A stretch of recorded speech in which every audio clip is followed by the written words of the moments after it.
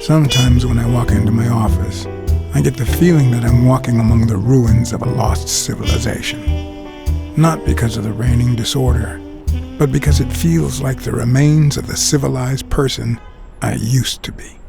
Where is the damn detective?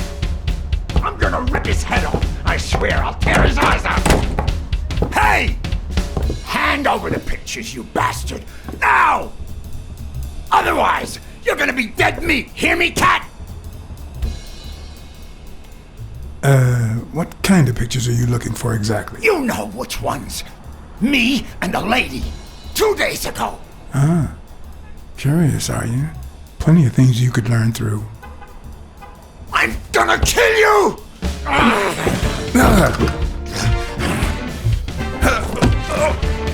Get me the goddamn pictures! It wasn't the first time I regretted hitting a guy like him.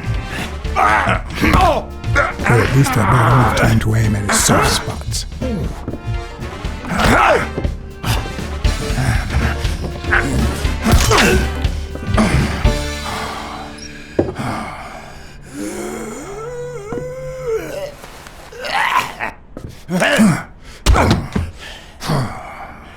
Oh man, you broke my jaw! Well, now it matches your marriage. If you show my wife those pictures, I'm dead meat. You'll ruin my life, please! Sure, the gun didn't work, so why not shed some tears? I wasn't gonna use it, man. I've never shot a fly. And I'm no two-timer either. It only happened once, for God's sake. I'm just her bodyguard, that's all. She seduced me. I love my wife, honest to God. I even quit the damn job for her. You can't break up a family for one tiny mistake. Breaking up your family? I don't think you need my help there, buddy. Okay, how about this? You give me those pictures, and tell her a white lie, and I pay you 10 times what she's offering. You save my family, and you make a pretty penny. What do you say? Deal?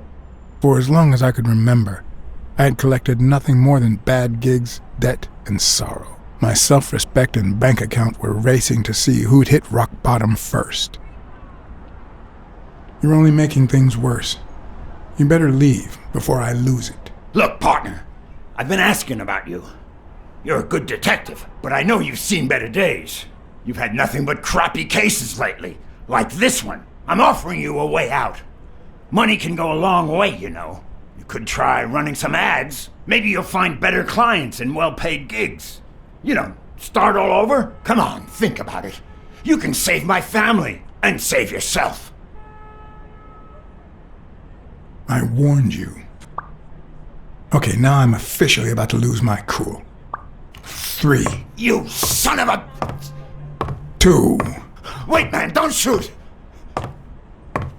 1. You are gonna regret messing with Eugene Colbert. I swear to God you will. My uninvited guest had left me several gifts. First of all, a swollen hand. That guy's skin was hard as a rock. Second of all, an empty wallet. Business as usual. Third, the feeling that my moral compass was far too calibrated for my own good. Last but not least, the certainty that more gifts were yet to come.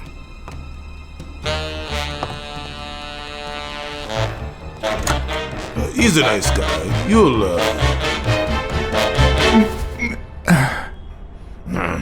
You see what I said about my pal Blacksad? Doesn't even know you, and he's already offering you a seat. Yes, Jake's right, of course. That's me to a T. Please, have a seat. Shut up and listen, buddy. All right? I brought you a client.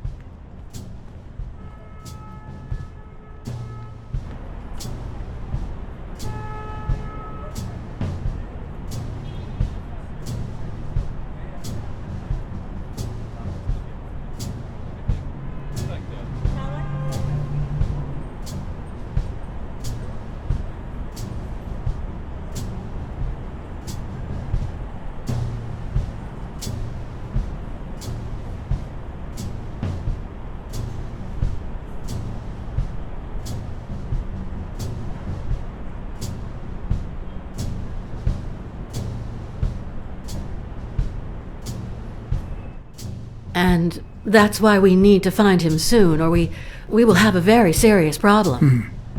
Thanks for the information and the picture. They'll really come in handy. Let me see if I have this straight. Your father, Joe Dunn, boxing manager and gym owner, hanged himself 2 days ago. Yes.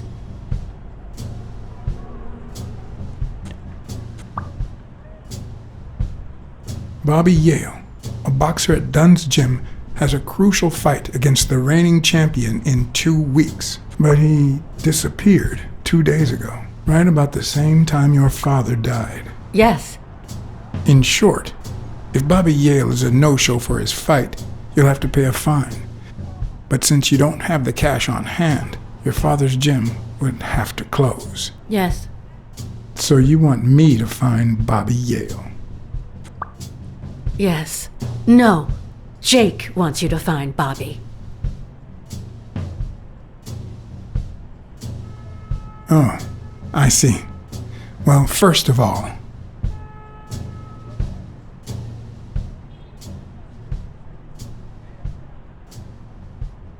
your father took his life the same day his pupil disappeared. Sorry, but something just doesn't add up. Damn it, John. Will you take the case or not?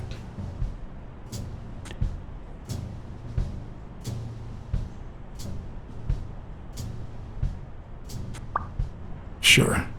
I know the money is tight, so how about this?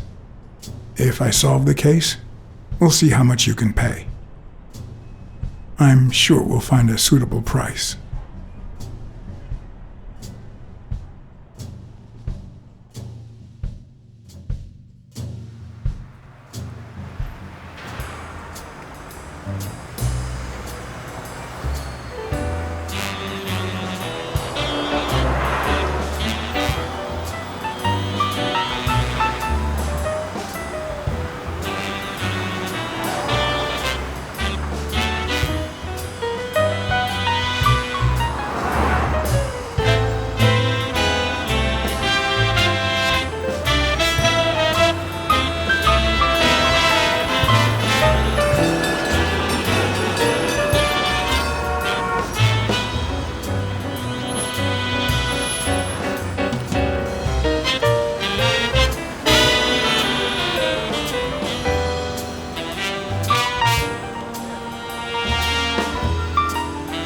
I know you already went to Yale's apartment and found nothing, but I'll search it myself at some point.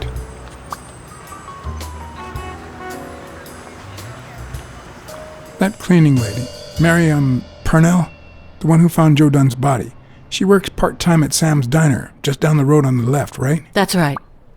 I think I might pay her a visit as well.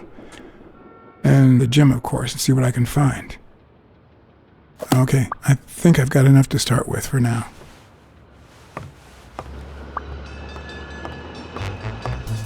I remember that fight, back when Jake was coming up the ranks.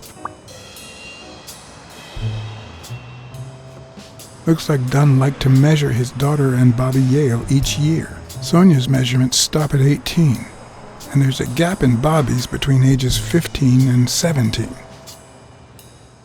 Is that Dunn? Wow. Someone should weld the iron bar on those panels.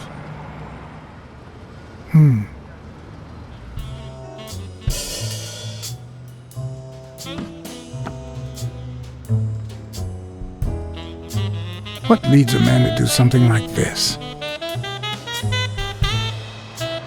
Life's already dealt me a fair share of blows, but...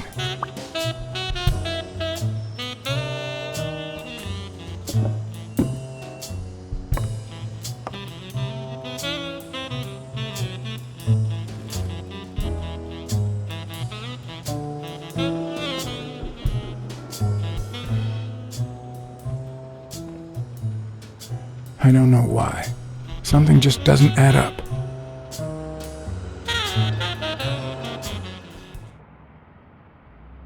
The racist brain is so full of hatred that there's no space for trifles such as common sense or, say, spelling. But this most cultured writer spotted the error and attempted to correct it. not sure what to make of the outcome.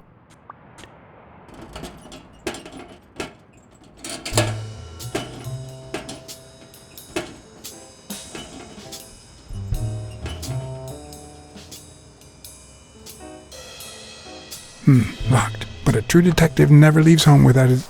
Huh? Sometimes even the most experienced detective has to go home to get his lockpicks.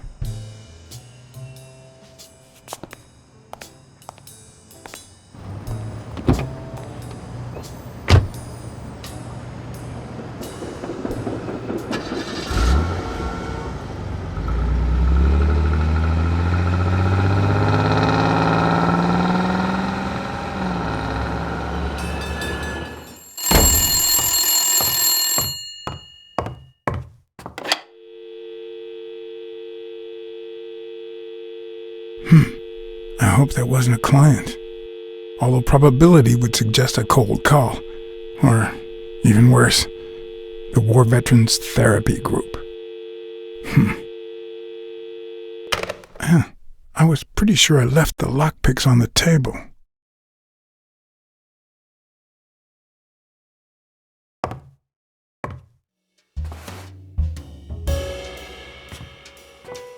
Police Commissioner Smirnoff smoked that cigarette.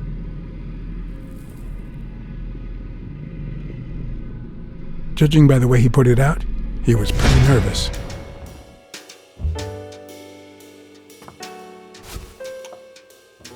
Smells good. Tasted even better the day Smirnoff brought it, in exchange for a favor. A favor no cop should ever be paid for.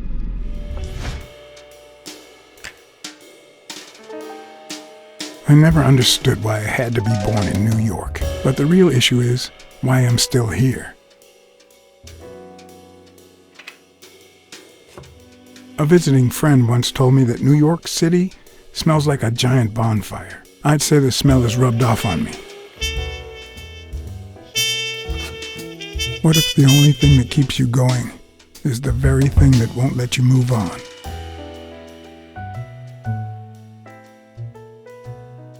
It's too soon to say goodbye. She wouldn't hear me anyway.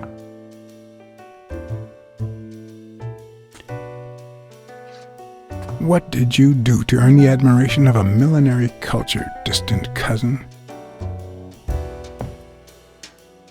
Sometimes I also use it to type out reports that nobody reads and invoices that nobody pays.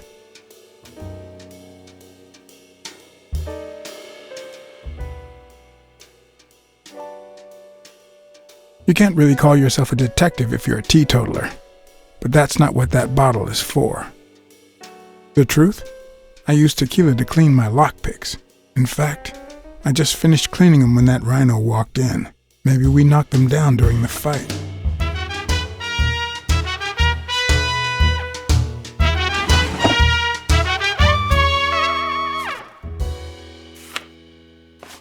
Good old Weekly did a fine job with these pictures. Maybe I should give him a call, although I hope he never finds out I turned down a hefty bribe to keep quiet. I wonder if that rhino would ever have the nerve to use it.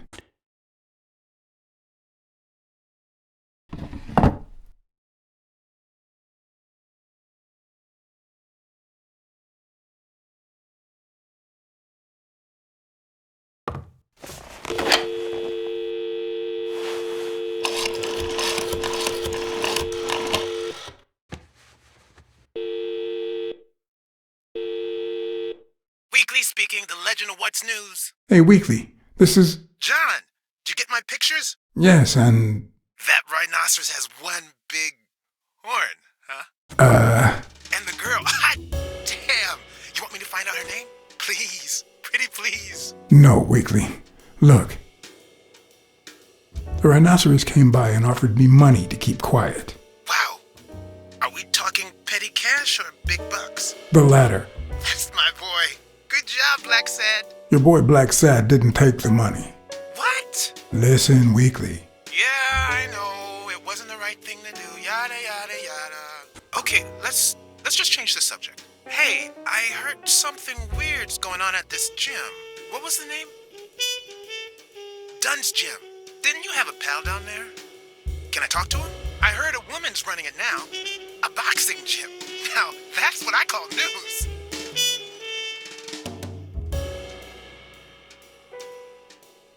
Actually, I'm working on a case for the gym owner. But you're putting me on the spot here. Let me settle into things before you do anything, will you? All right, but make it quick. See ya.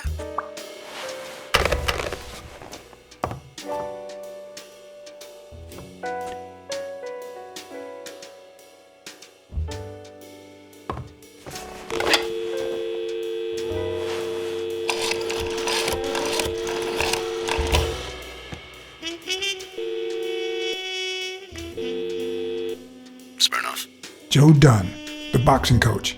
You hear anything about his death? Blacksad, is that you? You got me. How's everything, Chief? Oh, I'm fine, thanks for asking. Too much work as usual. As for Joe Dunn, he hanged himself. End of story. I'm too busy, John. I can't afford to put a single man on the case. Why are you asking?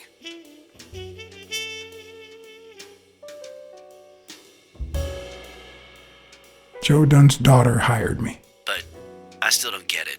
Any signs of foul play?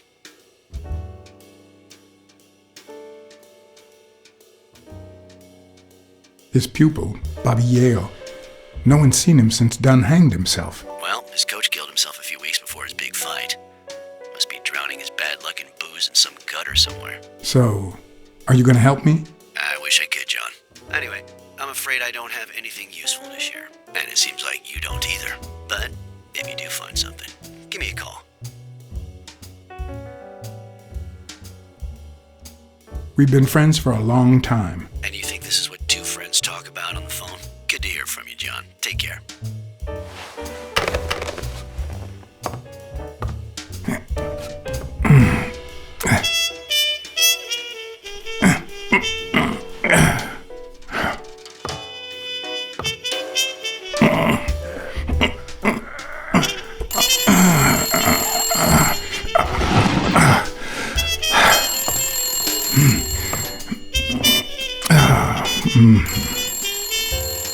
Most detectives feel safe with a gun in their pocket. Me, I prefer lockpicks. At least I know these little fellows won't backfire.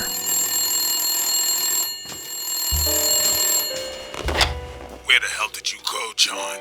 I thought you were on the case. I had to run an errand, but I'll be back in no time. You made a crappy impression, and now Sonia has second thoughts about you.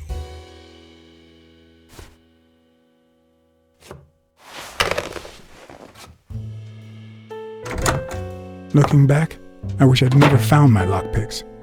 Maybe I wouldn't have gone back to the gym. All hell was about to break loose.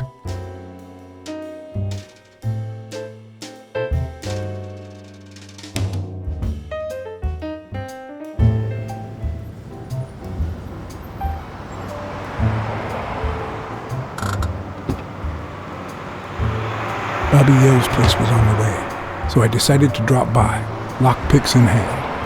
The gym could wait.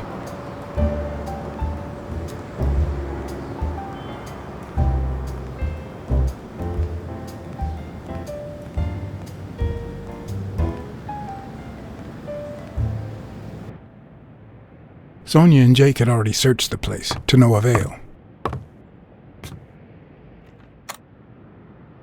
But a good detective would have better luck.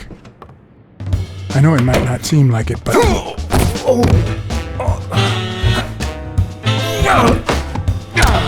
When someone hits you like that, you know you're onto something. It's only fair to show some gratitude. Well, well, well. Long time no see. I'll change your mind about what to tell my wife now that my partner is asleep. Damn cat. Well done, Colbert.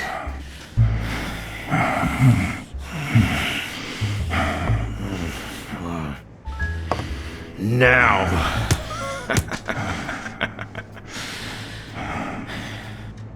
How about this? For every wrong answer, I'm gonna give it to you with this club. Deal?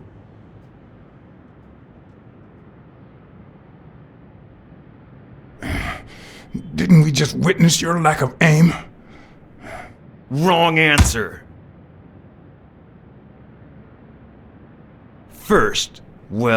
Second question. What the hell are you doing here?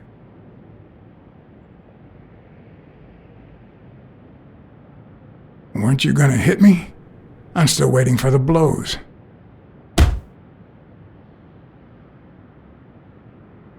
Happy? Now. Where were we? What the hell are you doing here?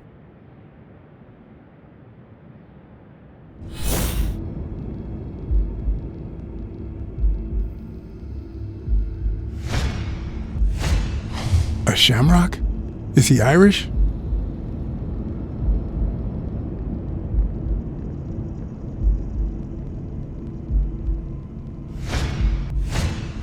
It should start to swell any moment now.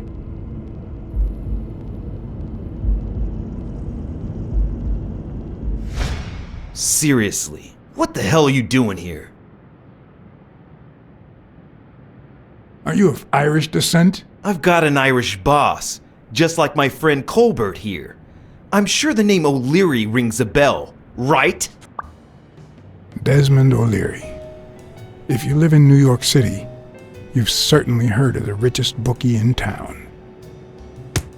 After everything that's happened, I was beginning to feel like this case was finally moving forward. Wrong answer! But I was wrong. Now, where were we? What the hell are you doing here?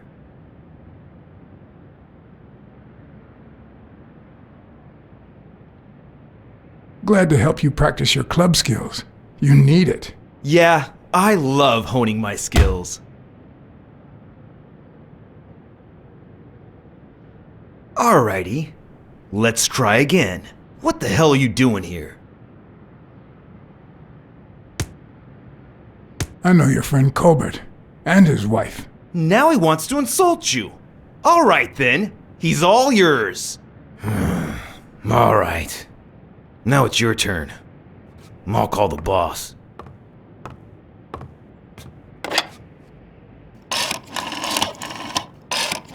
This'll help you change your mind. Desmond, we caught some damn detective snooping around Bobby Yale's place. Yeah, hired by Dunn's daughter. Safe and sound? What do you mean exactly? Oh, sure. Will do. Colbert, stop hitting him, you beast. What a shame. We were just getting to know each other.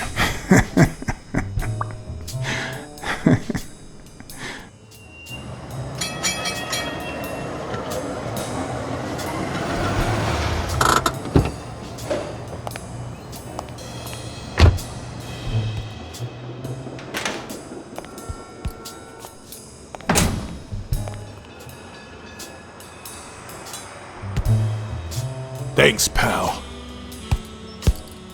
So, what else can you tell me about Dunn's death? Well, not much. My memory's not what it used to be. You'd better ask the cleaning lady. She found the body. It should be her shift down at Sam's Diner. The place is close by. Take the main door and follow the street. Just wait till you see her. You're in for a treat, my friend.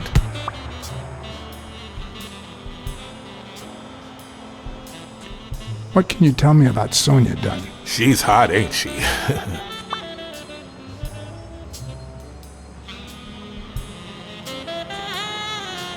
You two seem to get along nicely. Well, I've known her since she was a baby. But she sure has grown, if you get my drift. I hadn't seen her since she left for college about 4 years ago. It seems like her father's death didn't really upset her. Well, she likes to play it cool, which makes her really hot.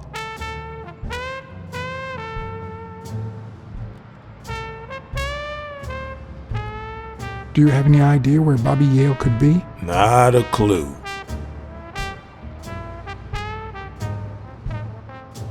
You said Yale joined a gang back in the day? Know which one?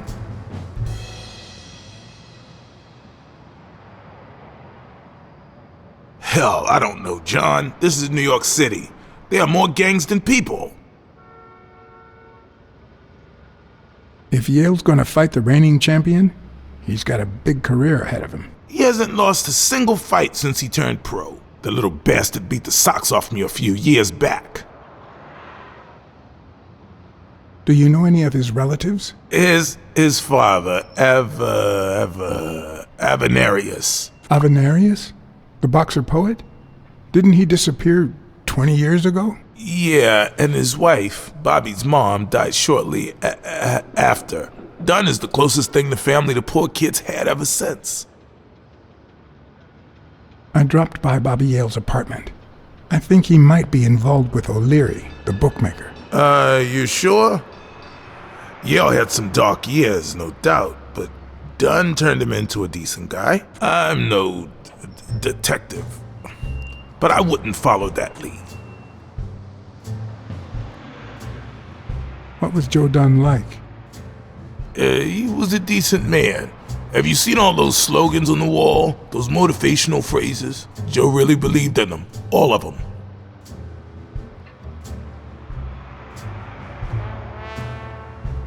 He played the saxophone, right? Yeah, pretty well for a white boy. But he quit when his wife died. Makes no sense, right? I mean, nothing draws chicks like the brass. Why quit when you're finally free? Ha ha ha ha.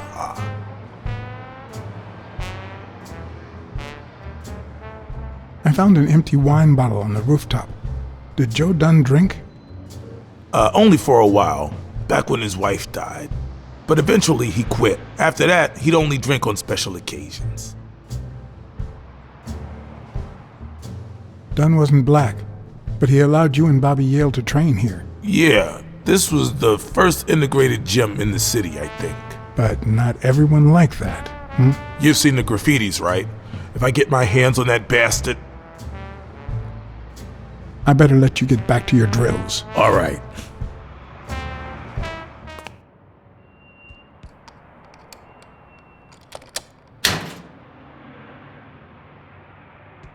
Smells like paint. The proud South.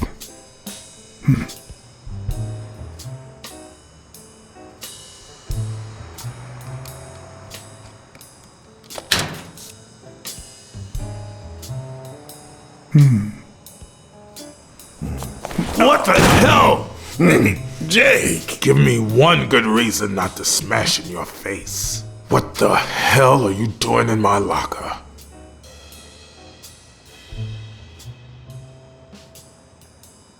I'm a detective. That's what I do. Yeah, and my friend too. Well, that's what I thought. Get off me. Sometimes, John, I could just punch you.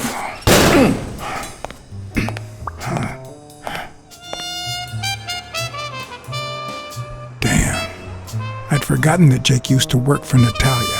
This proves I was right. It's too soon to move on.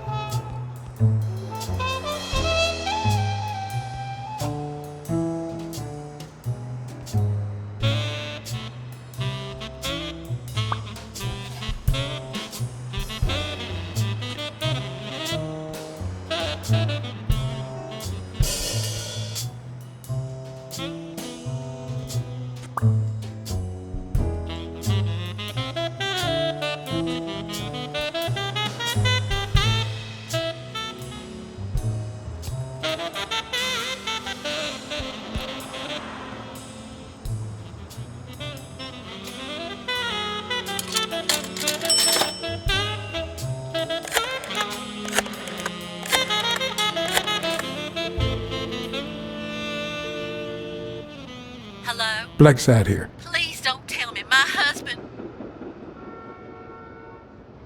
Yes, Mrs. Colbert. I'm afraid you were right to hire me. Oh! That filthy good for nothing! I'm gonna rip his horn out!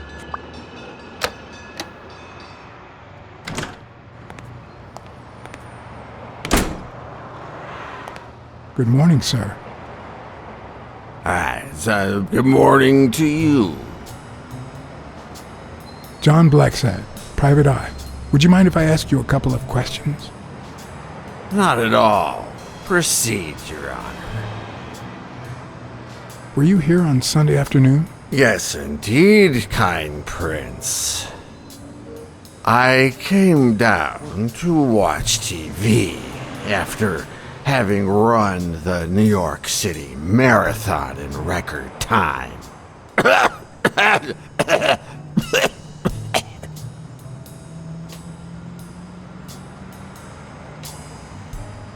Is there anything I can do for you? Well, there is indeed. Move. You're blocking my view of this wonderful sunset. It just so happens that you can, apple of my eye, do this old man a favor and bring him some sustenance. All right.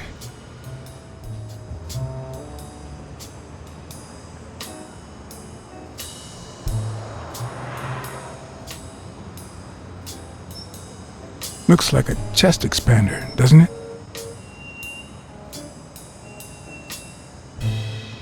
I might just be the last person in New York without a TV.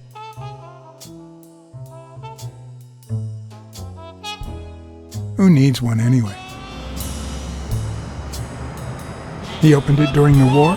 That's odd. Miss Dunn, can I run a couple of questions by you? If they'll help you find Yale, go ahead.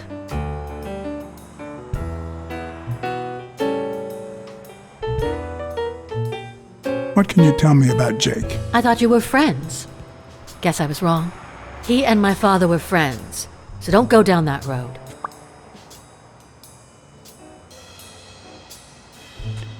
Did you get along with Bobby Yale?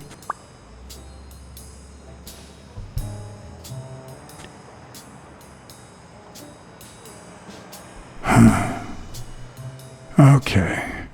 Forget it. I wouldn't give a damn about him if it weren't for this stupid Jim his stupid fight is supposed to save. Happy?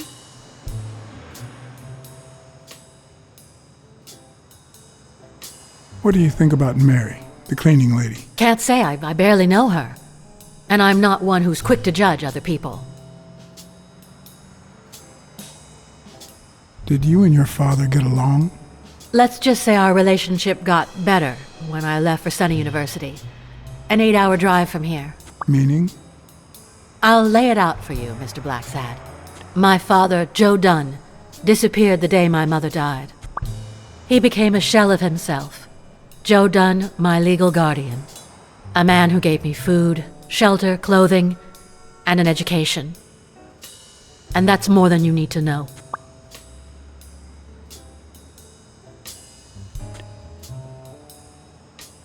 Thanks. That's it for now. I get it. You don't like me. But there's something you need to know. I'm all ears.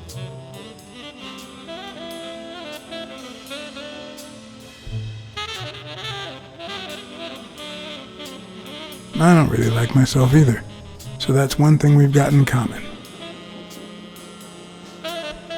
Duly noted, Mr. Blacksad. I'd like to take a look inside that safe now. Could you give me the combination? I'd love to help you, but my mother's birthday used to be the combination, but I already tried it.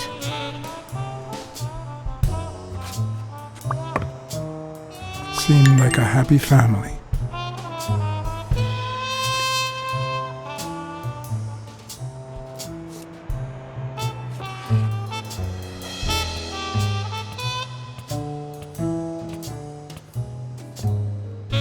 Dunn kept files on the gym's staff and clients. Name, address, and date of birth. Mary Purnell, the person who found Dunn's body, works a block away from the gym. I'm certain she can give me the kind of information that... Hey! Watch where you're going, you jerk! You looking for trouble, moron? Sorry. Really, I'm sorry. You better be, you wuss!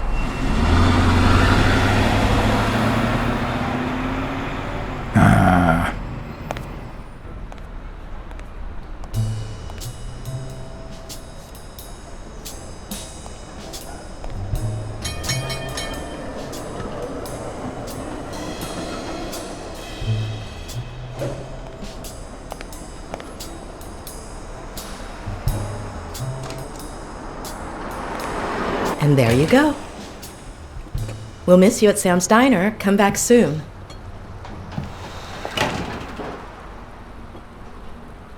Welcome to Sam's Diner. What can I get for you? Blacksad, Private Eye. I work for Sonia Dunn. I need to ask you some questions about Joe Dunn. Sure, but I'm working right now. Maybe later? I only see one customer sitting at the counter, and he's asking for your cooperation. All right.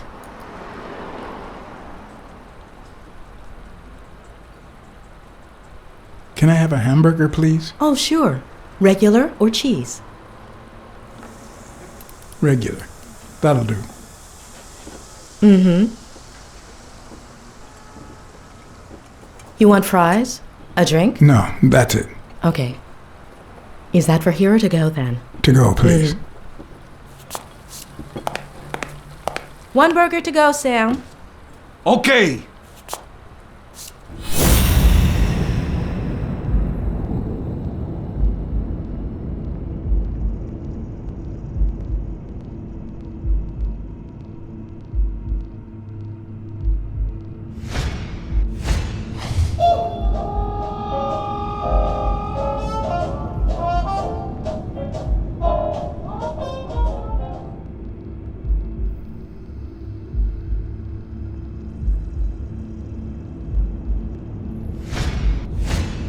Smells like cinnamon.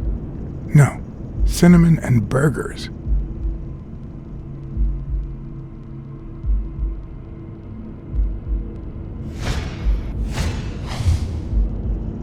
Her handwriting is nice and neat.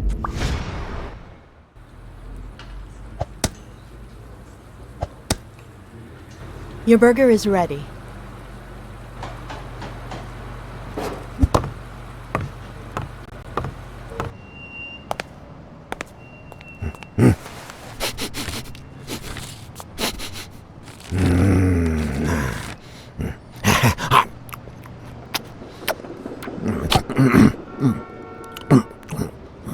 All right, I'll let you enjoy your meal.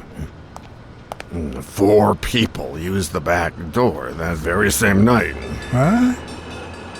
Well, I might be blind as a bat, but as you can certainly see, I have 2 wonderfully functional ears.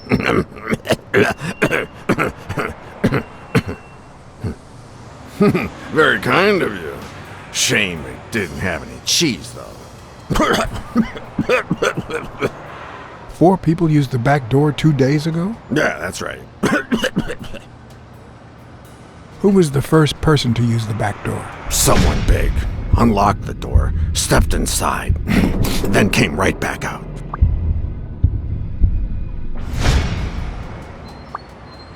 Who was the second person to use the back door? A man, just a few minutes after the first person. He came back out muttering, "Ungrateful bastard." Then he threw something in the trash and walked back in. Oh, no, wait. Before that, he gave me a coin. A coin? I mean, do I look like I need spare change, huh? I mean, I'm staying at the Million-Star Hotel, for God's sake.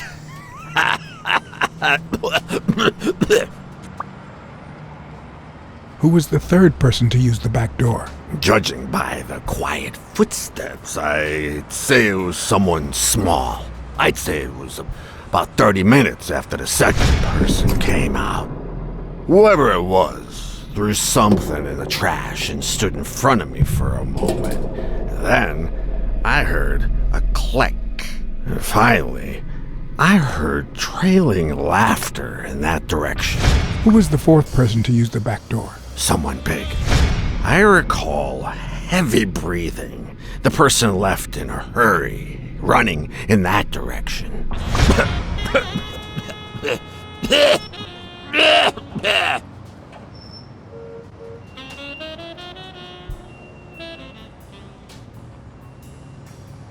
There's a chest expander in your cart. A what expander? A thingamajig with 3 springs. Oh, the thingamajig with springs. Oh, I got it from the trash. back there.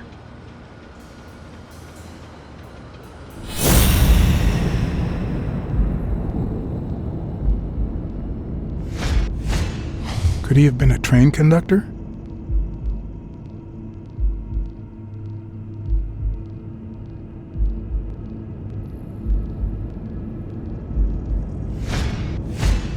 Looks like someone used it as a punching ball.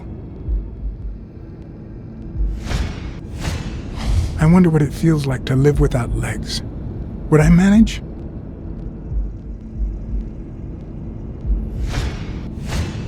Blind and legless. How does he get by?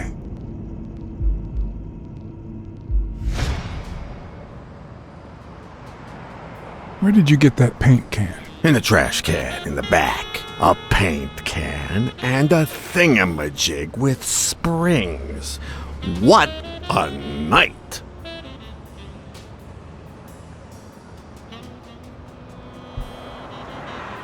That's all for now. Thanks.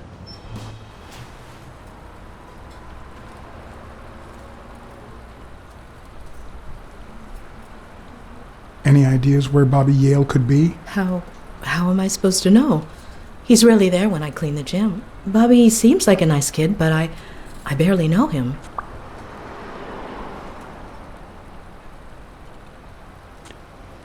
What can you tell me about Sonia Dunn?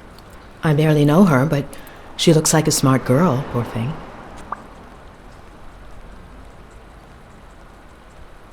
Can I ask you about your job? Which one?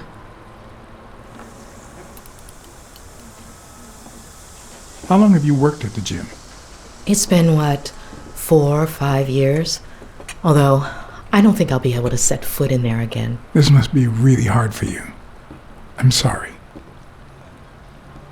Tell me about your work here in the diner. Oh, it's wonderful. I love it. My boss. Oh, glad to hear that. Other than the diner and the gym, you don't work anywhere else, right? I wouldn't have the time, although I'm not sure I want to continue working at the gym.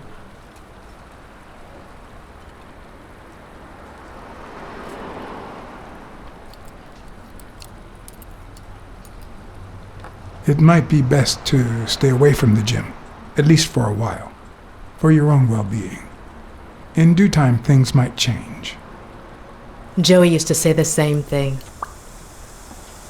Maybe. I don't know. Thanks. What do you think about Jake Ostiambi? Who?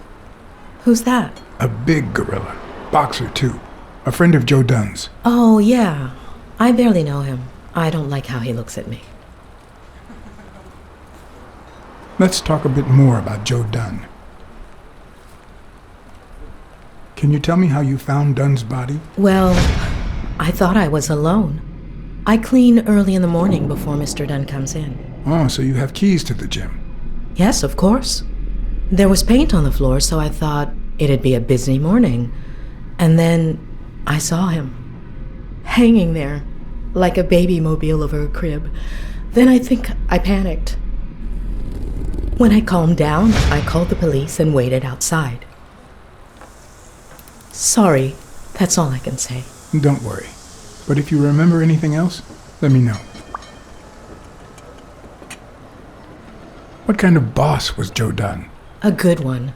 Always paid on time, never raised his voice. If I asked for the day off, he even cleaned the gym. How was Joe Dunn outside the gym? I wouldn't know. I only saw him at the gym or right there. That was his spot. I think everyone liked him. Thanks, but I still don't get why he'd commit suicide.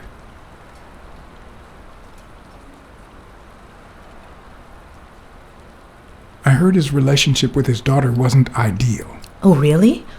Poor man. I don't have kids, but that has to be really hard. His wife died years ago. Maybe he never got over it. Yeah, I don't know.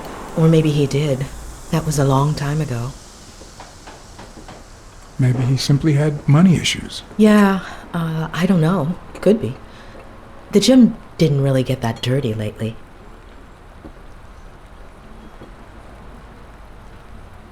Have you remembered anything else about the moment you found Dunn's body? I'm afraid not. It's too painful. I know. But we need to find Bobby Yale. Anything, any minor detail, could really make a difference. I'll try. Sorry. I think that's it for now. See you around. We'll miss you at Sam's Diner. Bye-bye.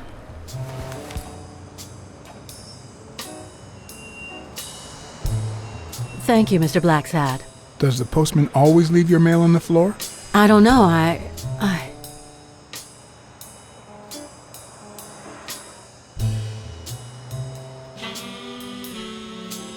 What's wrong? It's my mother's wedding ring.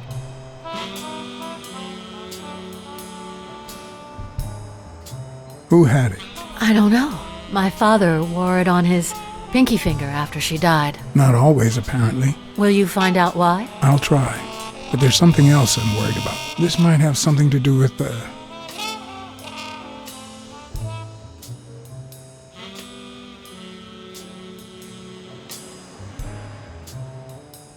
your father's death and Bobby Yale's disappearance. Oh my, yes. It could be.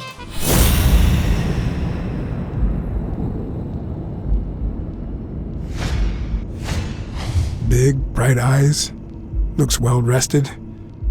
Either she didn't mourn her father, or she really knows how to work that makeup.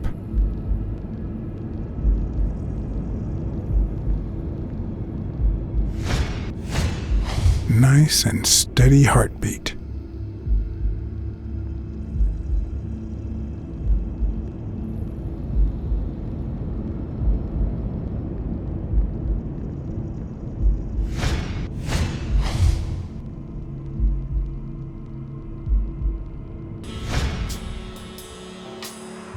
What the? What's wrong? Someone's taking pictures from the rooftop. Are you sure? I'll go take a look. Now, who's that rope for, Miss Dunn? Weekly.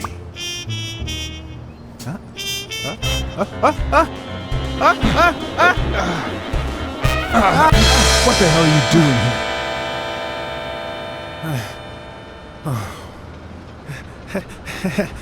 here? Hey, look!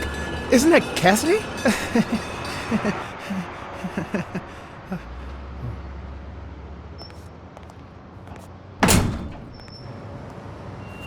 Don't change the subject, you sad little... Why don't we settle this over ice cream, huh, John? Just like in the good old days. How did you get up here? I don't want anyone to see you.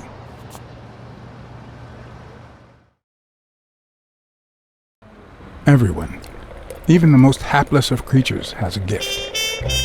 Something that makes them special, that makes them worth knowing. Foul-smelling Weekly is no exception.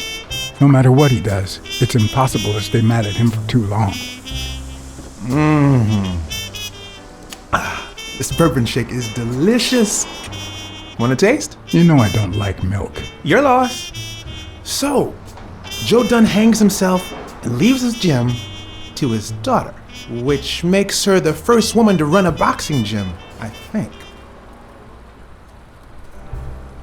I don't think Dunn killed himself. What?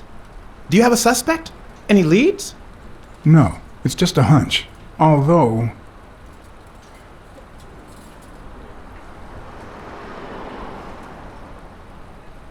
I haven't identified the murderer just yet.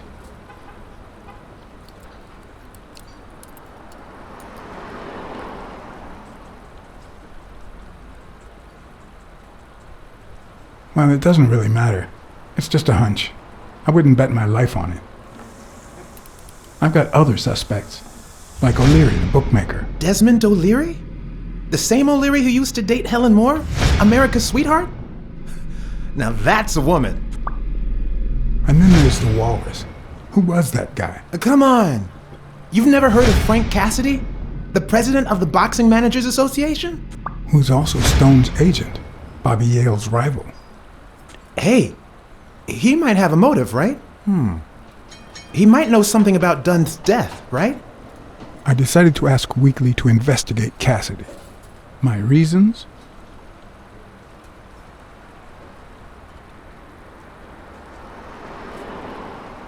Weekly was right. Cassidy could have had a motive to kill Dunn. Weekly had already proven to be nosy. The farther I kept him from the gym, the better. But with Weekly, you just never know what the best approach might be. Should I give him an order, or a subtle suggestion?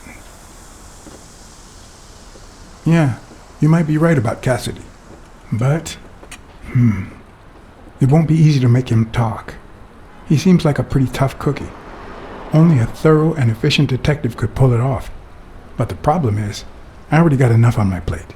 You're a lucky man, John Blacksad. I don't follow. You just found the thorough detective you need. Oh, of course. What a great idea. How did I not think of you? Hey, don't sweat it. But you'll have to do me a favor. Tell Sonia Dunn that a legendary journalist from What's News wants an interview. Weekly, please. Well, if not, bye-bye, Cassidy.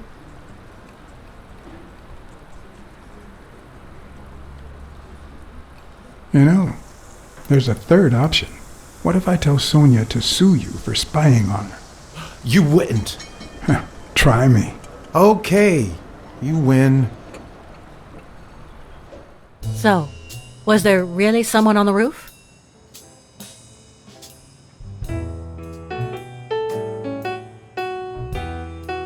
No one. I must be seeing things. A hallucinating detective. This must be my lucky day.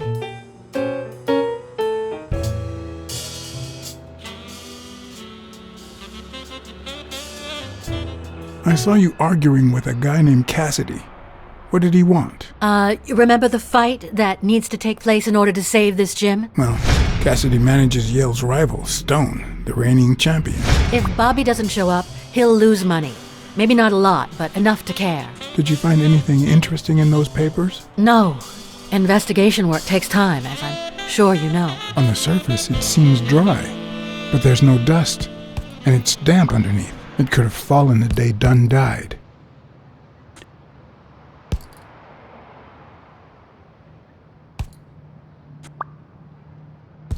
Do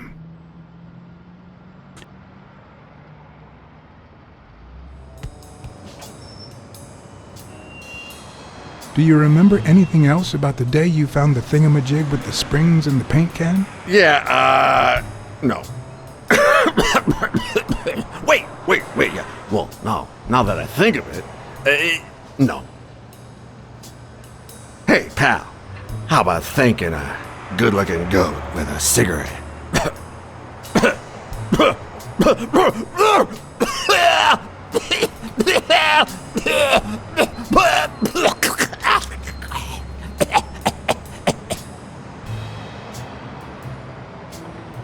Of course. Here you go.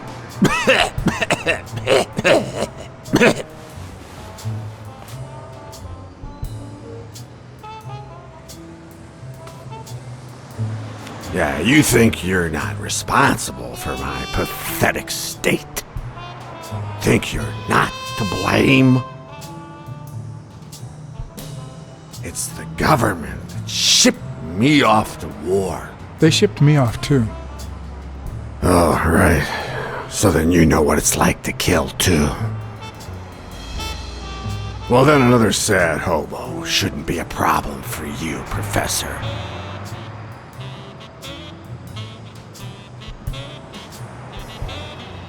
I'd rather not talk about it. Okay, I understand. Wait, but that's not what I wanted to say. Oh, well, you know we goats tend to jump from one thing to another. The government paid for everything. Army fatigues, rations, weapons, lodging at hookers, drugs. Do you know where that money comes from? Taxes! Your taxes, my dear friend. You helped them cut my legs. they declare war. Every chance they get, so that the weapon industry that finances their campaigns gets richer and richer and richer. And that's how we finance their wars. So the slightest connection with corruption turns us into accomplices. Unless one manages to keep at arm's length. That is what I did, my loyal disciple, at the Million-Star Hotel. So, do like your master, the great... Hey, what's your name? You never told me...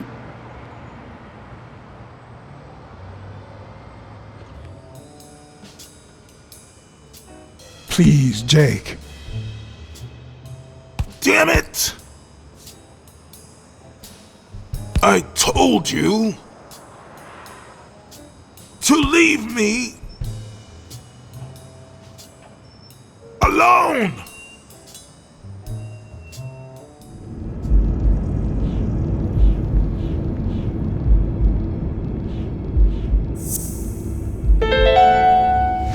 Well, I know this much.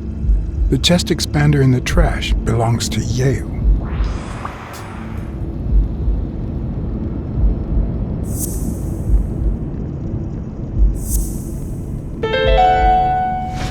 Okay. Mary put the wedding ring in the envelope and wrote Sonia Dunn on it. But why did she have the ring in the first place?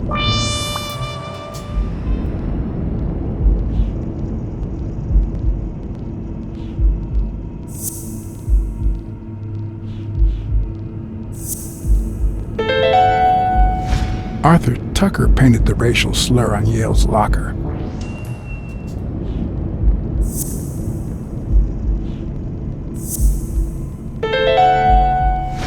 Why do you have that pen, Jake? What mess are you in?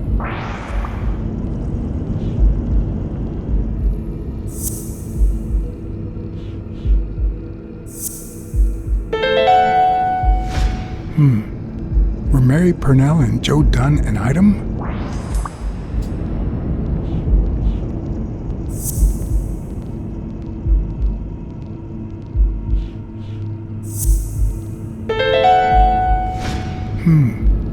What if Mary's birthday is the combination to the safe?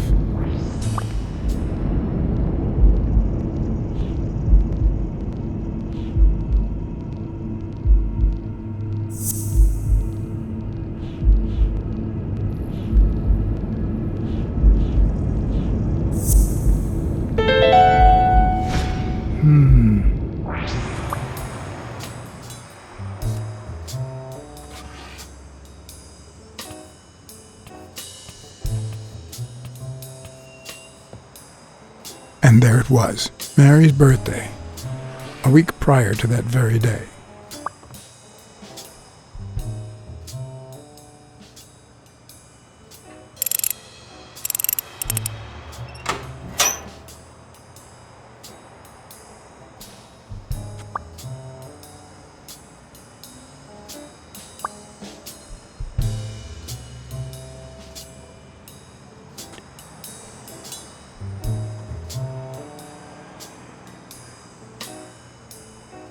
You open the safe? Yeah, and I think you need to see this. Can you tell me what it says? All right. I think this might be useful for the investigation, Mr. Detective. He left everything to me, except some boxing trophies and knickknacks that'll go to Bobby Yale.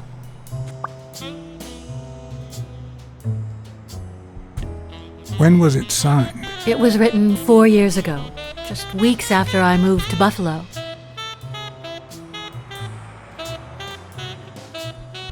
Do you think Bobby Yale read it before he disappeared? Maybe. Congratulations. You're one lucky lady. I'll pretend I didn't hear that. All right. Thanks. I never would have taken Dunn for a gun owner. A few bucks. Just petty cash.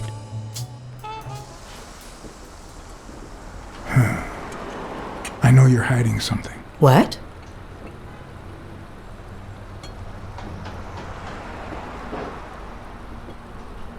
Happy birthday. I just found out it was a week ago. Oh, thanks. You're welcome. I'm sure you received wonderful presents. For example, your date of birth used as the combination for Dunn's safe. Oh, my goodness. I can't talk here. My shift is over in 10 minutes. Can you wait a while? Can I get a refill over here, Mary? Coming right up.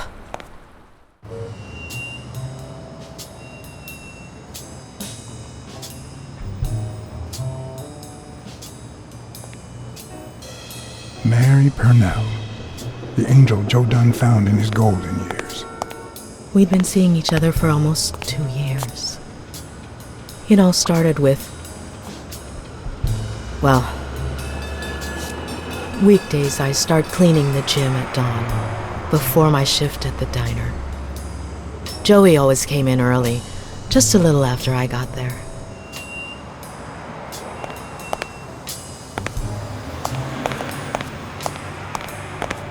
He used to say it was the best time for the worst task of the day. Oh, I know exactly what he meant. Say no more. Paperwork. He really hated it. One morning, he saw me crying. I was having a rough day and...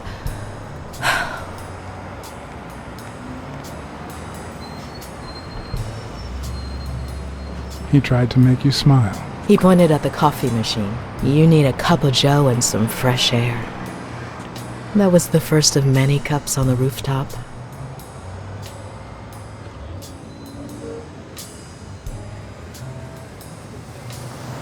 Which is where Dunn seduced you. That word is a bit too much, Mr. Blacksad. You might be too young to understand this, but real love has little to do with seduction. One day, we realized those rooftop coffees were the best part of our day, so we began to spend more time together. But you never told anyone.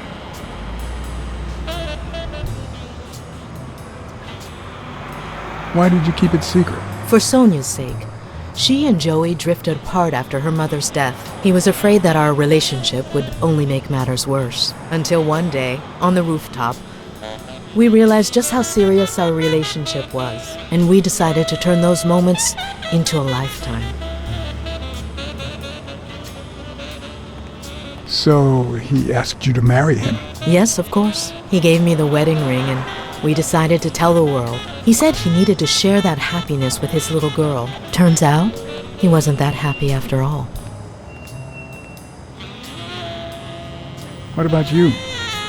How did you feel about telling Sonia? Maybe you already noticed, I have a slight cold. I really should be heading home.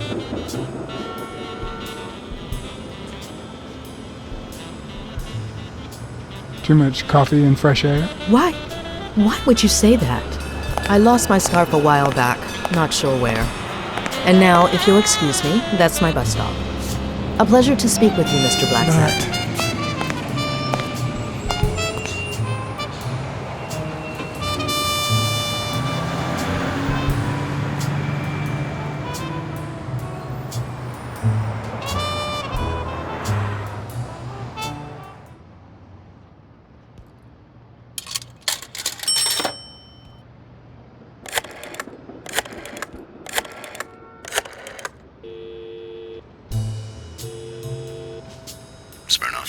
You're gonna like what I have to tell you about the Dunn case.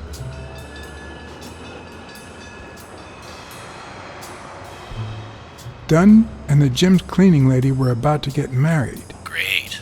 Call What's News. They'll know what to do with such an incredibly interesting piece of information. The combination on Dunn's safe was her birthday. He even gave her a ring. You know, your typical suicidal bliss. Okay, I'm still not convinced, but I might have something for you.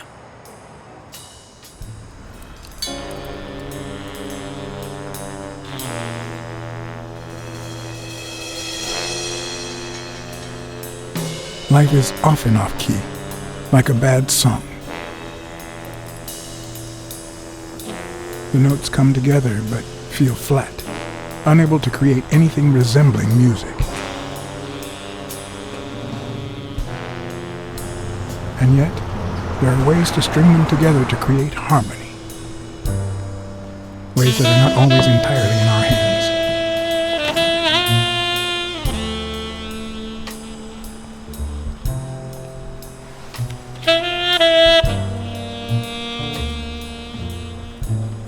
You look tired, John. I was born tired. I'm used to it. You're not the only one. Yep, I'm beat. I'm starving. Just got back from the annual police medical. Not only did I have to fast, but I also had to chug 2 enormous glasses of water. John, you alright? I've had better days, and I'll have them again, I hope. We both deserve to.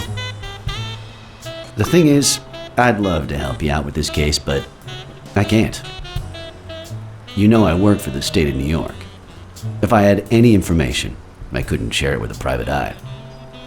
Even if it was lying on top of this table.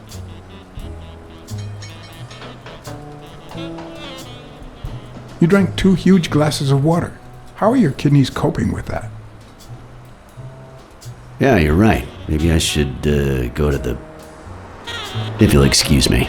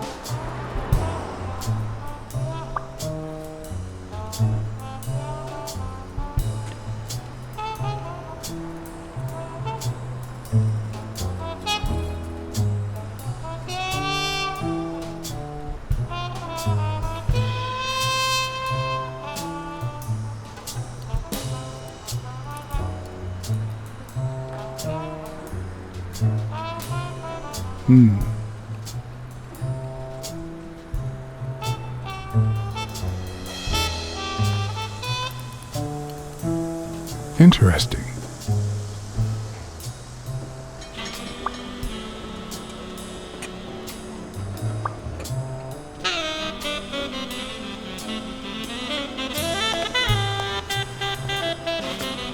Now I feel even thinner. So do my kidneys. Thanks.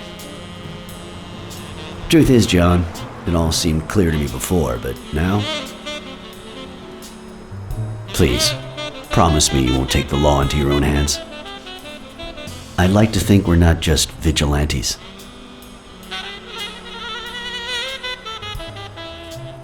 Sure, you can trust me. I give you my word. All right. In any case, keep me posted, will you? Friend, you can count on it. Take care, John. As always, Smirnoff had given me new, potentially relevant information. Not to mention second thoughts. When an old dog like him gets that serious, one must be prepared to bite.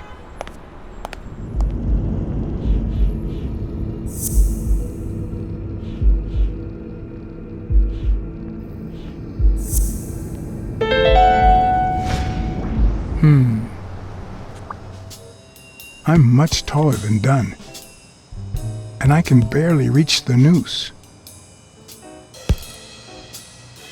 There's no way Dunn hanged himself. Not on his own, at least.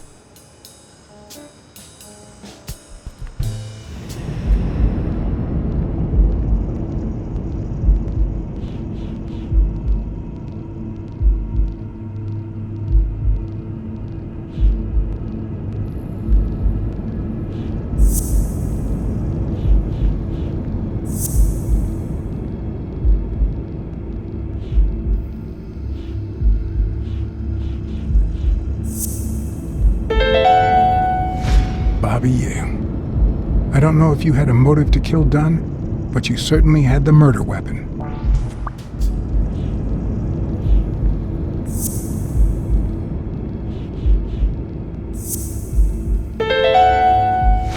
All right.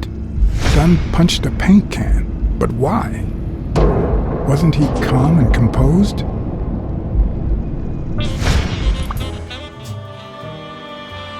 Okay, Jake. I told you. Desmond O'Leary. Huh? I know you work for him. Now you're just making stuff up. Why would you say that?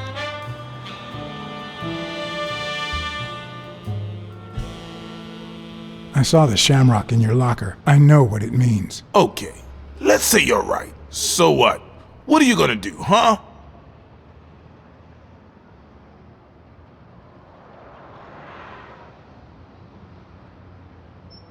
I'm a detective. What do you think I'll do? Yeah, definitely better detective than friend. All right, you win, pussycat. Business isn't going that well lately. Natalia was my last well-paying job, and it's been a while. Then O'Leary shows up and offers me a bodyguard contract.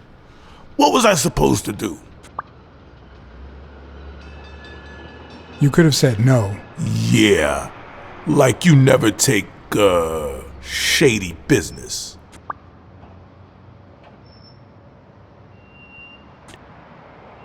I've done things like that, and worse, but I'm not proud of them. I've also said no more than once. This very morning, for example. Hey, O'Leary might run an illegal gambling operation, but it's not like he's killing people or conning widows. And I'm just a bodyguard. I make sure no one gets hurt. What I do, including my contract and paycheck, is 100% legal. How bad can that be? Yeah, you're right. The fact that his business is illegal doesn't turn you into a criminal. We're only accountable for our own actions. But that's not what bothers me.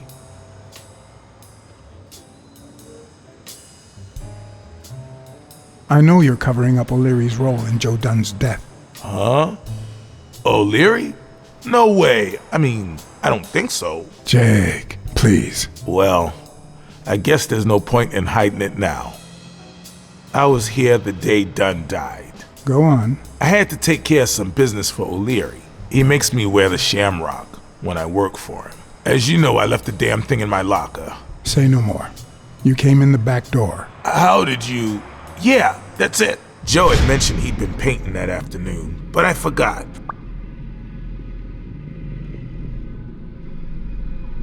I stopped in my tracks when I saw him screaming bloody murder at Bobby Yale at the top of the scaffold.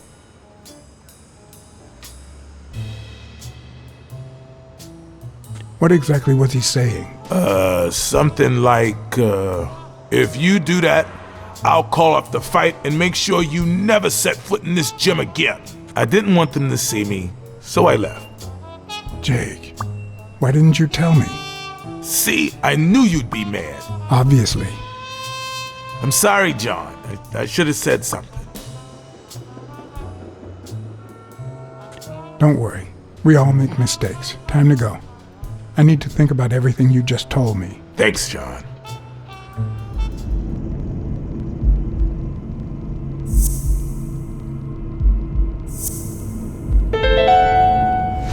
Christ. Did Yale kill Dunn just because he wanted to call off the fight?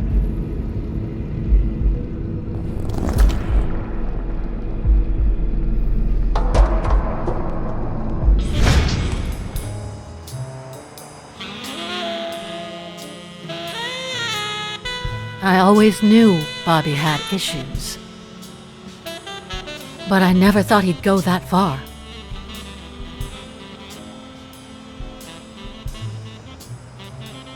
I couldn't say. In my line of work, you really shouldn't jump to conclusions.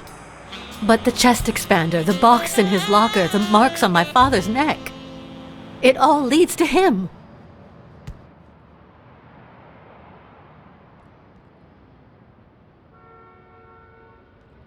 In any case, that doesn't change a thing. It does, actually. Now we know he didn't kill himself. My father's still dead, and you still haven't found Bobby Yale. Nothing has changed. Opening the safe and finding my father's will won't help us achieve anything. So please hurry. Time's wasting.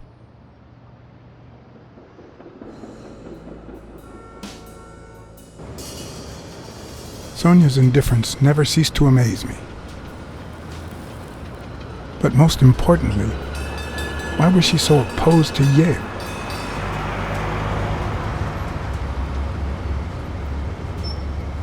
John Blacksad? I think I owe you an apology.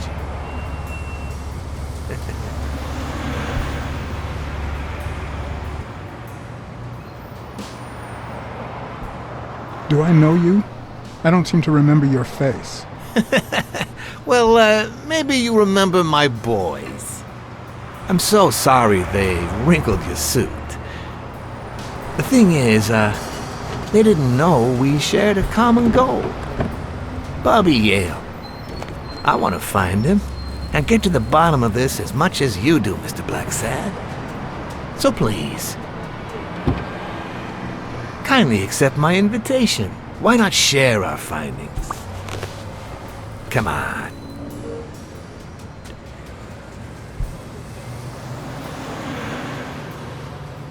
I'm afraid I have to say no. I can't ride in a fancy car with a wrinkled suit. Oh, I don't see why not. In any case, if those little wrinkles make you uncomfortable. Ha! I always play it nice and safe.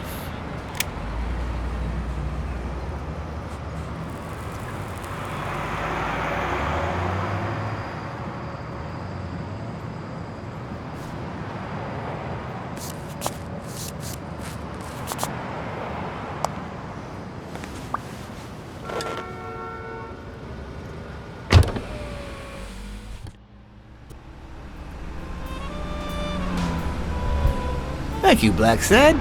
You won't regret this. So let's cut to the chase. I need Bobby Yale to fight Stone. There's just too much money at stake. So, I'm offering you my help to find Yale. Let's work together.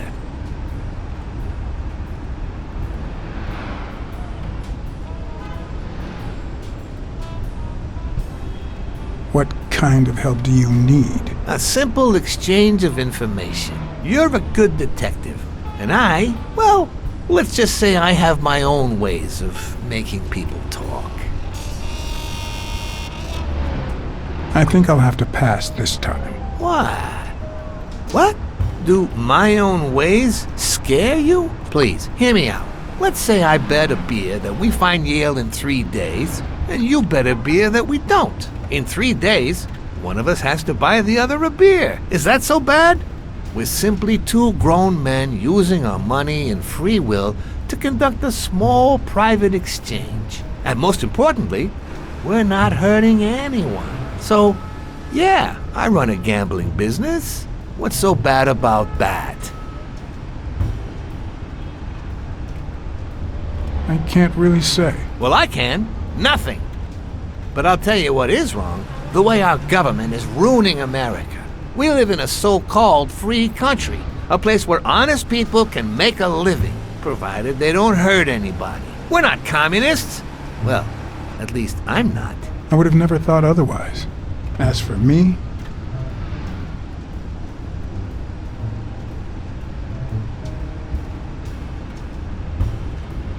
let's just say I sympathize with their cause. Fair enough.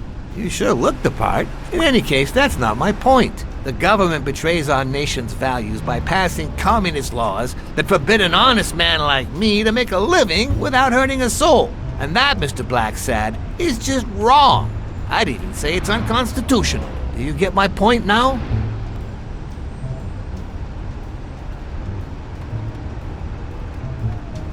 Okay, but that doesn't justify what you do for a living. Oh boy. Did you hear anything I just said?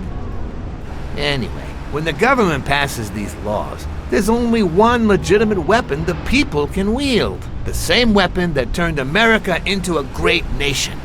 civil disobedience. So, as the proud American that I am, it's my duty to disobey.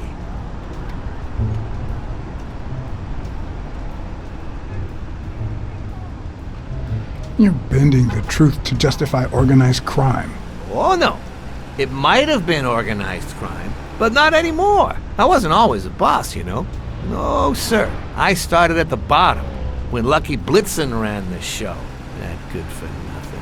His was a reign of terror, extortion, violence, you know, that sort of unpleasant thing. When I took over, I decided I'd make people want to do my bidding. Not out of fear, but out of gratitude. I decided to help people so they would help me. That beating your thugs gave me was really helpful. Thank you so much. Those poor bastards didn't even know you were a detective, that you were on our side. Maybe at first. But when they tied me up and beat the socks off me, they knew very well who I was. Seriously? That goes against my rules. Who was it?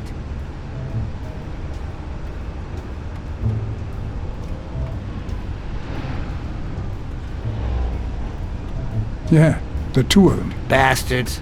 But don't you worry. I'll have a talk with those two. I cannot tolerate this behavior. Please accept my apologies, Mr. Blacksad. You see, a lot of people work for me. Many families depend on my business. Not only that, St. Christopher's Hospice practically lives on my donations. The widows of my late employees are set for life. Their kids get free schooling. The cops leave me alone because they know my business doesn't hurt anyone. On the contrary. And, it looks like we're here. Yale's apartment? I told you I'm on your side. Go ahead, search the place. I'll wait down here. When you're done, maybe you'll change your mind and share your findings with me. Or not. It's your call, Mr. Blacksad. I'll make sure you're suitably compensated. Colbert! Wilson!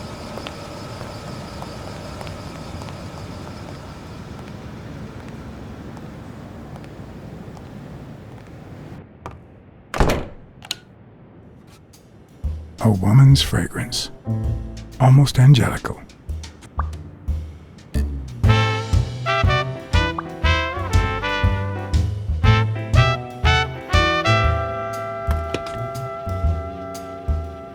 I'm not sure how Yale's love of pickles will help me crack the case, but it's good to know. The worst thing about O'Leary's boys dropping by isn't the beating, but the fact that I can't tell what's theirs and what's Yale's. Can't say this is the ideal drink for an athlete. Then again, it could be your classic bookie thug lunch. 17th century French fables. Mayor must be one boring old lady. Bobby seems like a nice kid, but I barely know him.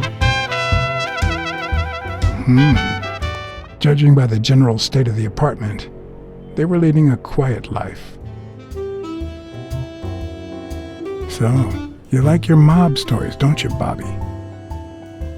Seems like Bobby inherited something more than boxing skills from his father. Besides the tendency to vanish into thin air, of course.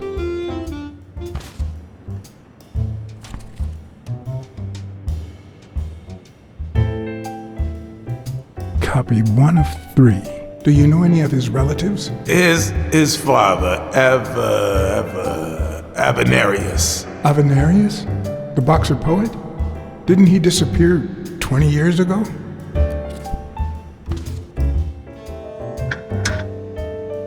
Why would you want such a big closet for so few clothes?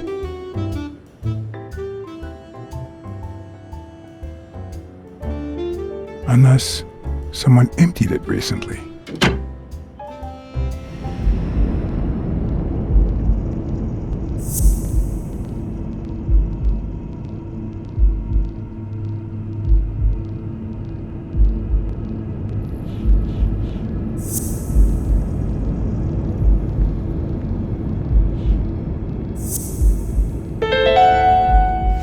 That means she's been here recently, but why? What does Sweet Mary have to do with Yale, the murder suspect?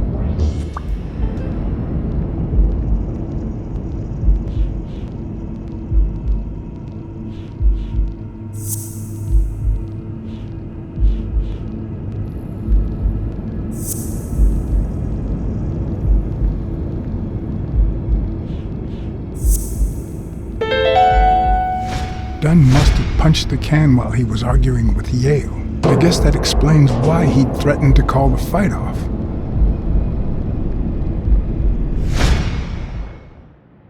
When I left, I told O'Leary I hadn't found a thing. The minute I was alone, I left for Mary's.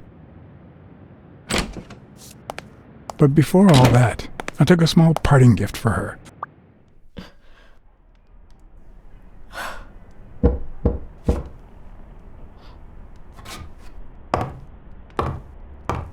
I've never trusted angels.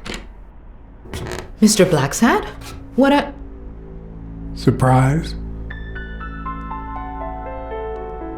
When they fall, they turn into demons. Joey told me he was going to spend the afternoon painting the gym and that Bobby would be fixing something up on the roof.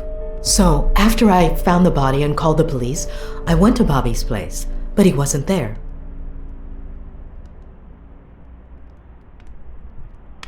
How did you open the door to his apartment? I think it was already open. Everything is so confusing. I'm sorry, Mr. Blacksad. Don't be.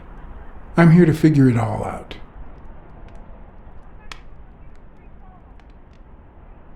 What's your relationship with Bobby Yale? He was like a son to Joey, and we were about to get married, so, you know. Okay, I think it's time to set things straight.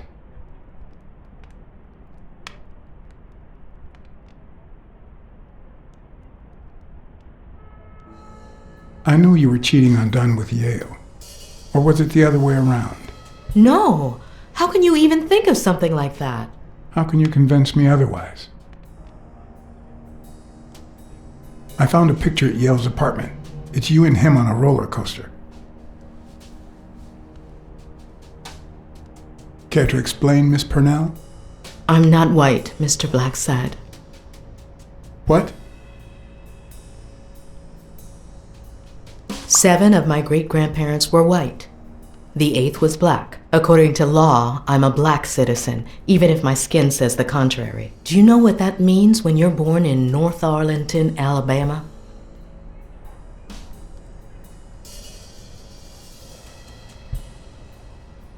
Segregated schools and a worse education for colored children. We even have different water fountains, for God's sake. The separate but equal doctrine and all that.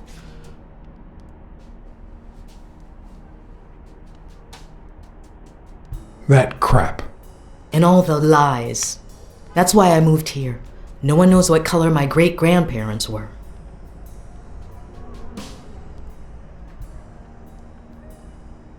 I'm black too, and I don't hide it.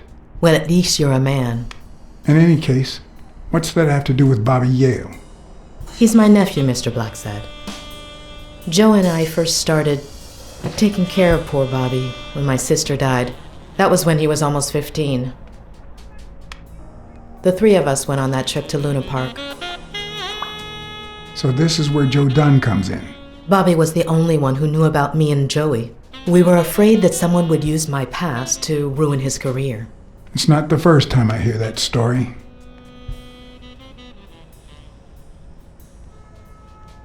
You should have told me this sooner. I've been hiding it all my life. I'm sorry.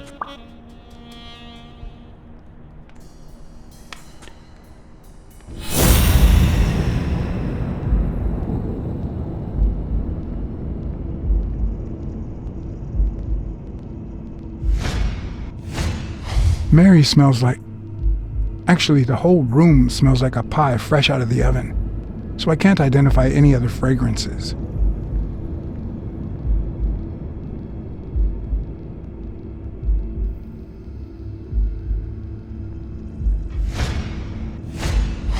Fresh out of the oven. The whole room smells like pie.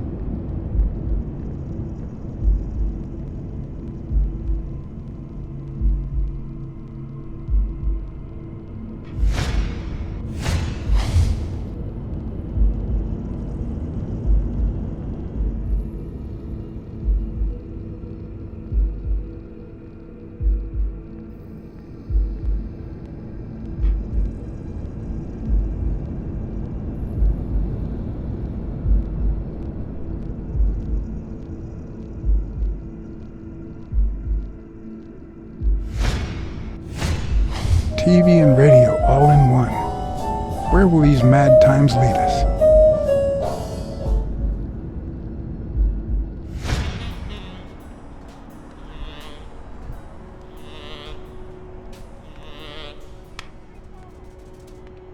That cherry pie smells so good. I'm starting to get hungry. Thanks. I pulled it out of the oven right before you arrived. Oh, where are my manners? I'm the worst hostess in the world.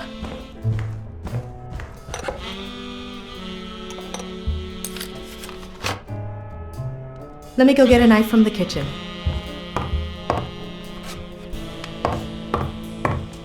And you must be thirsty. Let me see. OJ? Coffee?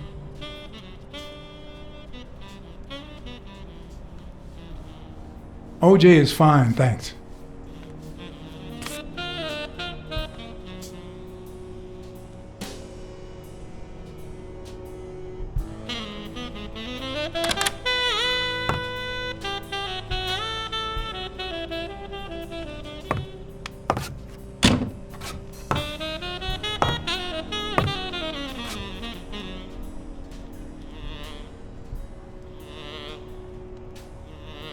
Sorry, I was going to help you with that.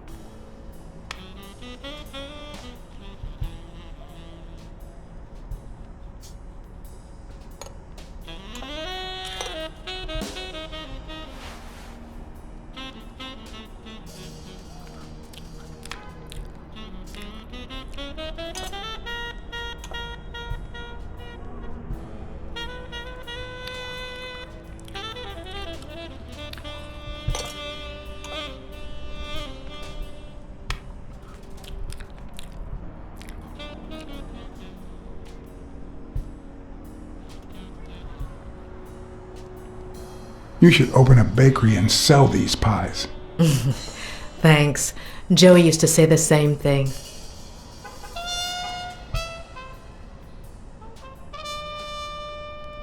About Sonia Dunn and the ring. I managed to hide the truth from her. I appreciate it, but at the same time... What? No, nothing. Maybe she has a right to know. Your secret is safe with me. I'd like to believe you. Are you sure you don't know where your nephew is? I've looked everywhere. He's nowhere to be found. Don't worry.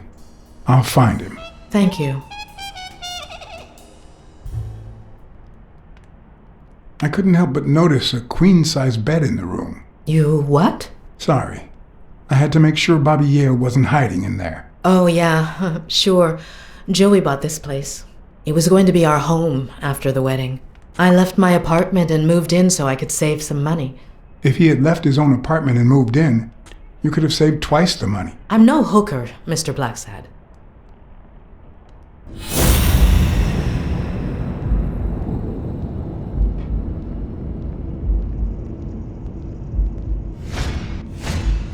Now that there's almost no pie left, the scent has also disappeared. Interesting. Now Mary smells like a huge dog. Mary, when are you going to stop lying? I know your nephew is here. I can smell him. What? No. I already told you I don't know where he is. Look, I understand why you're protecting him, but it's in his best interest to end this hide and seek. You can search the whole house if you want. Go ahead. He's not here.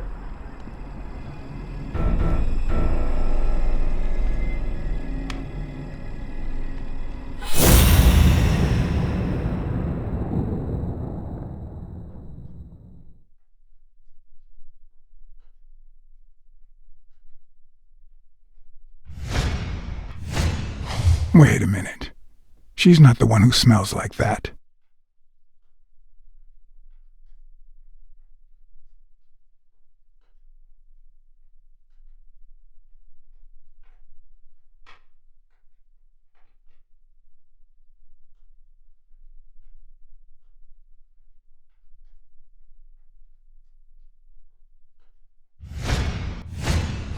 That's where Bobby Yale's scent is coming from. So, That's why you were sitting there. What? I don't know what you're talking about. Yes, you do. Could you step aside so I can check, please? Please go. Mary, for Christ's sake, put that knife down, would you? Leave or I'll...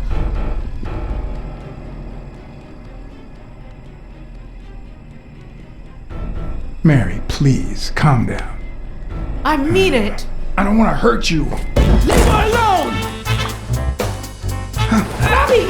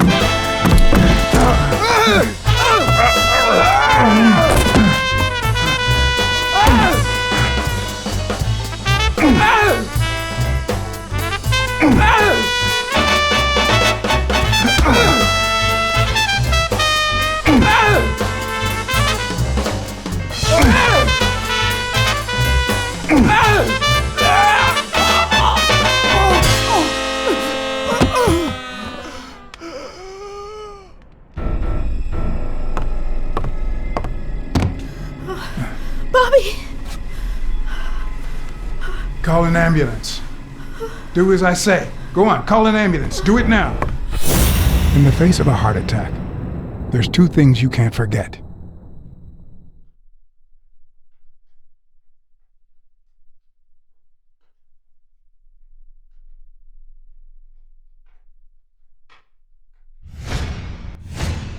One, stay calm. 2, 1 chest compression per second. 1 Mississippi. 2 Mississippi. 3 Mississippi. 4 Mississippi. 5 Mississippi. Bobby. Oh, Bobby. Thank you, Bobby.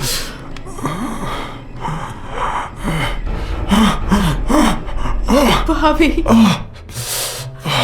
Thank you.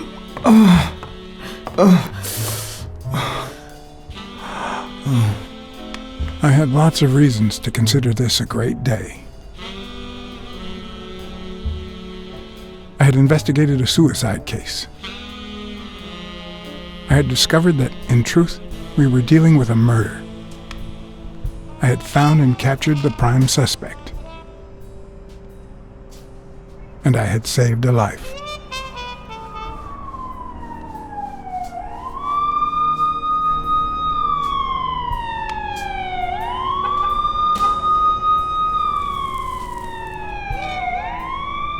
And yet, everything in me screamed that something was going wrong.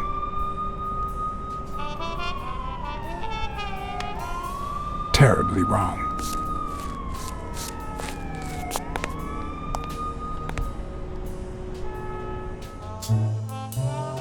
Promise me you won't take the law into your own hands. I'd like to think we're not just vigilantes. I want a gun! What the hell? Bang, bang, bang! A fair amount of violence, extortion, and casualty.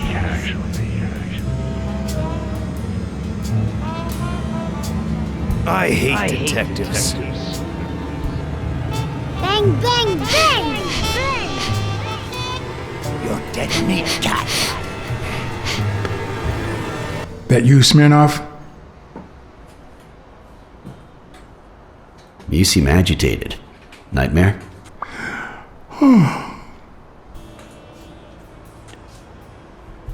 How long have I been sleeping? I just got here. Anyway, why don't you go home? In his current condition, Yale's not going anywhere. Besides, we'll take it from here.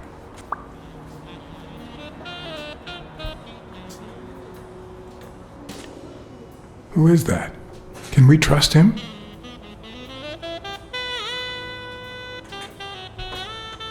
I know how to pick my men, John. You? I'm not so sure. You promised me you wouldn't intervene.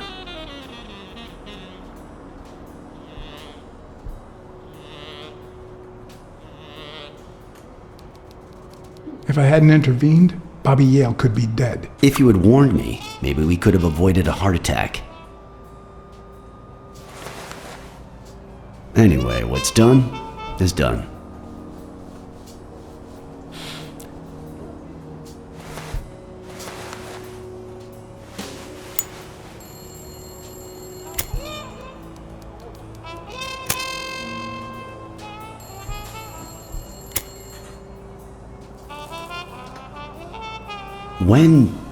When exactly did you realize that he killed Dunn?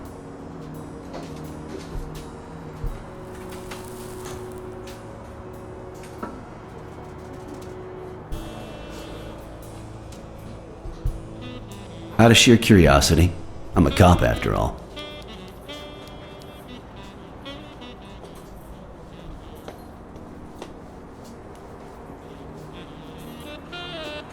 To be honest, I'm not so sure Yale killed anyone. How about the motive? Any ideas?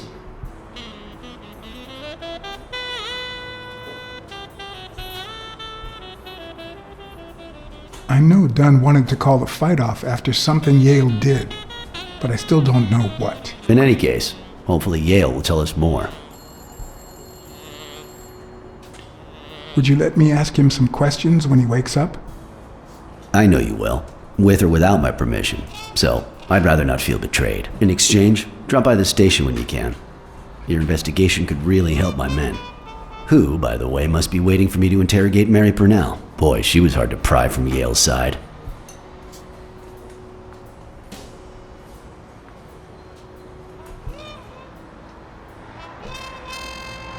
She's been through a lot in the past days. Be nice to her. Of course. In spite of it all, we're not just vigilantes. And as for you, go get some rest. God knows you need it. I will. Thanks for the advice. Tell the nurses to look at that face of yours. You look like a film detective in his last scene. I'm afraid this film isn't over yet. For your sake, I hope you're wrong. You're in charge now, officer. Okay. I'll send you relief in 6 hours. Understood? Doctor. Who are... Oh, detective. Congratulations. You fared pretty well against that kid. Better than most would have. Now, if you'll excuse me... Let's just say I got lucky.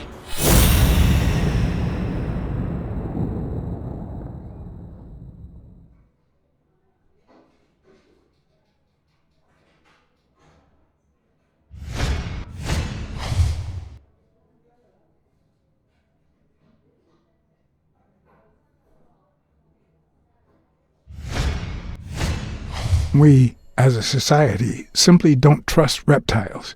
But that's not the real problem. The real problem is our extended belief that there's logic to that distrust, that it's natural and well-founded. How's Yale? Is he awake? Oh yeah. Go check on him before he falls asleep again. Although, try not to bother him with too many questions. What's his current condition? It's too soon to tell.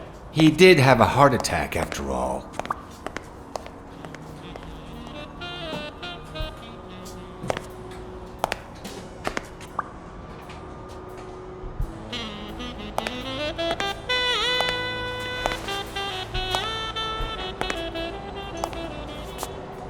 Go away. I don't want to see you. The doctor told me to sleep. I rarely get to interrogate a suspect with his guard down in a place as quiet as this.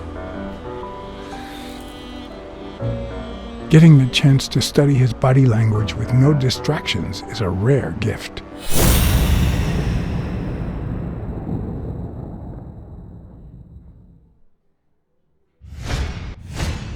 His heart rate is increasing. It could mean that he's lying, but it could also just be pure, unadulterated rage.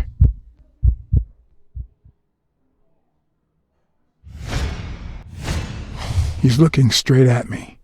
If he couldn't hold my stare, I'd think he's lying, but that's not the case.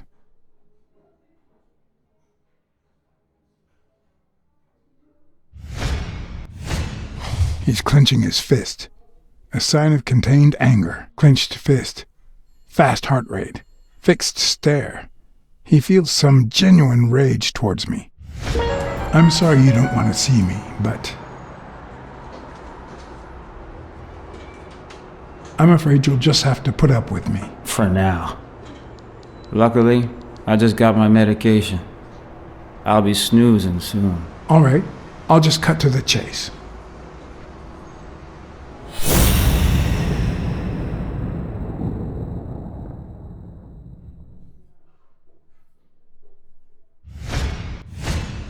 He can't look me in the eye. I'd say he's lying.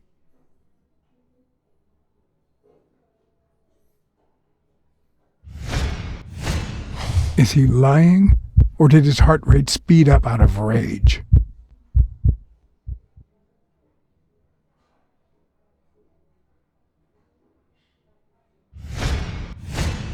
Is he holding back his rage?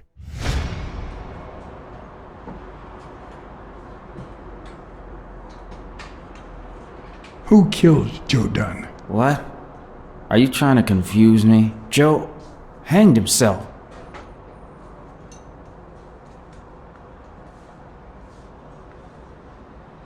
Dunn was too short to hang himself with that rope. So, it's true? He was murdered.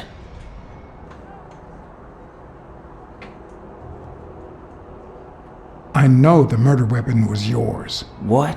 The rope? I don't get it. What weapon do you mean? Don't play with me, boy. The chest expander. An expander? I've never had one of those. All right. Let's just say that I believe you.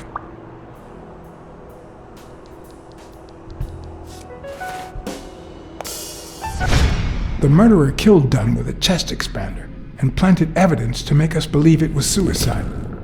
But he also left enough clues behind to make sure we found the true murder weapon. Then he put the chest expander box in your locker to frame you.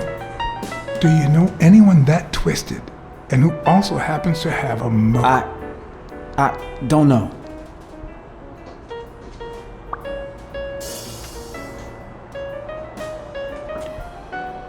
Desmond O'Leary certainly seems twisted enough. Did he have anything against Dunn? I'm not sure if they knew each other. At least not in person. About a month ago, Joe kicked one of O'Leary's men out of the gym. He was trying to give a business card to... Jake Ostiambi. Yeah, exactly. Did Jake tell you about that? Something like that. What about Frank Cassidy?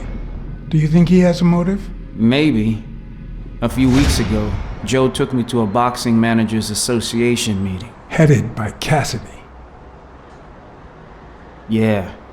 He was obsessed with making it illegal for boxers to fight without a manager, or without an associated manager. Everyone seemed to go along with it until Joe spoke up. He said that would lower us to mob status. That Cassidy had founded the association just to make money by monopolizing the sport. That made others think twice. And Cassidy ended up empty-handed. Poor Cassidy. What about Sonia Dunn? Sonia? I doubt it. She's odd, but she's his daughter. I've seen worse, believe me. Blacksad. I think I owe you an, You know, my father disappeared when I was 6, right after winning a fight. We never heard from him again. Do you know what that does to a kid? Who knows where I'd be if Joe Dunn hadn't been in my life. Even when I lost my way and put a gun to his head years later, he still took me under his wing and managed to steer me in the right direction. And now that he's gone, you're risking your life to find his murderer. Thanks.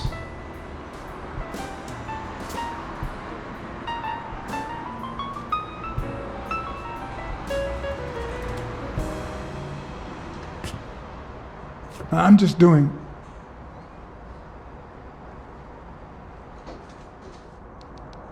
The number of cigarette butts is inversely proportional to my hours of sleep. Ah, damn.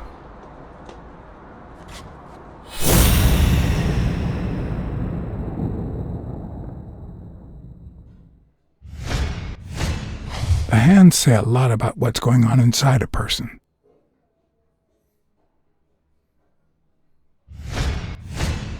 Is that eye movement normal?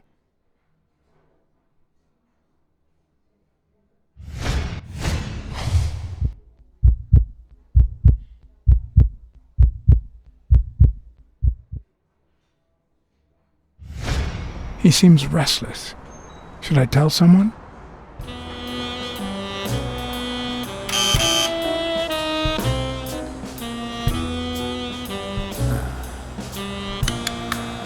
See? There's no fever whatsoever. He must be having a nightmare. Are you sure? Wouldn't you have nightmares too, after what he went through yesterday? I know I sure wouldn't sleep. I have nightmares myself, but those go way back.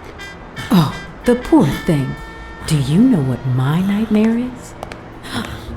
It's that witch I have to work with. Oh.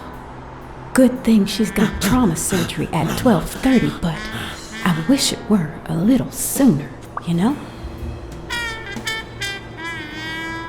Anyway, thank you for letting me know. And for bringing him in.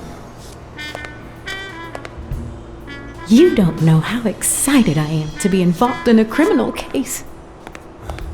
It might not be important, but I need to take a look at his medical report.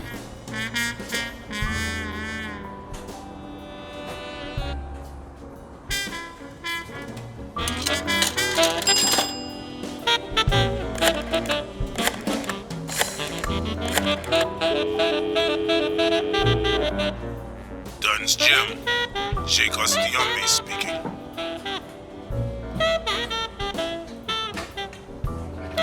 Jake, it's Blacksad. I just wanted to... I have work to do, John. Call you later. Ronald, get on that ring!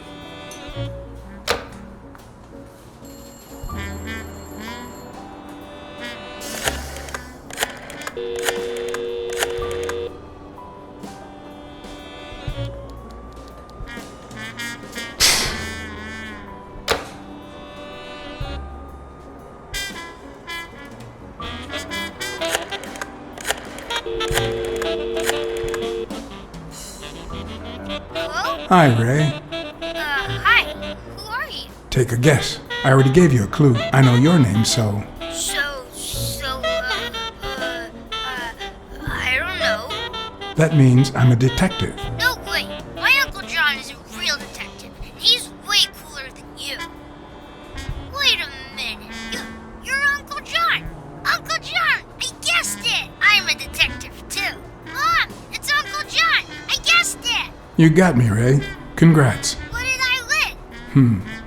What do you want? I want a gun. Bang, bang, bang. Bang, bang. Good guys don't carry guns, Ray. You know why? Because they always end up shooting someone. Yeah, that's why they're so cool. Oops, Mom's coming. Bye, Uncle John. Ray, is that the way you say goodbye to your uncle? Oops. Love you, Uncle John. Now go put on your jacket. We're late. Bang, bang, bang. What a surprise. How are you? Hey, Donna. Bang, bang, bang. Everything's fine. Don't you worry about me. I do worry about you. Especially when you tell me not to. Yeah, can't argue with that. Hey, we're kind of in a hurry. Ray's got a dentist appointment. I'll call you soon, okay? I'm really sorry. Sure. One last thing. Ray, hurry up. We have to go.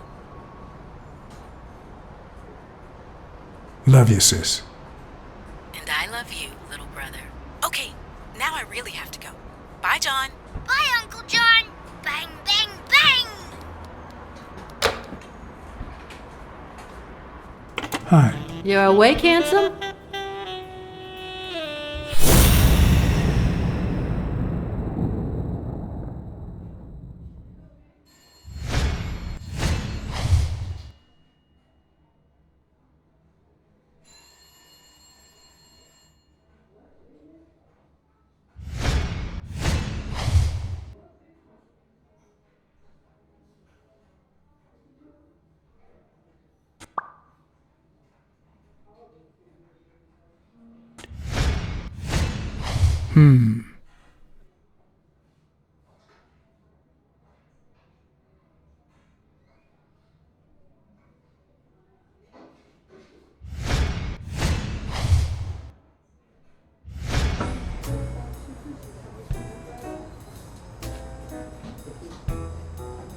I'll take a pack of Morley's, please.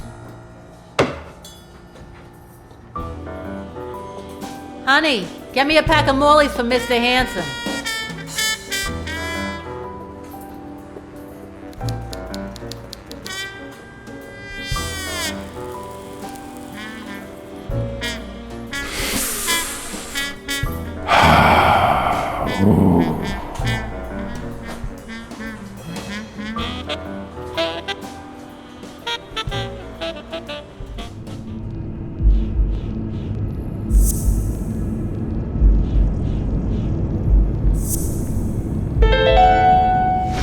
Seems like the Doe nurse will be assisting Dr. Talbot during his 12:30 surgery. In 4 hours. Could I get them to operate any sooner? Jerry, hi, Phil. Long time no see. Blacksad, I didn't want to wake you. How's the boy? Asleep. I hope he recovers in time for the fight. I got tickets. Although between you and me, he doesn't stand a chance. It'll be a fun bout, nonetheless. Not like this. God, this is boring.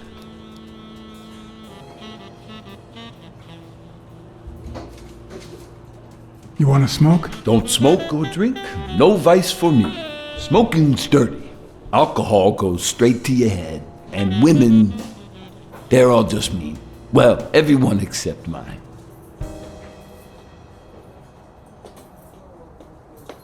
Are you sure about that? Not even one little vice? Nope. Between you and me, when someone gives in to vice, it's because something's missing. Something in their life just isn't right. I've got a good wife, a good job, a good house, a good TV, and a good hobby. Sports. Well, watching them, that is. What else do I need, eh? Blacksad, vice is for losers. Man, I'm bored.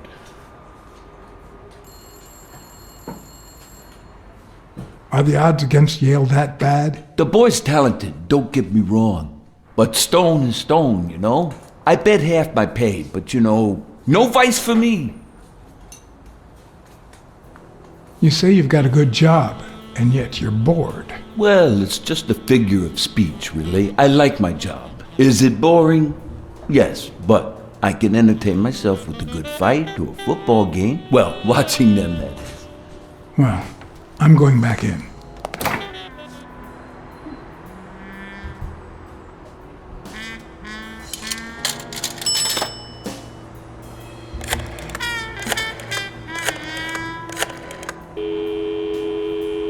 Trauma? Sherry speaking. Get Dr. Gregor Talbot, please. Yes, 1 minute. No, actually, Dr. Talbot won't be in until 12:30 according to my registry. Can I ask who's calling, please?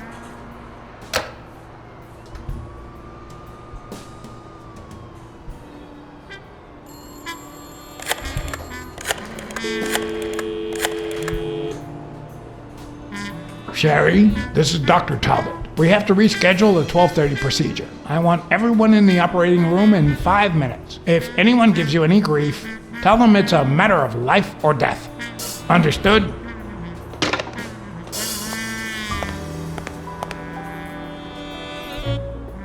A matter of life and death, a matter of life and death. You gotta be kidding me.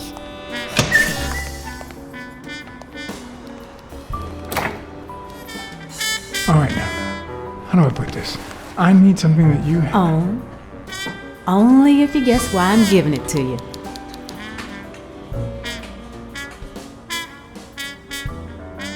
I think you just want to spite your fellow nurse. Well, aren't you smart? But be quick about it. You hear me, huh? If that witch comes back.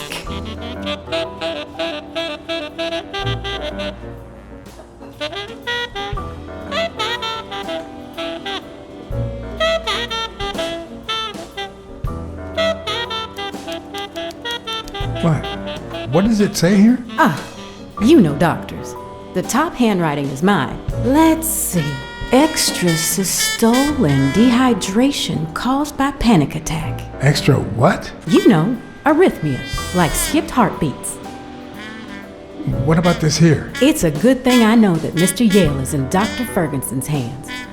Otherwise, I'd be worried. Hey, no means no, miss. You really don't know who I am, do you? Miss, I've got orders. And the fact is, those orders say that... There you are, Miss Dunn. Huh? Tell him, Blacksad. I can't get through that thick skull of his. You see, Highfill,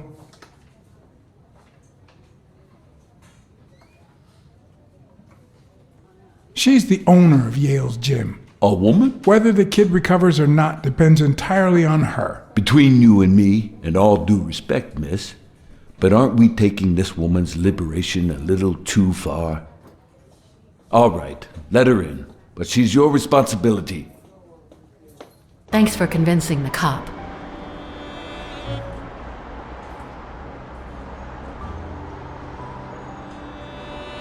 You hired me to find Yale. I wanted you to see him with your own eyes. I see. Anyway, you did your job. I'll send you a check the day after the fight. You can leave now.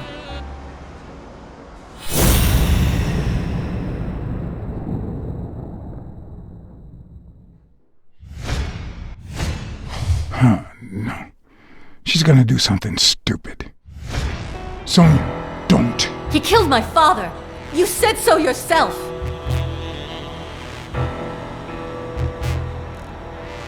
No, I told you I wasn't sure. He almost killed you in that floozy's apartment! How could he not be guilty?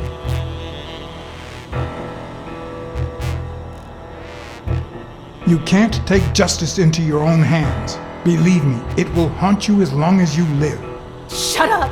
None of that matters! How could he not be guilty? Your father wouldn't want you to do this. He was a just man, and this is not justice.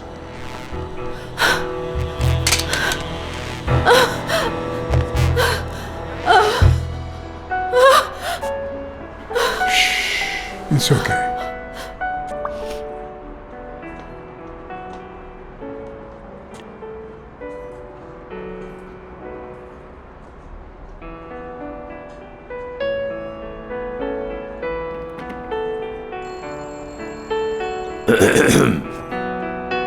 Uncle Tim! Sweetie, I came back from Los Angeles as soon as I could. I told you not to rush back. Come on now, honey. Aren't you going to introduce me to your friend? No, this is John Blacksad, the detective who found Bobby. Oh, so this is strictly professional. I thought you had some good news for your uncle. No, Uncle Tim, don't be silly.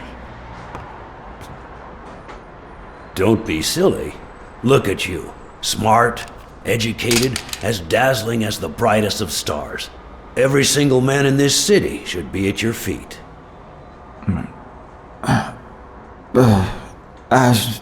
Come on, we'd better let him rest.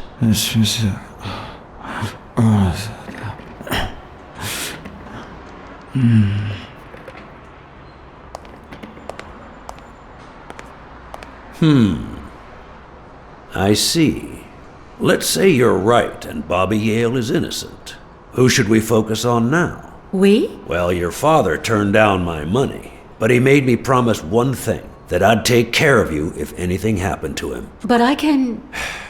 I know you're perfectly capable of managing that gym on your own, but we don't even know if he'll be ready to fight Stone. Besides, someone seems really invested in stopping that fight, and someone has to pay Mr. Blacksad to get to the bottom of all this. Please, talk some sense into her.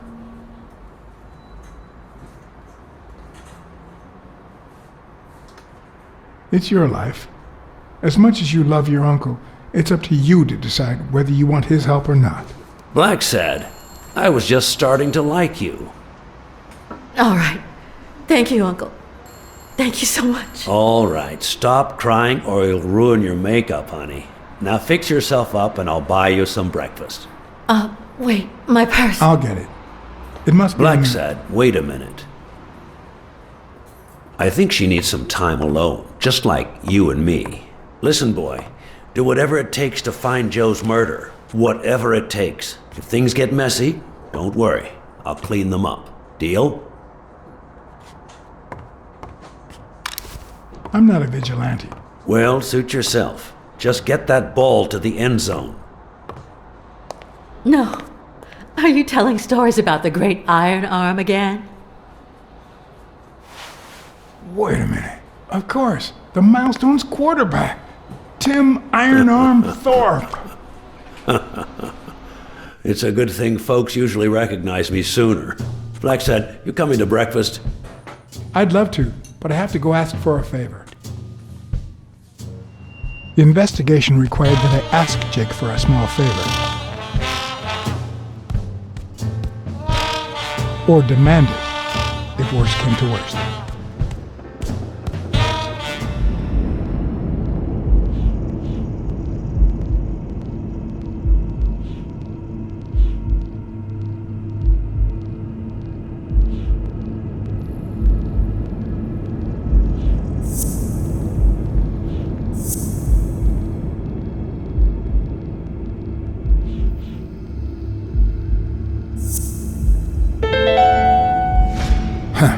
That lizard isn't Yale's doctor.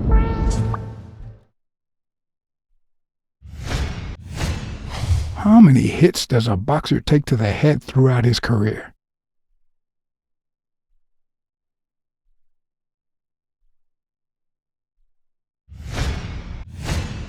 This one's got extra padding, just like Jake.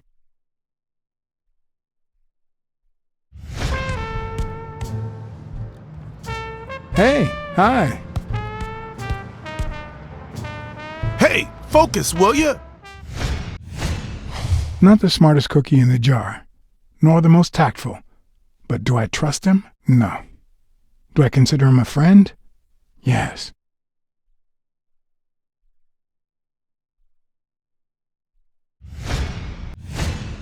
He's been training with those same shorts for who knows how long.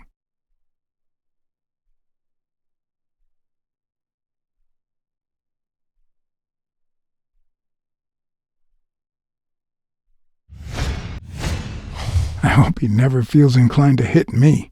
He's twice my size.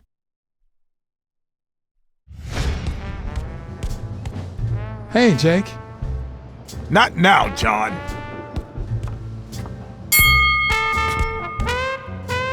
All right, that's enough. Take 5. Go on.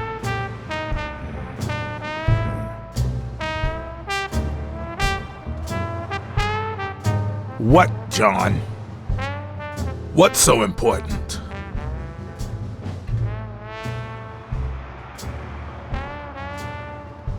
Have you noticed anything strange about Sonia? I don't know. Yesterday she said she hated the gym.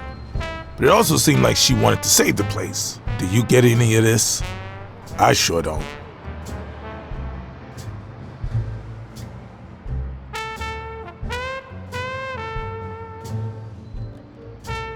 The gym is paying her way through college, and she still has a year left. I guess she doesn't have any other option.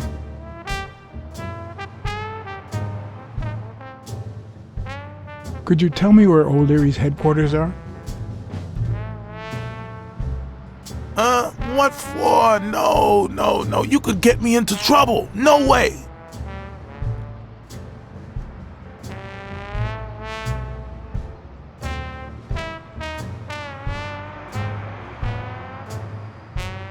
You lied to me yesterday, and being the good friend that I am, I kept your secret. You owe me. I don't think I'd keep protecting you if we weren't friends. Although, if we were friends, you wouldn't hesitate to help me. Tell me, Jake, are we friends or not? Damned cat. All right. O'Leary's hideout is in the basement of a Chinese restaurant. But I don't even know how to get in. Why are you coaching that guy? Oh, that's right. You don't know. Sonia asked me to run the gym. Well, at least the fun part. As soon as Bobby Yale's back on his feet, I'll turn him into a champ. I'll make him crush stone. Just you wait. What? Why are you looking at me like that?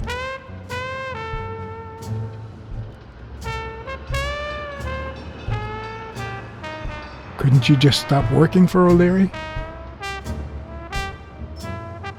Yeah, I guess I could.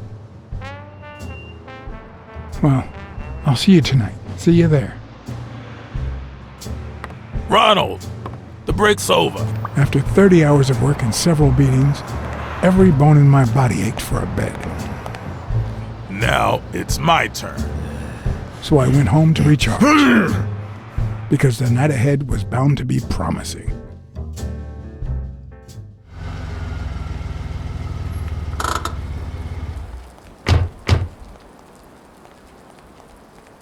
What do you know about that basement?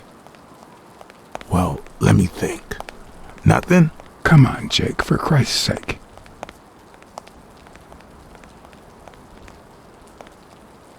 Strain that little boxer brain. You must know something. I've come to get O'Leary several times, but they always make me wait in the dining room. One day it was so late that the restaurant was closed. They made me call from a payphone in that alley over there to let them know I was here. A few minutes later, O'Leary came out the back door, that red one there. All right. You stay by the payphone. Wait till I'm inside. If you see anyone, call the same number you did that one time. Let it ring twice and hang up. Got it? Screw you! A promising night indeed. A bit too high to climb. If the basement I'm looking for were in that building. Could it be an elevator shaft? How does this thing open? If only I could reach that box.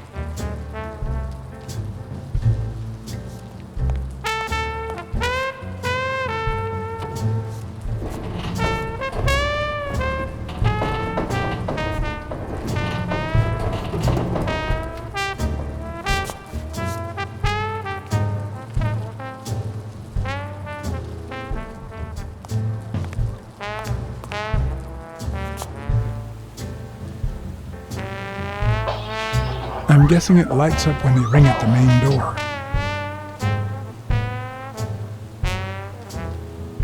Does he need a shotgun to deal with suppliers?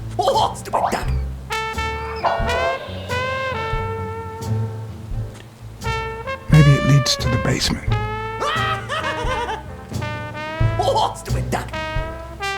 Would he even notice if I got in? Stupid rabbit.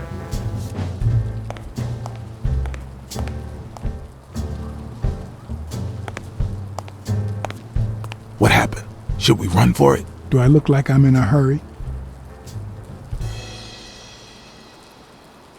There's a trapdoor on the ground, right by the restaurant. Does that sound familiar? Huh? The restaurant or the trapdoor? Okay. Forget it. Are you done? What do you think?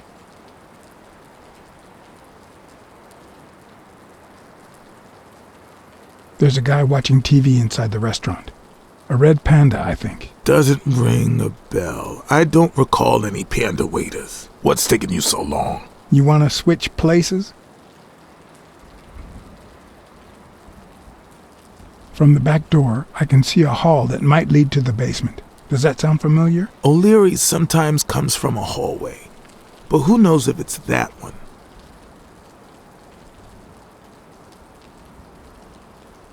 I need your brute force, Jake. What's wrong? Is the little kitten too, And your silence.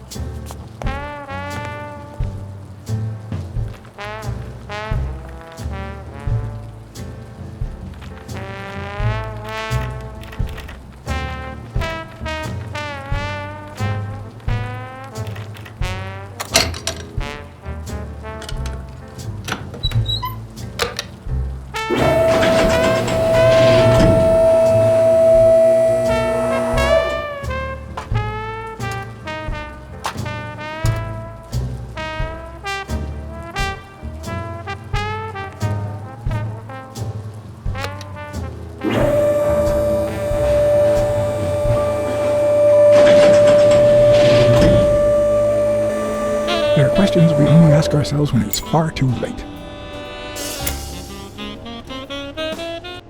Why do they have so many paper notes? Did they get that many orders?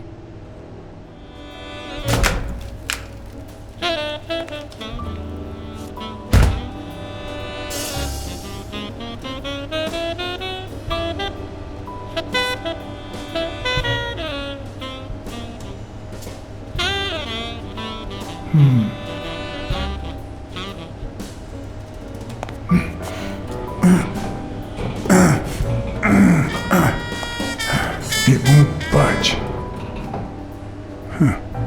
I was expecting some frozen bodies.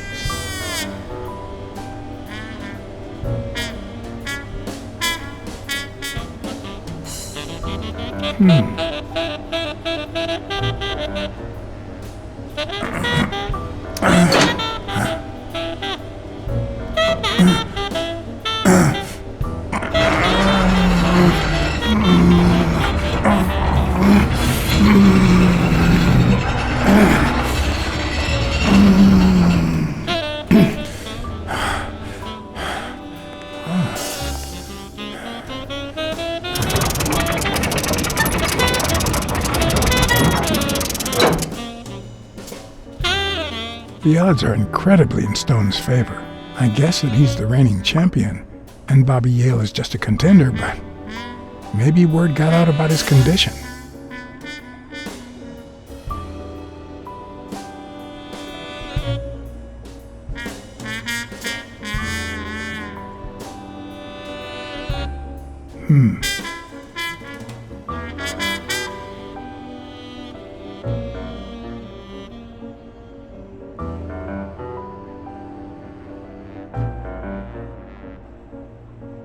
Huh.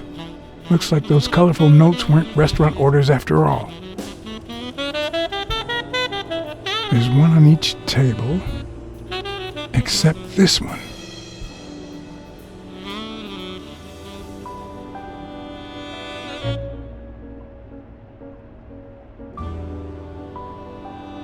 Does O'Leary have a network of pals?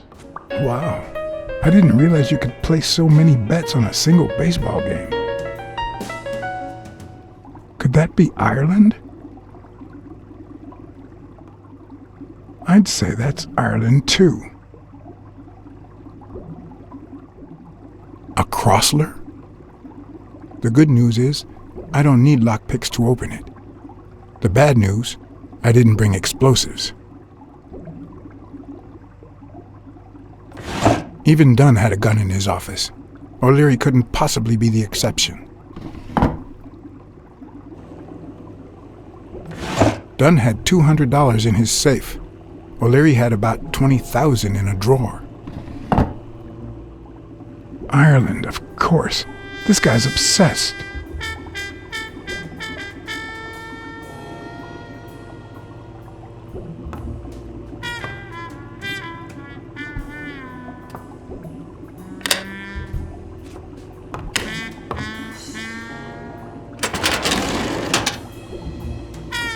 The painting concealed file after file of celebrity reports with all sorts of shady information, ranging from S to Z. Almost all of them were athletes. Is that what O'Leary meant when he said that detectives and police officers were his friends? I wonder how many spy for him. If I were to pitch in, who would I spy on?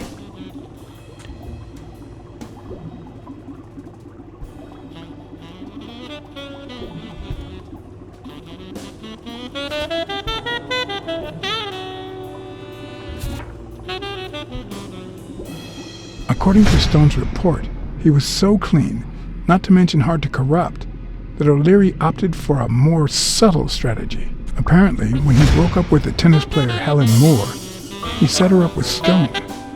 Lucky for him, they hit it off. As I put away the report, I stopped in my tracks.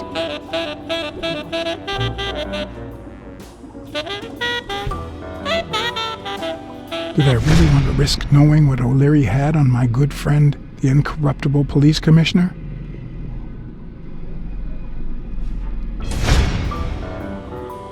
I sighed in relief. O'Leary had tried to buy Smirnoff on several occasions, but failed. Luckily, O'Leary had nothing on him, or me.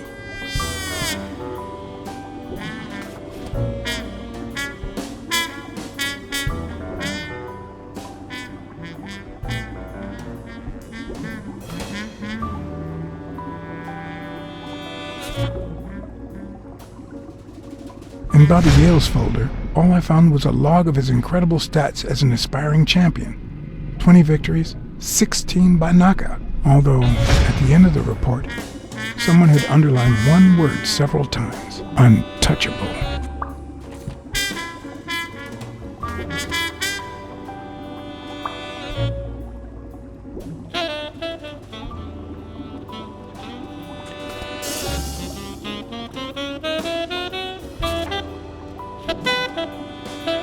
Thorpe had been a rising football star before the war, which he came back from with honors and decorations. After the truce, he resumed his career. He won 3 season trophies and a couple of MVP awards. He retired after an accident that left him paralyzed from the waist down. He started his own sports advertising agency 4 years ago, but according to the files, O'Leary hadn't even tried to corrupt it.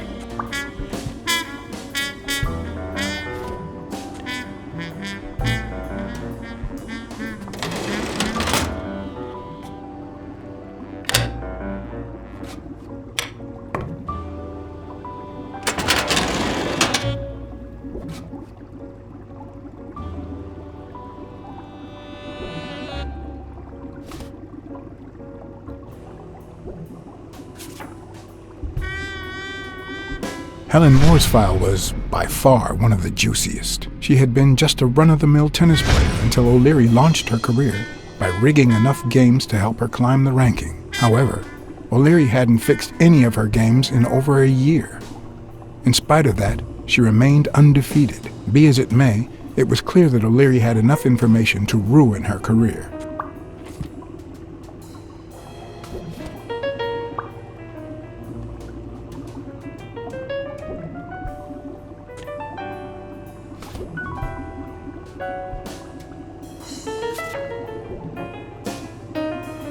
Strange as it may seem, the reports revealed that O'Leary had hired Jake as a bodyguard precisely because he was absolutely clean. Apparently, he liked to surround himself with honest people when he mingled with the high society.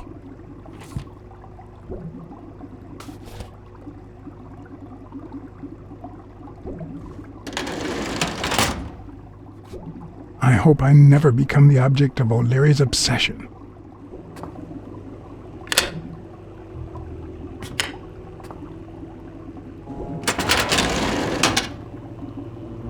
Luckily or not, files N through R included no one that I could somehow connect to the case.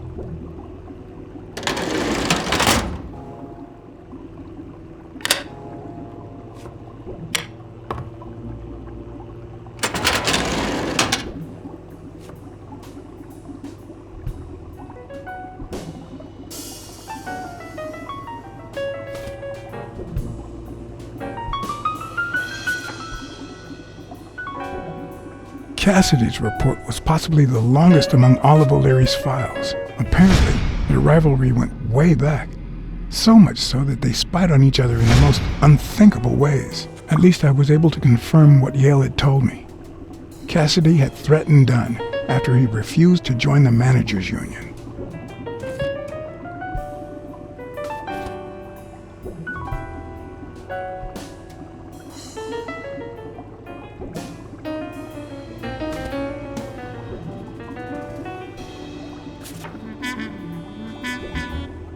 The report on Yale's father was the shortest of all, since only his name was left. Why?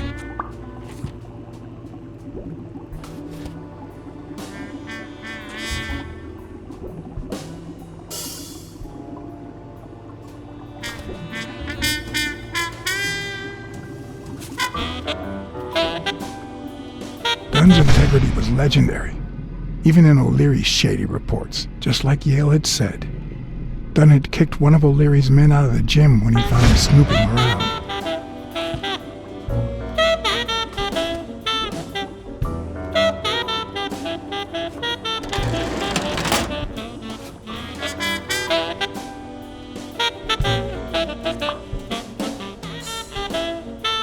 Sometimes I forget that criminals, even the office variety, have family and kids.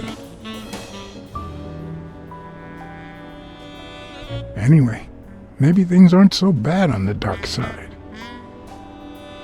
16 days until the fight.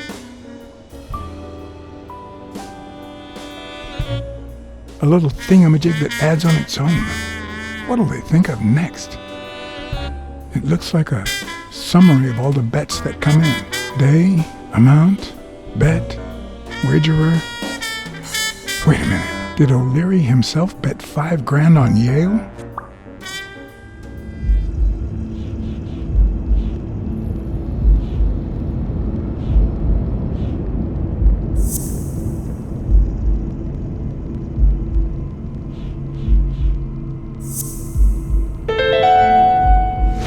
I'd say O'Leary has threatened Stone with ruining Moore's career. If they're not together anymore, why does O'Leary keep so many pictures of romantic moments with Helen Moore?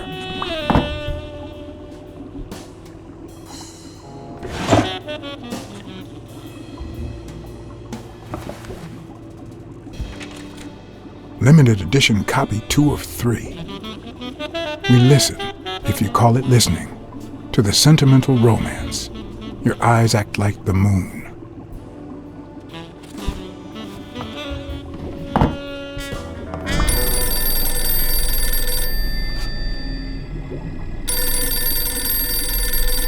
Jake. Someone was coming.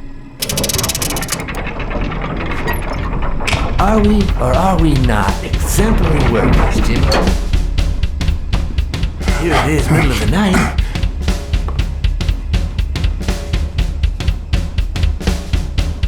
And we're working extra hours.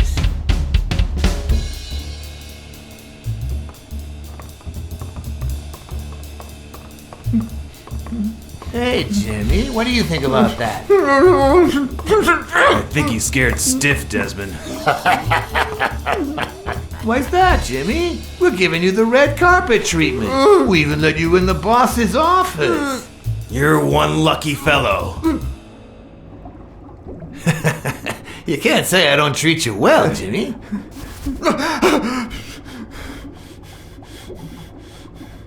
Yeah. Speak, you moron.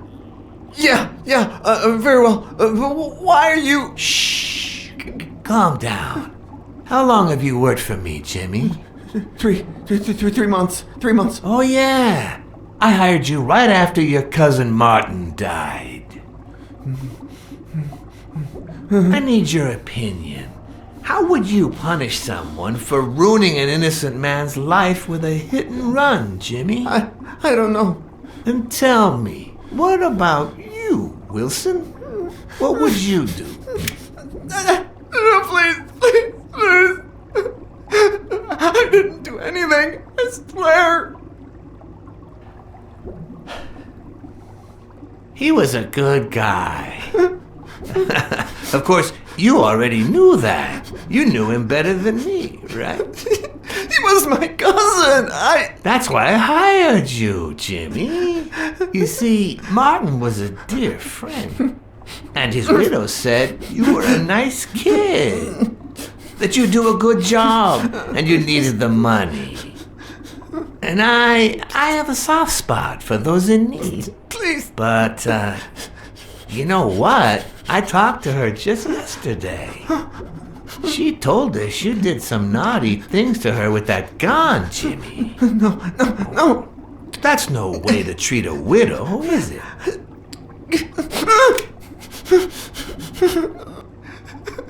She's lying. Why would I do that? What about the kid? Are you so sure you know how long a kid can hold his breath? With his little head inside a toilet bowl? Son of a bitch.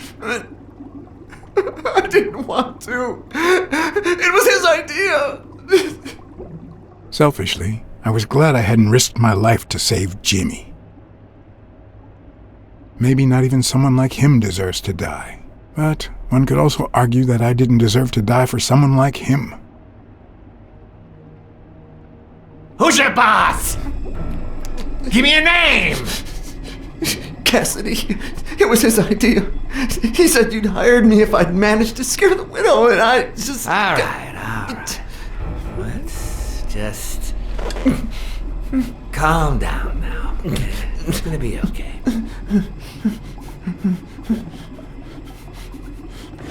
There are two sacred principles that rule my life.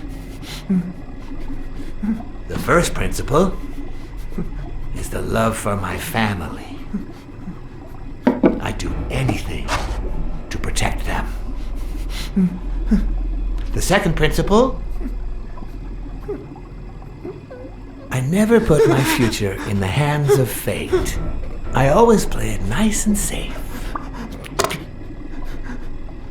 And I would even add a third principle, or better yet, a rule. If anything threatens either of these two crucial principles, I take matters into my own hands. You see where this is going? For the first time, I got someone killed. Even though all I really did was rat him out. No, I just... Stop interrupting me, Jimmy! It's not polite! You're all the same. So rude. You know what? Let's leave it at that. You're going to give a message to that disgusting walrus Cassidy, aren't you? Yeah, sure. Whatever you say. Sure. Good boy. What's the message? Oh, Jimmy. You still don't get it, do you? You are the message.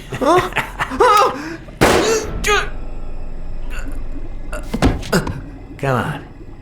Wrap him up. Make sure Cassidy gets the message for breakfast, will you? I hope he chokes on it. Got it.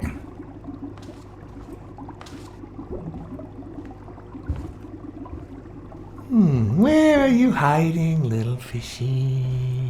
Once again, you didn't get to hear the end of my story.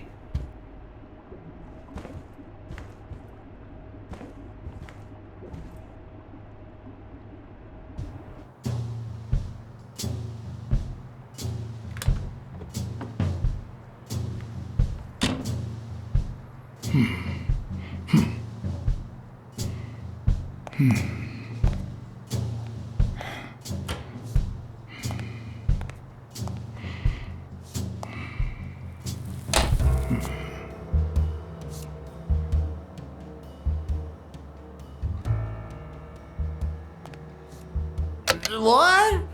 Just where do you think you're going, putty cat?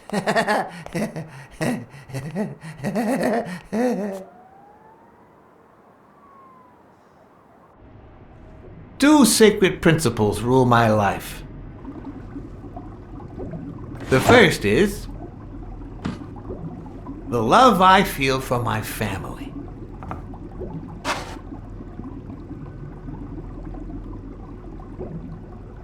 The second,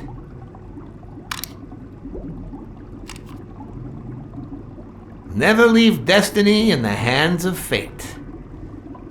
I always play it nice and safe. And I'd even add a third principle, or better yet, a rule. If anything threatens either of these two principles, I take matters into my own hands. The first time that someone died because of me, even though all I did was rat him out, well, that guy ended up in the Hudson River, right off Pier 27. He's got to be even wetter than that fish by now. You should have seen his face. It's interesting what comes to mind when you think you're about to die. Suddenly all I could think about was how much I wanted a pet fish. You too, Bruce? Anyway, I was 14 years old, and I still dream about it. About his widow and his son. By then, I was adamant about buying a fish. But first... That was that. Never again. Nowadays, whether it's me who pulls the trigger or not, I have zero regrets. What's more, I sort of enjoy it.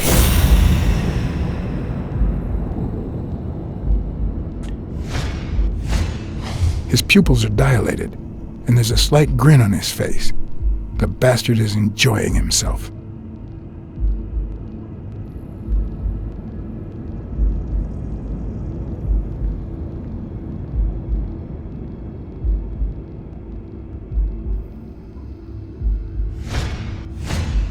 The guy never hesitates to pull the trigger. Even if I hadn't seen what he did to Jimmy, I'd know he's not bluffing.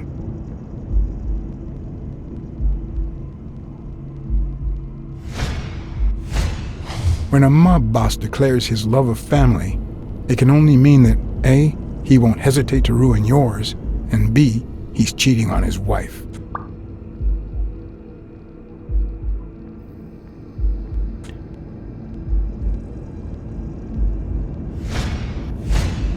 In case anyone had any doubts about who's the boss around here, I'll put my dirty feet on his luxurious table to prove that all of this is mine. I knew I had it in me to get out of that place alive.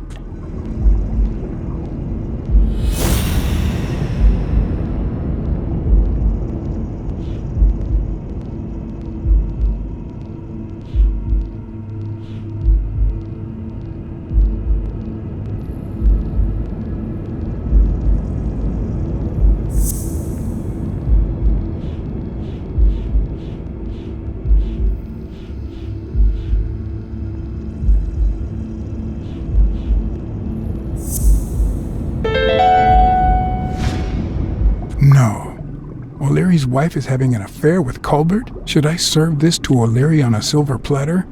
Or threaten Colbert so he'll get me out of this mess? And, well, that's it, I think.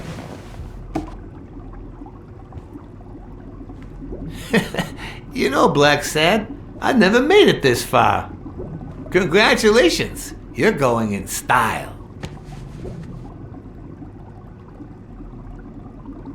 I didn't want to interrupt you because I respect you and your word. Colbert told me to come here. What? Me? No way! You did what? Colbert? When?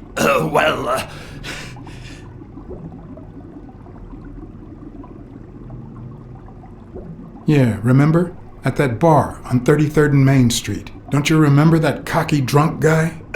No.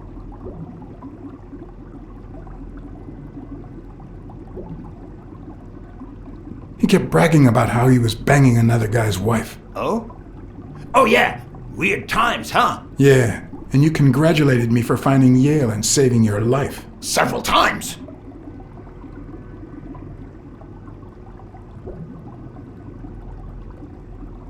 Then I asked you if O'Leary would thank me somehow. And I thought it was a very reasonable assumption. And then you told me to come here to ask the boss himself. Yeah, I think you deserve it. Right, Desmond? Oh, Blacksad, Blacksad, Blacksad. Thank you. And sorry for jumping to conclusions. First, you get a random beating from my men. And here we are. When you shared what you'd found in Yale's apartment, well, it made me sort of want to trust you. But as you well know, you can't trust anyone in this world. Take it. It's only fair.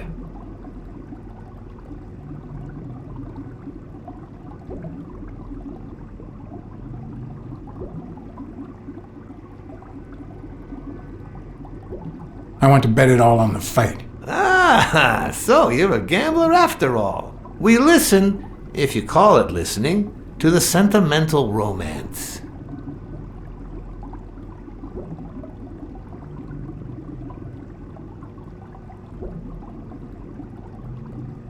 I guess, if you say so. Same difference. Anyway, go ahead. Place your bet. I bet it all on Yale.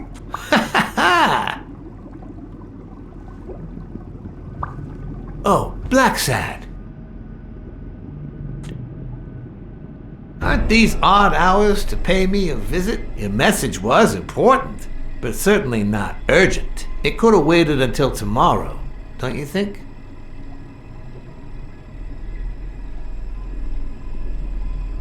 We cats and wolves hunt at night.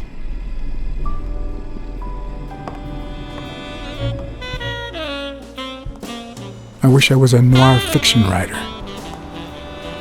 At this very moment, I could write a couple of pointed, ironic remarks for the narrator to recount what I just lived through.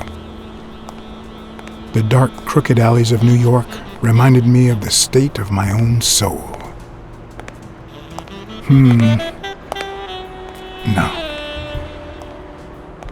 Fall loomed over me with the... Fall struck me with the full force of my long-lost youth. Nah, not that. Fall descended over me with the full weight of a guilty conscience. God, that's worse.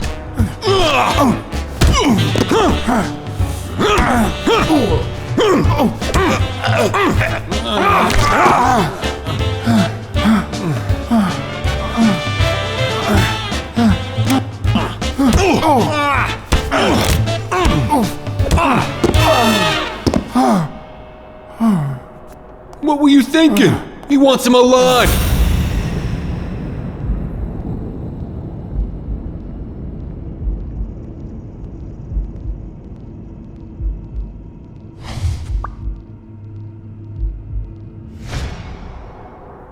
I felt fall seep through my bones like the pain of a good beating. Mediocre, but appropriate.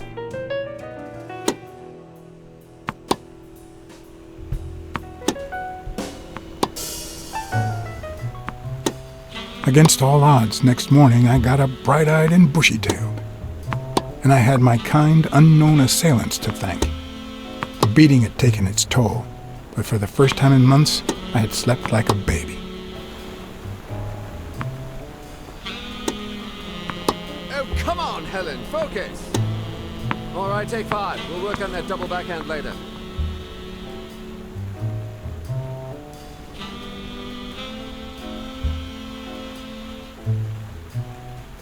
Well, Mr. Blackmore, what can I do for the FBI?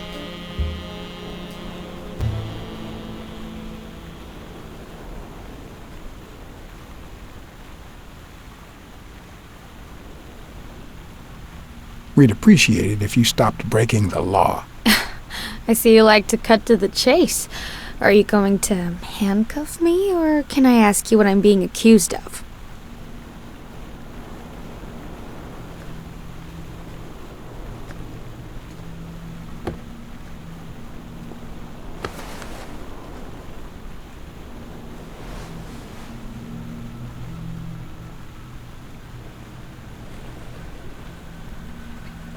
Maybe if we could speak in private?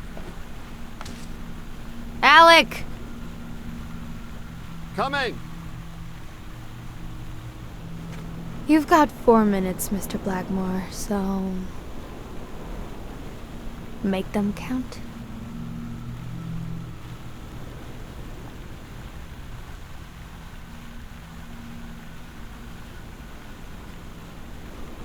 We're aware of at least 6 rigged games during your first year as a professional player. And? You won all of them. Are you trying to offend me? I give my all on the court. I can't be held accountable if my rivals don't do the same. Go interrogate them. We know about you and Desmond O'Leary. Wow, the FBI sure knows what it's doing. So, out of the 100 million Americans who know about that, who did you extort to get such highly confidential information? The thing is, well... You see, I'd love to wipe out that part of my past, but whatever. Do you have any regrets? Ads pay more than trophies. Can you believe it? Being associated with such a shady character could only damage my reputation. Trust me, never get involved with a married man. Anyway, at least now I know why you mentioned the rigged games. I can't blame you, Mr. Blackmore. I understand why I seem suspect. They say you're currently involved with Al Stone, the boxer. Is that correct? Wow, your sagacity never ceases to amaze me. Don't beat around the bush. We know why you're with him. Oh, so you like his biceps too? Desmond O'Leary asked you to seduce Stone. Why? What? No, I met Al by chance at a party. A party hosted by Desmond O'Leary. No, that can't be. No one is that shrewd. Not even him.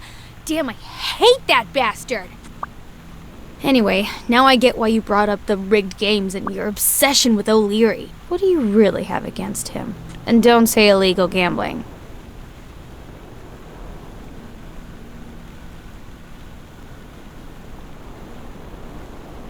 O'Leary is a murderer. Every criminal organization has blood on his hands. His is no exception. And we have proof. I'm serious, Miss Moore. America can't afford to let anyone shake its foundations like that. And America's sweetheart can't afford it either. Help us out. Talk to us. And why should I, Mr. Blackmore? What do I stand to gain or lose?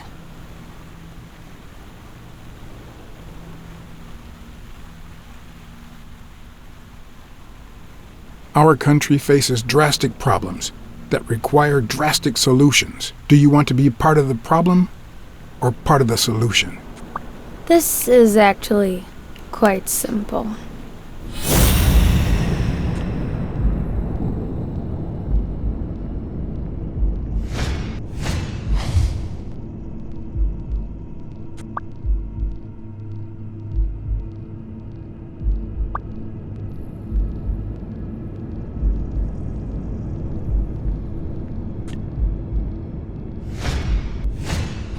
One lucky gal. You have a light, sir?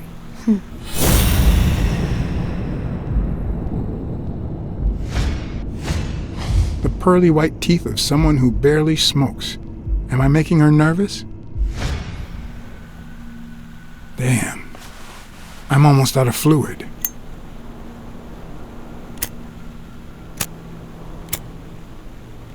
Want to know my trick? Go down to start, then up with it, and then down again.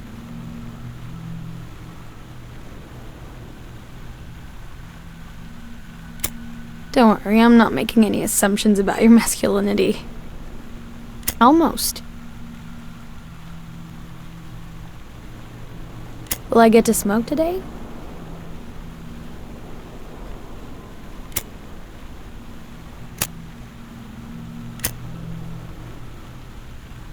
Thanks.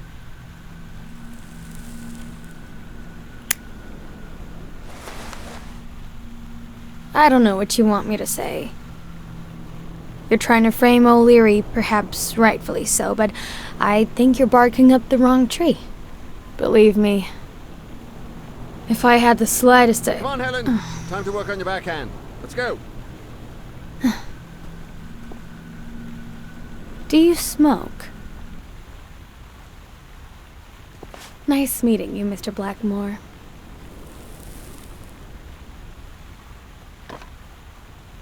Did you bring my water?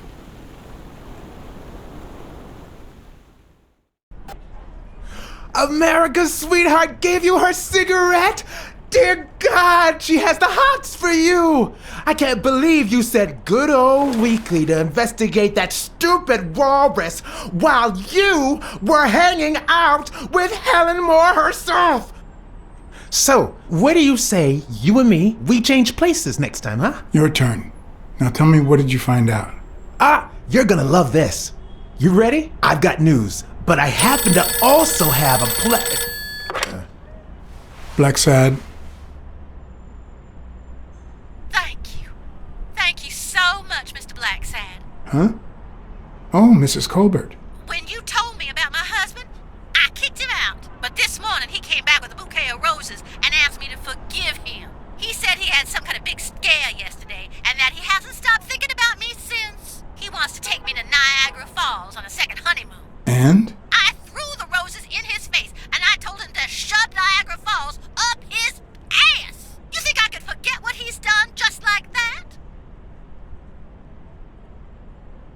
I don't want to get into anybody's business here, but what if your husband really is sorry? Are you telling me to give him a second chance? Is that what you're saying?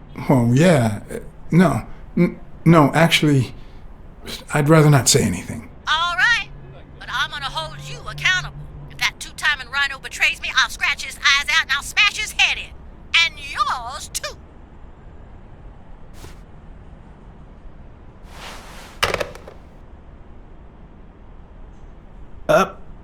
But what just happened? Is there anything you didn't tell me? Maybe. But now it's your turn. Tell me about Cassidy. Come on, spit it out. I didn't find anything suggesting that Cassidy had anything to do with Dunn's murder, but... That's quite the tale. But I know Cassidy will be playing poker tonight with one Howard M. Farnham II, a Texas tycoon looking to get his claws on the boxing business. I also know that he and Cassidy have never met in person, and that Farnham, who's staying at the Balford Hotel, hasn't left his room. Apparently, he spent the night with 3 bottles of bourbon. So, here's my incredible plan. I'll go to the hotel, I'd knock him out, and then take his place in the poker game. That way, I'll get Cassidy talking. What do you think? Incredible, right? Didn't we agree that you would handle Helen more while I dealt with Cassidy next time? No?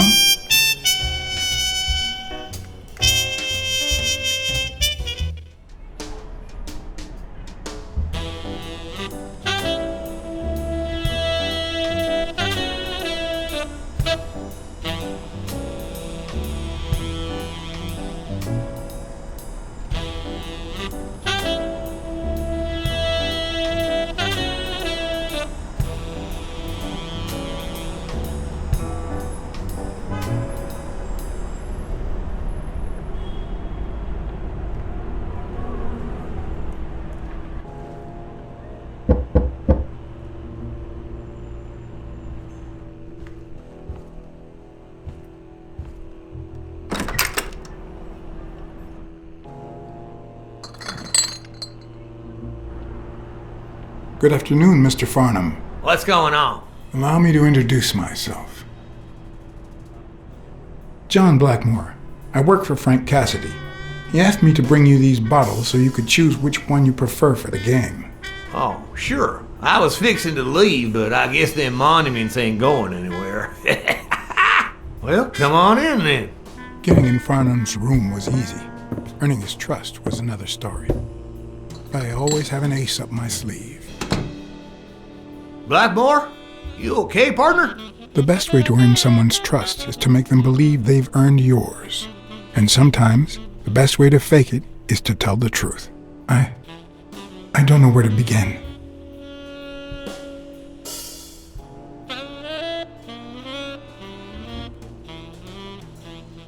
They beat me up once. What's to say they won't do it again? Dang. What about your boss, Cassidy? Didn't he do nothing? Well, let's just say he's taking care of it. Well then, you ain't got nothing to worry about. Be thankful you ain't in Texas. Sure enough, you'd have yourself a hole in the head, boy. I'll pray to our Lord Jesus so those bastards get what they deserve and you get your honor back. Now, did you know nothing heals a wound like booze? One of the tricks of this trade is to be wary of the biases we all have. They cloud our judgment and blur the person in front of us, painting them with the shades of our preconceived notions of who they should be. But every once in a while, you run into someone so locked in personality that they can only be regarded as a stereotype. Farnham was a disgrace, not only to himself, but to Texas and the entire human race. To think I had to impersonate him. I wish I was like you. You seem so content, so free of burdens. Stop right there, partner. You think this old dog don't have ticks? Let me tell you something about my first wife. Woo-wee! Once I had gained Farnham's trust, the hard part was deciding what I needed to know to become him and not get myself killed.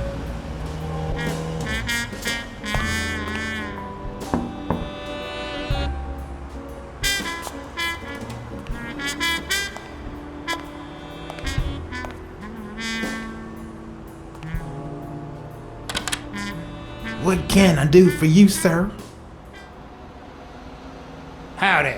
My name's Howard M. Farnham II. Okay. Should I know you? What can I do for you, sir? Farnham was one hell of a drinker. I had to get the information out of him before he drank himself unconscious. Otherwise, I'd have to find that information myself. Ding Dong? Interesting name for a town.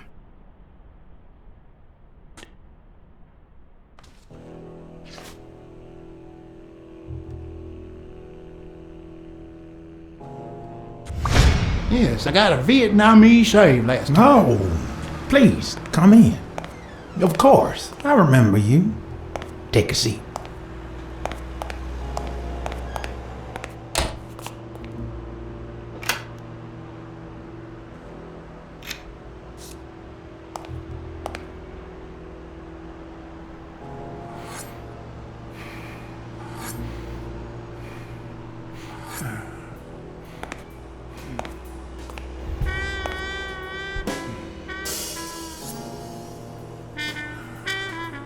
I'm sure you'll understand we can't be too careful.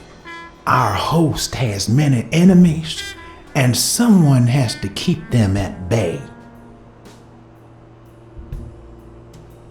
Sure, I get it. I'm glad to hear that. Now, please answer my question. How much does it cost to get yourself a clean Vietnamese shave? Man, sure enough, booze put the nail on the coffin of my first marriage. You know, the wife that caught me cheating with the maid. My second marriage, too. You know what I did to her daddy? Same old with several mistresses. So I decided to stick to my guns and only deal with hookers. Even if I did end up marrying some. I feel you, Mr. Farnham. So I'm going to be honest with you.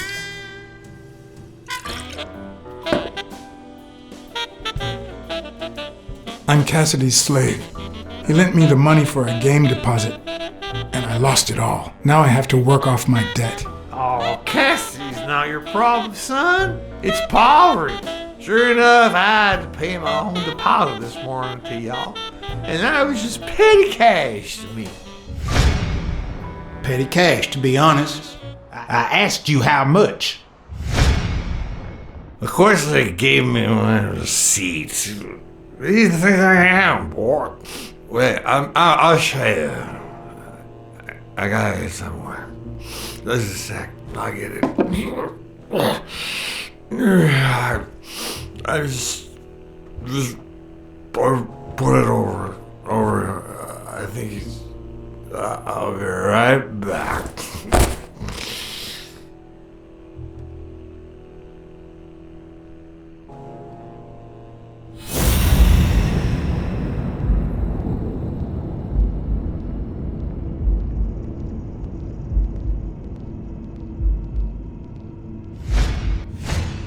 Damn, what a stench.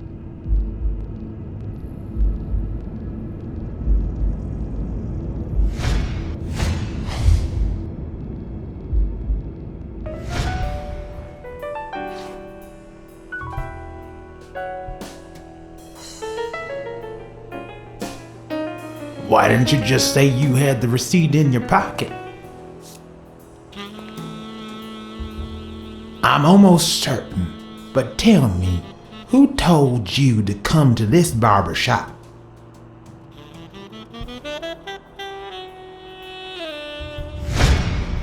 Let me tell you a little secret about my first wife, sonny boy. When I met that woman, she had no manners, no money, no... Who in the hell?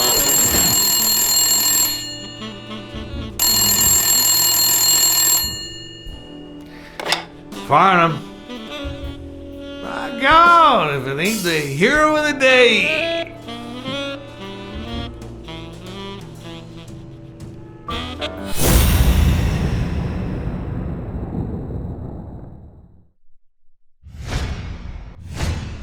This'll surely imbue me with the Texan spirit.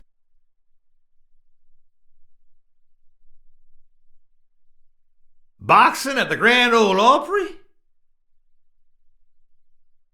I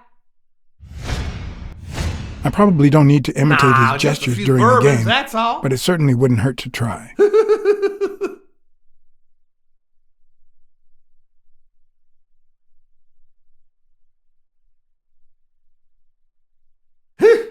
Mexi-Catholic scum?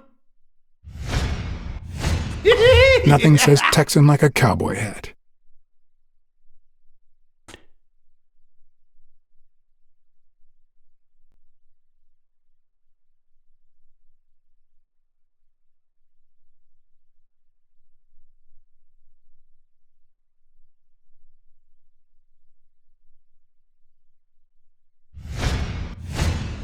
It's not going to be easy to sound Texan, but I'll give it my best shot. Anyway, Kenny, thanks for fixing the game with Cassidy. God bless you, brother. The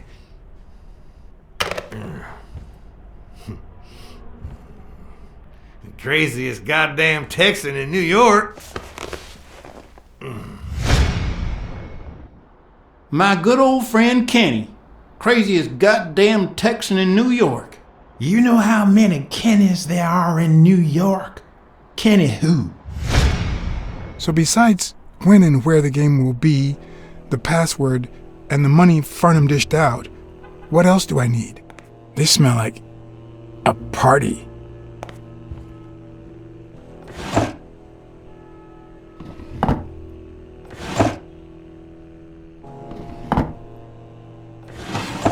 Not even a Bible. At least it's comforting to know that when Farnham drinks too much, his female companions have less of a hard time.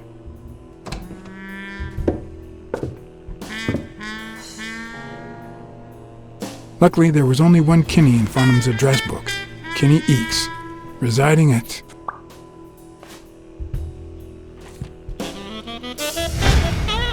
Cornell Plaza, Manhattan. Stunning penthouse. I'm not surprised. Mr. Eakes has excellent taste. Do you happen to know what he asked for the last time he was here?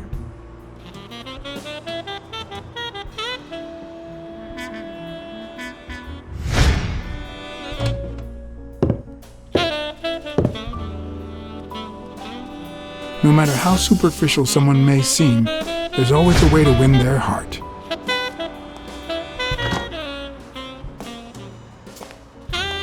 Don't tell me, Billy Bob. This here is my new friend Father. Am I right?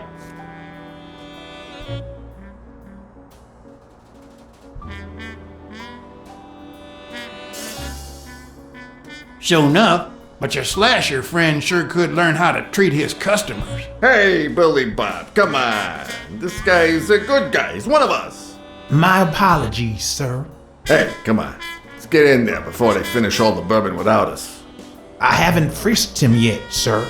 I don't think that'll be necessary. Mr. Farnham here, he's an honest Texan. And I'm sure he'll hand over his weapon if we ask him to. Right? Sure, but you better take good care of my girl. It'll be my pleasure.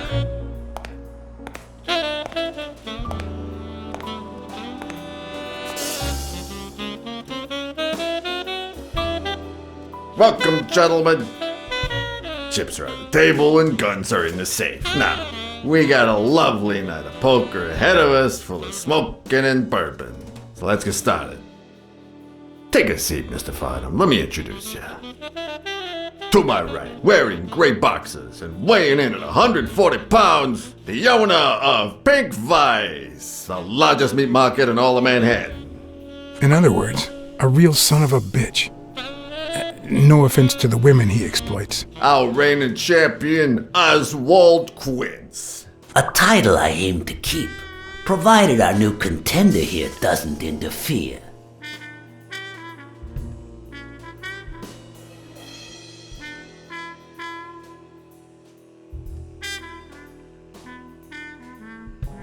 Sorry, partner. You ain't got a chance in hell. But look at it this way. You're fixing to learn new tricks. For better or for worse, I only need one trick. Playing well. The truth is that our friend Farnham owns the largest and, I dare say, most entertaining establishment in Texas. Really? So we're colleagues then? Yeah, you wish, Quince. He owns a casino. Damn. And it's not even in Austin or Dallas. It's actually in a little town called, what was it? Darn it. I looked it up the other day. Had a funny ring to it. I hate it when this happens. I thought they moved all Texan casinos to Vegas, where gambling is legal. You mean Ding Dong, Texas? Ding dong! That's it!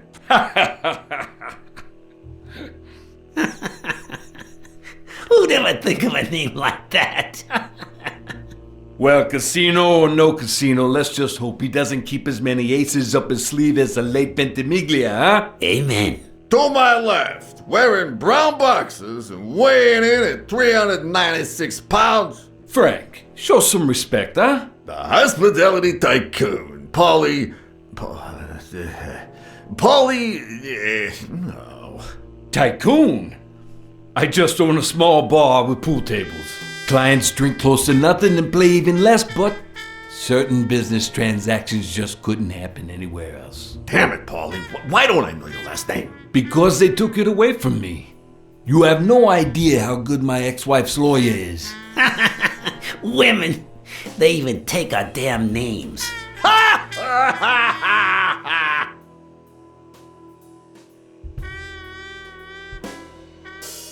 Like they have a choice. Don't be a sourpuss, Farnham. When you're done sightseeing, why don't you drop by La Iguana for a game of pool, and I'll buy you a drink. But I have to warn you, my clientele isn't crazy about furry fellas such as yourself.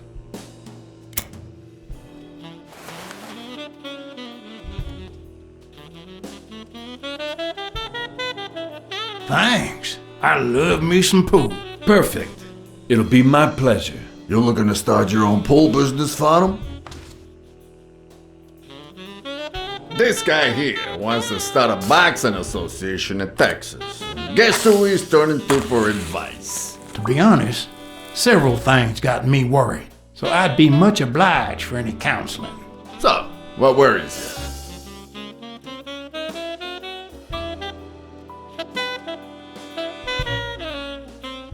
Homicidal boxers like Bobby Yale. Ha!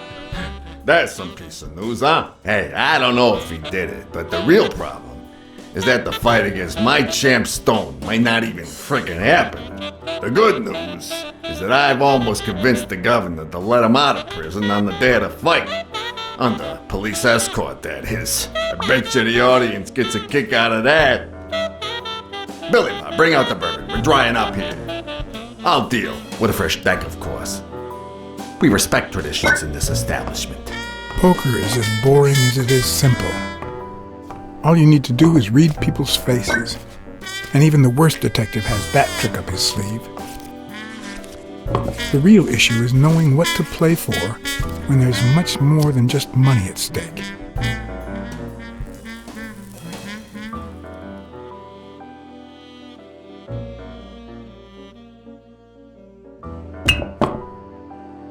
Damn it! What, again? How many games have you won, Farnham? Mark my words. Farnham will be calling his wife before the night is over. Ha! Oh, hey, by the way, did you guys hear about Kenny's wife? Pretty tragic, huh? What happened? Oh, plain bad luck. Hey, but Farnham, I'm sure you know more about it than I do.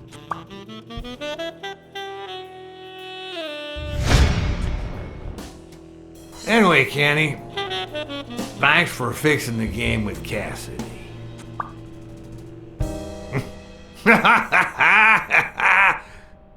God bless you, brother. The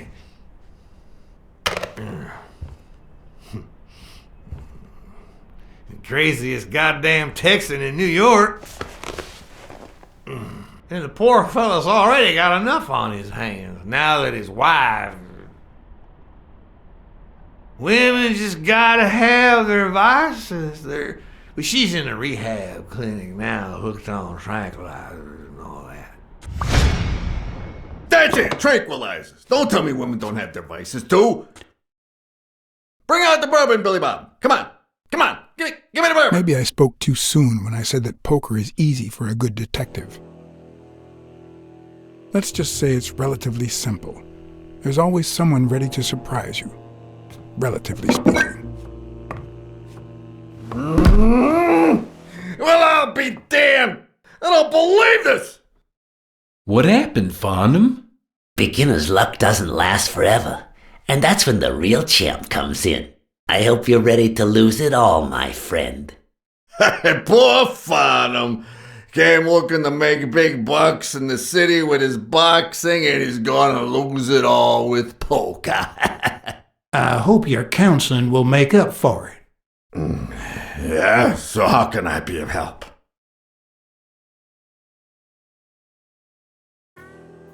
Rebel coaches like Joe Dunn. Oh, I see you done your homework. That bastard wouldn't accept the most basic rules. For example, banning boxers from official competitions when the managers don't belong to my association. Hey, don't get me wrong, I'm sorry for his death. But if they ever find the murderer, I'd be glad to pay his lawyer fees.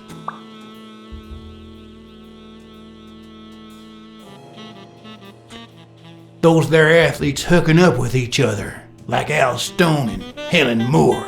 I see you subscribe to What's News. Yeah, my star boxer, the reigning champion. He's having an affair with America's sweetheart. Hey, I got nothing against those two idiots falling in love. Don't get me wrong, but it's taking a toll on his performance. I don't think he'll lose against Yale, but I'm starting to worry a bit. Come on, let's steal another hand before Quince accuses us of trying to break his winning streak. Ain't gonna happen. Gentlemen, I suggest you never tell your sons about this game, unless you want to lose their respect. Wait, you mean our sons actually respect us? I hear you. There's no way to set boys straight these days. They don't even respond to a good old beating.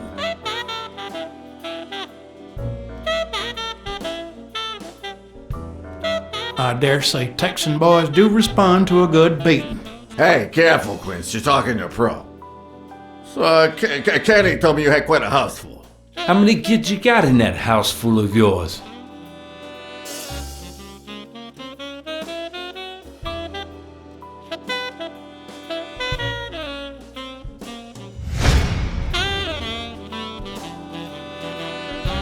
No, that son of a bitch was about to choke on his own vomit. Although the communist in me reveled in the sight of a millionaire choking on his own vomit, even so, I couldn't just stand there and watch him die.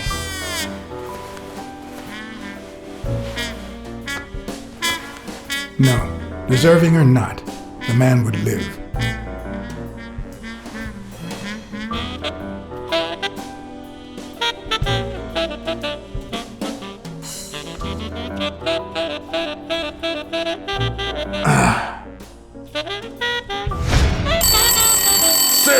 Well, that's something. I don't know how you deal with all of that. All boys? Does it have to be now? Oh, never let Quince near one of your daughters. Come on, Folly. Children are sacred. I won't Cassidy. lay a finger on them until they're 12. After that, well... let's just say... some men have needs that can only be met by a young girl that age, if you know what I mean. Are you alright, Farnham?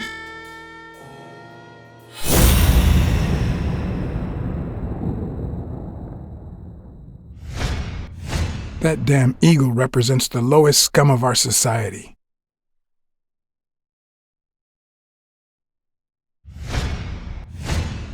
There goes your winning streak, you sick bastard.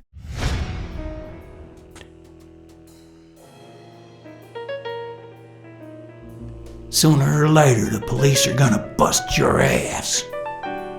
Quince. What the hell are you talking about? I bet you're as bad at hiding those poor girls as you are at keeping that ace up your sleeve. What?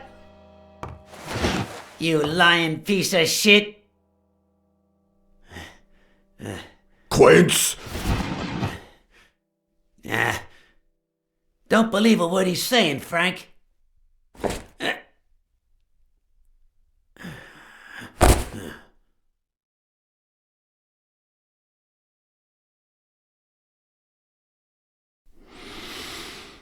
Don't you dare call me Frank. Billy Bob. It's 500 more. For washing up. It's a deal.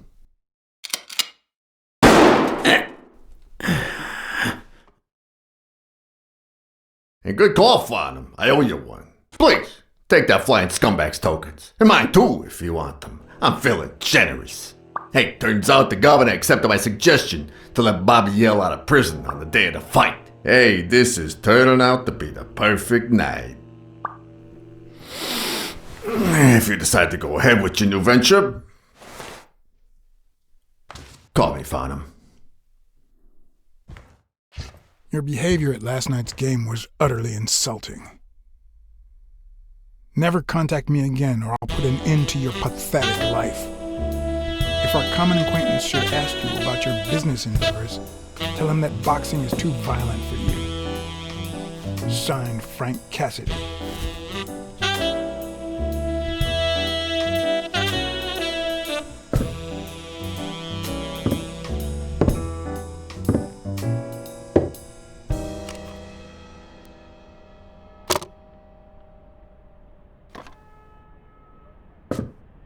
My own tracks would be covered the following morning when Cassidy read this note from Farnham.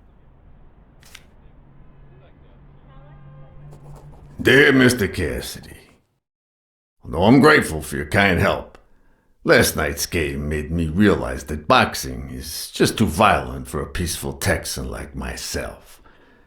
I have decided to invest elsewhere. Yours sincerely, Howard M. Farnham II. Damn Texans.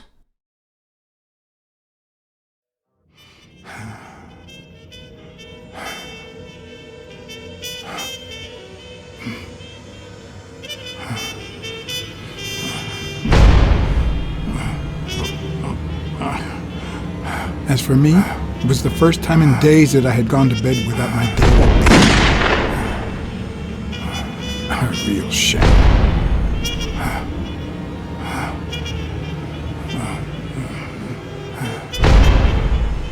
Nothing like a bruised body to help you to sleep like a baby.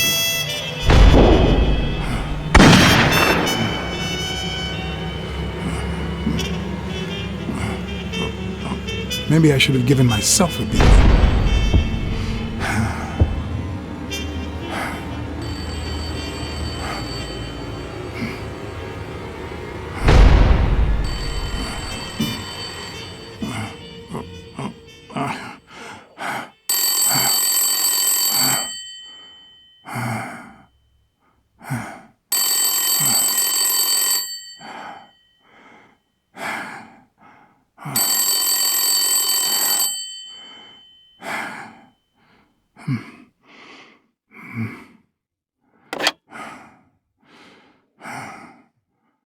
Blacksad. Finally! I need you at the gym, now, please!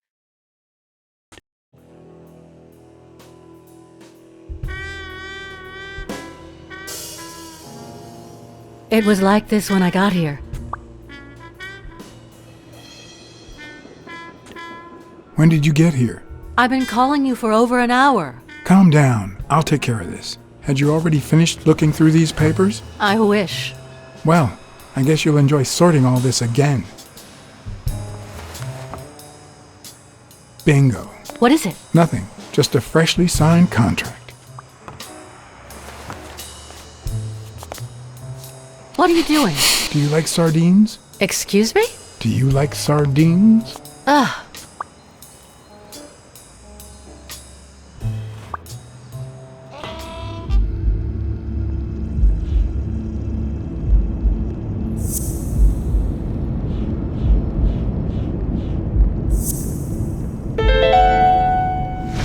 It's pretty clear that Helen Moore's cigarette case was a gift from O'Leary.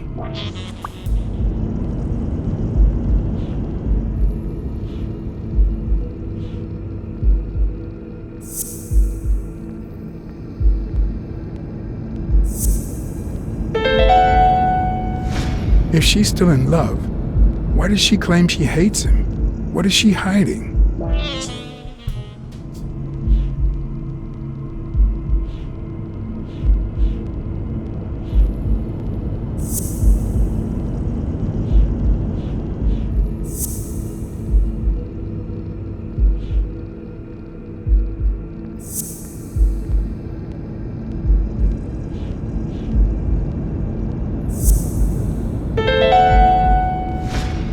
Cunning son of a bitch. O'Leary threatened Stone with ruining Moore's career so that he'll take a dive against Yale.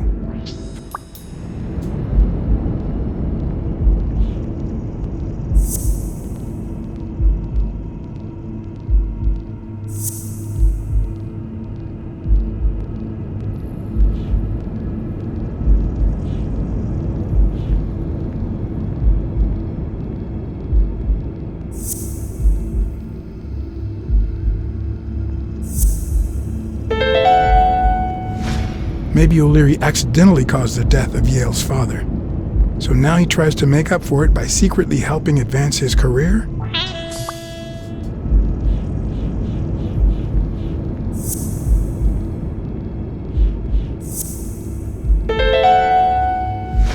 No, the footprints don't match. Or if O'Leary killed Dunn, he did it without stepping in the paint, or in different shoes.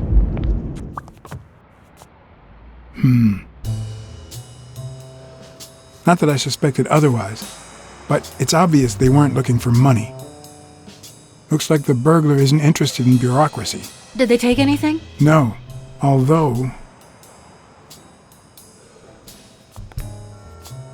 When you went in the hospital room to get your purse, did you get the gun as well? Yes. Isn't it there? I put it back. I'd rather not go through that again.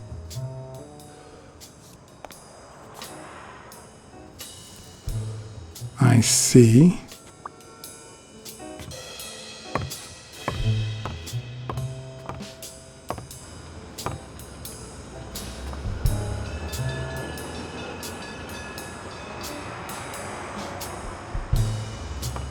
Is this yours? I think it belongs to the new cleaning lady. Mary just wasn't working out, so she left. Clarice Freeman? Yes. You think she did this?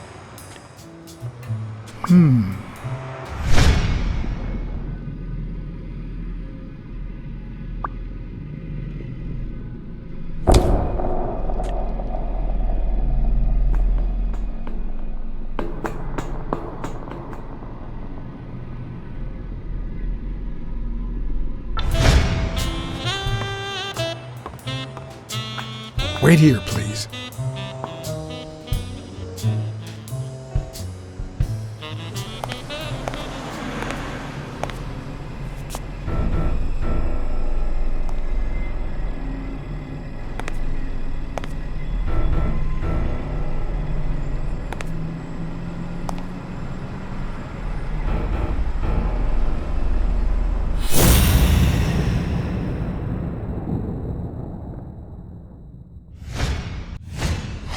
could be a knife wound.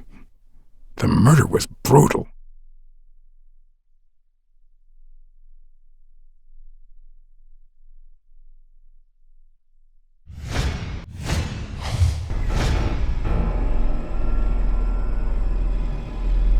Ah, damn.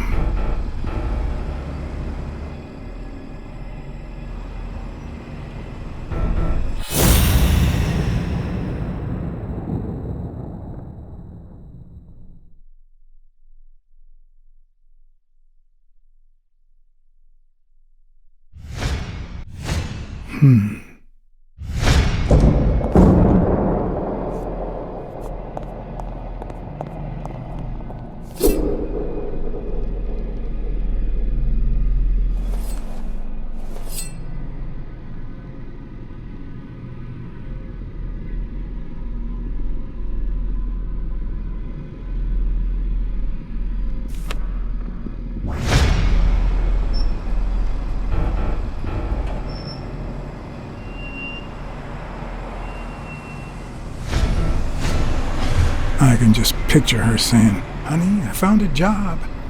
We're finally gonna make ends meet."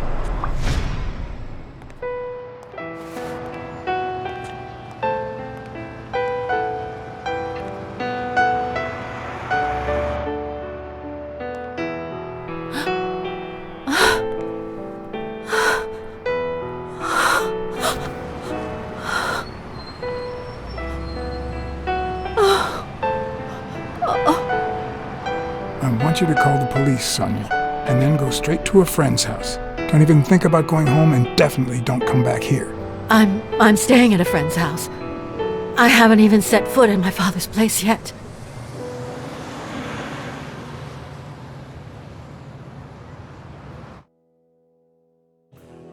Good. Do you have the keys? If the murderer didn't find what he was looking for, that might be his next stop, if he hasn't been there yet.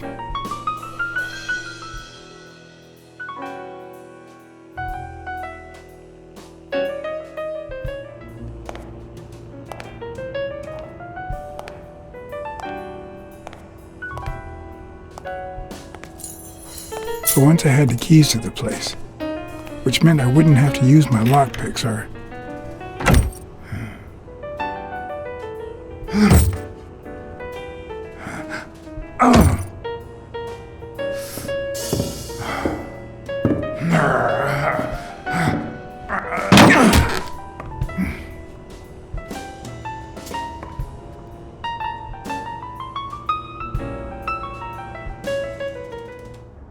It doesn't look like anyone picked the lock.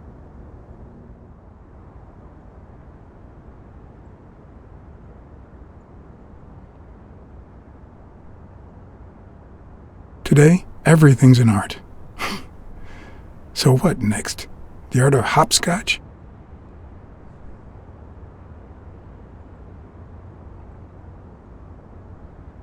Look at that. The guy sure had good taste.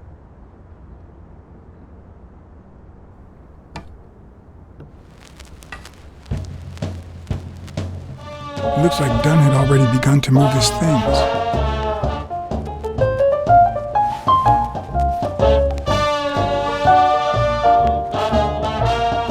Dunn?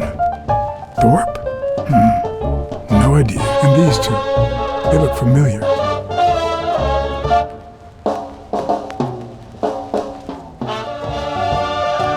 It's hard to believe that a pair of boxing fists could play something like this, although I'm sure he had the lungs for it. As I glanced at the telephone, I remembered the weekly password for O'Leary's illegal gambling operation, even though I had rejected his reward for finding Yale, and had chosen to bet it all on Yale. I had managed to make my own dirty money by ratting out the Eagle Pimp during our poker game. How much damage could another bet do? What harm could I do? Only the invisible type.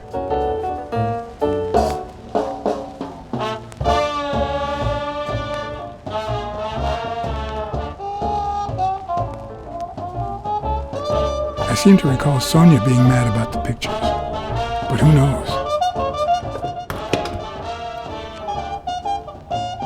ready-made meals on airplane trays in front of the TV.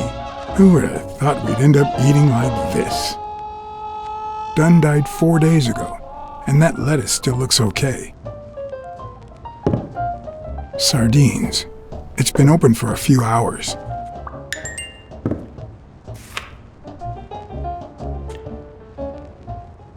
Of course. Now I see how Dunn bought the apartment he was going to share with Mary. This place has to be empty in 2 weeks for the new owners. I wonder if Sonia knows about this.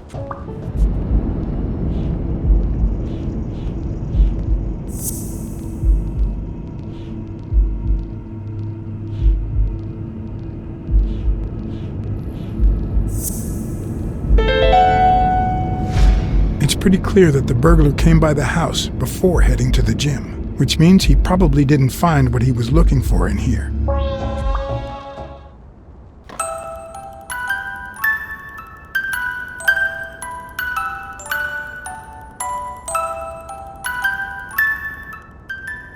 Could this be the origin of Sonia's interest in business management? What's this doing here?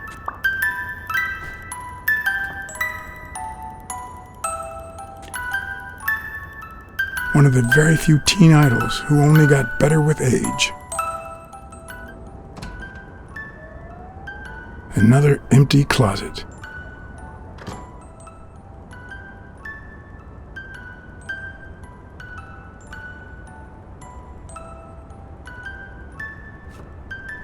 You still looked at her every morning, so many years later, with a new love? Maybe we don't need to forget.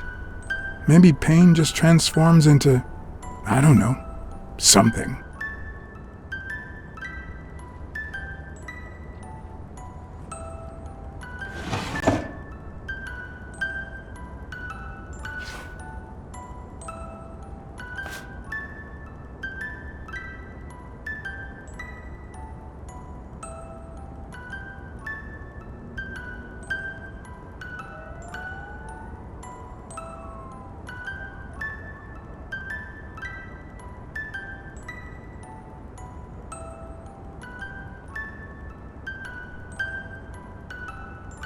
This is too private.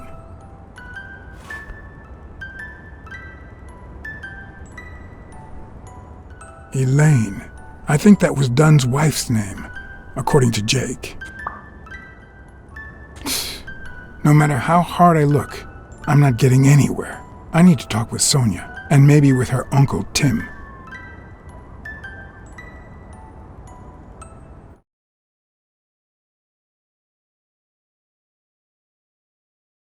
It brings back, I don't know. Good memories? An optimist, are we? It's like remembering the last day of summer. Scenes full of joy, picturesque landscapes, and yet the light is faint and the air is still, the calm before the storm. I know that feeling. I figured that much. I can see it in your eyes. We met in the Army. We were all professional athletes. They called us the Olympic Five. Who's the guy on the right? Angus Mitchell, our combat medic and a doctor with the New York Warriors. It was Spanow who got him assigned to our platoon. Hey, isn't that Craig Spanow? The guy on the Morley's billboards? Yes, indeed. Our captain. He was the oldest, after all, and star of the New York Warriors. He was an orphan, you know. But he loved the sport so much that he said baseball was his family. He was the one who had Mitchell assigned to our platoon. Who's the guy on the left? Ah, Viktor Sukovsky, the athlete. You've probably heard of his medals. Was Dunn already boxing? Yes, he was.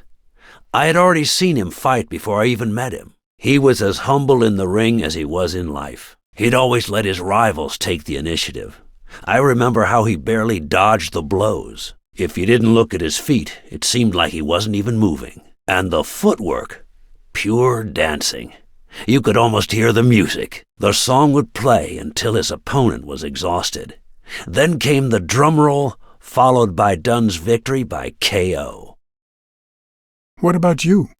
I had just signed with the Milestones. I hadn't even played my first game, but people said I had a bright future ahead of me.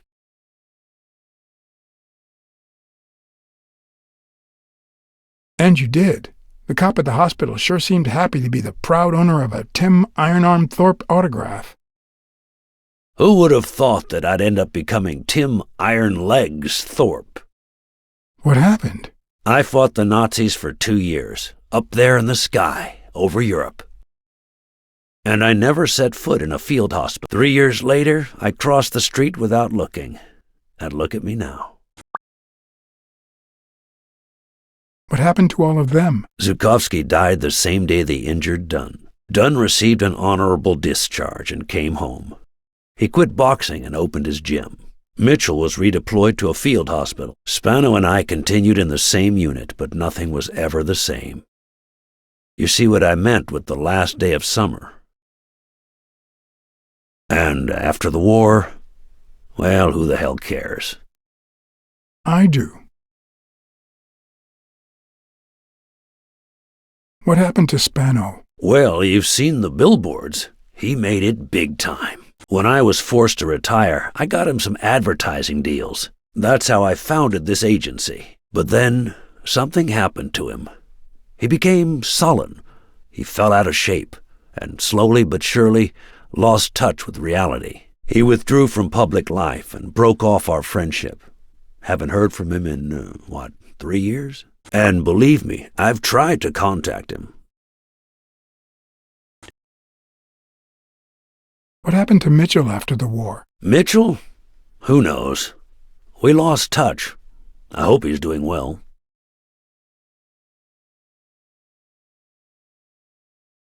I think I saw Mitchell not too long ago, but I can't remember where. Seriously?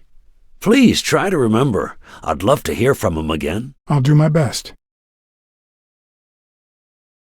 You think Spano might have been involved in Dunn's death? Spano? No way.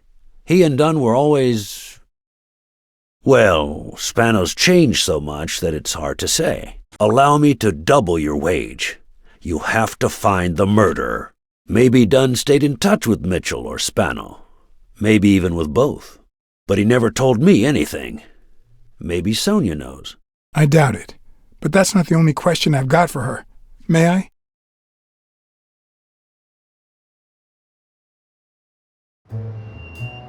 Yes? Sonia? No, she's not here. Who's calling? Where is she?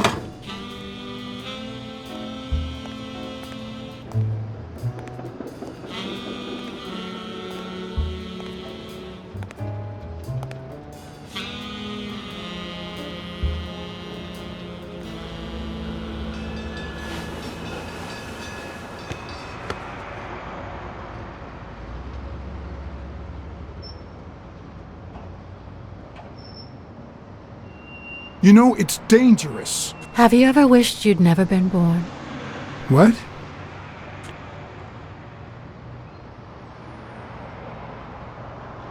Luckily, that has never crossed my mind.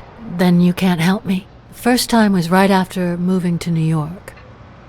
I hated my mother. She was the reason we moved from the countryside and the smell of freshly mowed grass to this dirty city and the smell of medicine. Her medicine. The second time was after she died. I hated myself for having hated her before, for not having loved her enough. The third time was when my father shut himself off. I hated him for that, for abandoning me, for giving in to the booze. Now he's dead, so take a guess. You've realized just how much you really loved him. I guess so. But that's not the worst of it. The problem is I don't know how to live without hating him. Over the last few years, everything I've done was meant to push my father far away. To avoid being like him. To avoid making his same mistakes. Without him, I just don't know who I am. And you won't even let me hate Bobby, which might actually help me.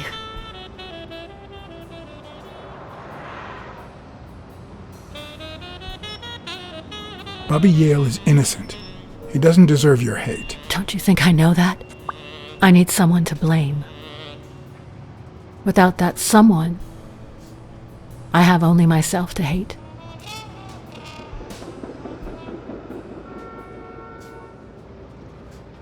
Hate me. A good detective would have found the killer by now. That's nonsense. You've already come so far.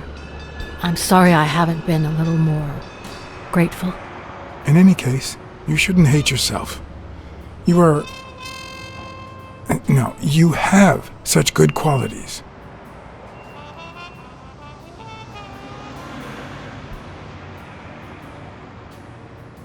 You're kind, smart, and beautiful. Are you really trying to flatter me now? No, Seriously, I didn't mean to... Sorry. Anyway, can we just drop the subject? Did you go to my father's apartment? Yes. The thief went there before coming to the gym, which leads me to believe he didn't find what he was looking for. And what was he looking for? That's what I intend to find out, with your help.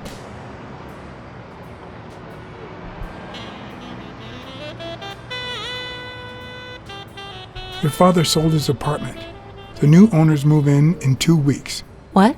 I'm sorry. I think he used the money to buy a new place with Mary Purnell. You'll have to talk to her sooner or later. My father? Even now, he finds new ways to make me hate him.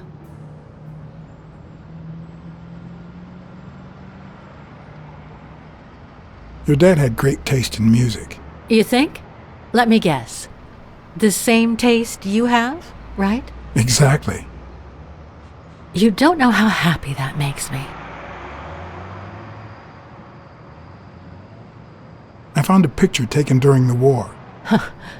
The Olympic 5. Did you meet any of them, besides your father and uncle? Well, Uncle Tim actually isn't my uncle. No? He and my father loved each other like brothers. Did he tell you that he saved his life?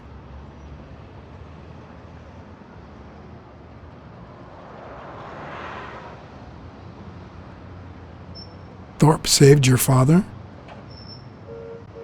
They were flying over Brittany in a 3-unit fighter plane.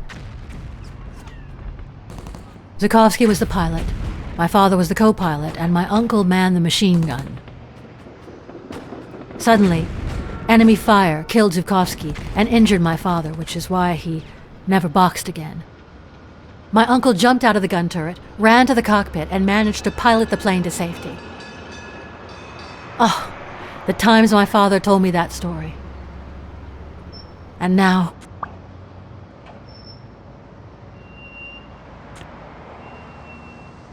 You still have your uncle. Yes, I guess you're right. Maybe he can also save me. Did you ever meet Spano?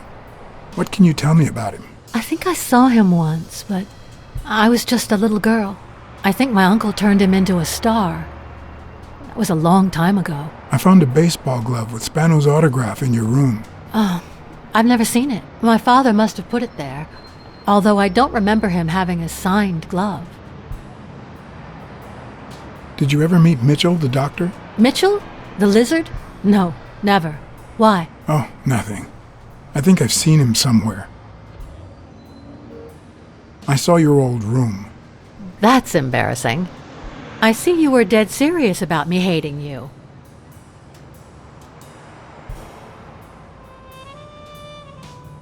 I'm also a fan of Frank Papalia. Oh yeah, the poster. I only liked him because my father thought he was too modern. But I'm glad we agree. I thought you shared my father's taste in music. It's odd that there are practically no toys or memories of your childhood in the room, except for a small music box. That box? It might just be my last happy memory.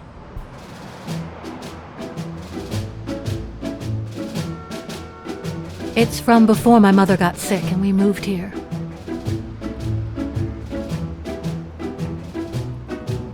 I loved reading stories about pirates.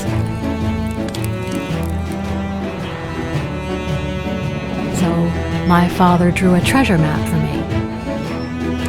I searched the whole house, one clue at a time. It led me to this enormous tree in the yard. My daddy had put up a tire swing. X marks the spot, so I dug to find my treasure. I loved the music it played, the ballerina, and the little secret compartment. Oh, the secrets I kept in there. I think it's the first time I heard you call your father Daddy. Really?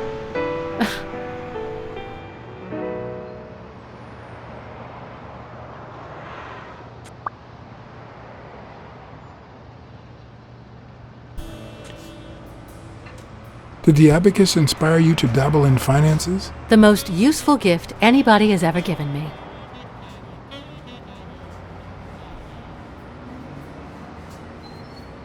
A gift from your mother? From my Uncle Tim. He used to say that in this day and age, a woman should know how to count. My father didn't agree, but he didn't oppose it either. People thought he was a liberal because of his attitude towards racial issues. But at home, things were different.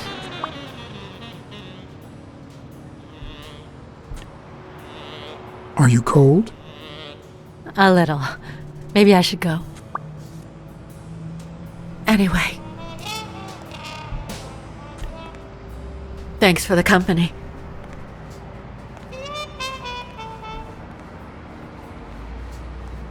Sonia, thank you.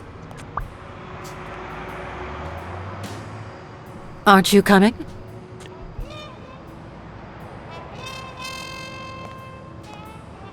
I knew I was looking at a solution, but what exactly needed solving?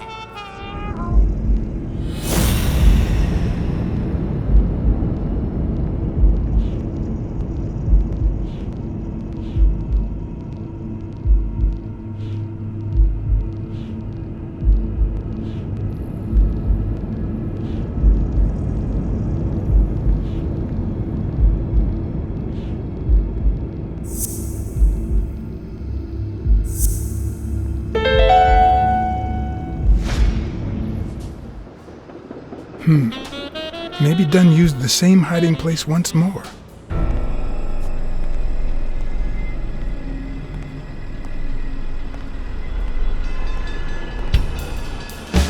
I'll never understand why detectives and criminals bluster while they fight each other in the pictures. What a waste of breath, focus, and energy.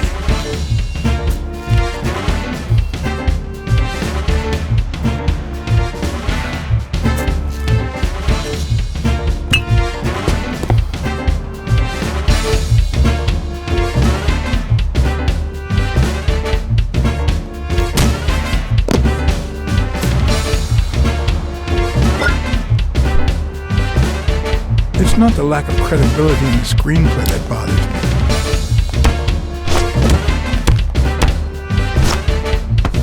Plus, it's actually pretty handy. When a crook talks to you in the middle of a fight, you know you're up against a rookie.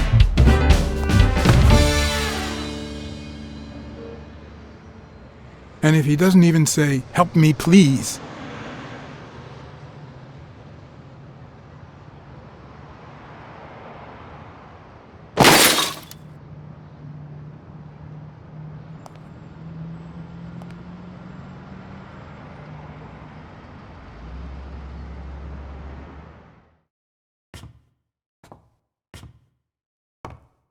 What did they say? Nothing serious. I lost another one of my 9 lives. Oh, this hurts. Got many left? I'm in the red.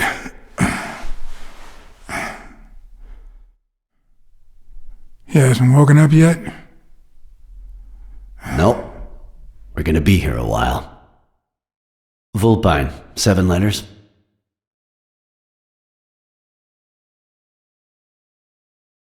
Cunning? Cunning. It fits. I hope it doesn't throw anything off.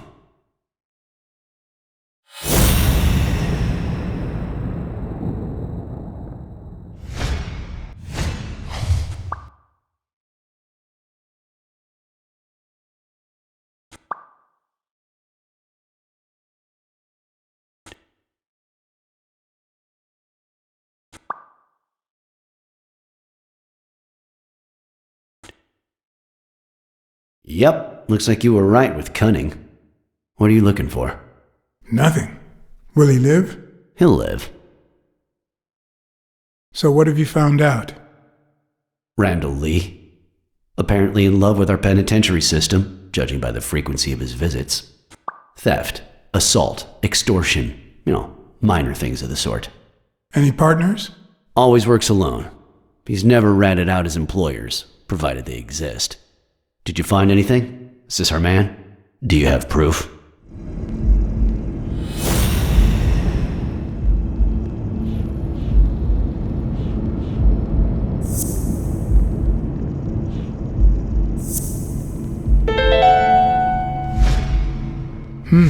Looks like we know who tore his pants following Clarice Freeman up to the rooftop.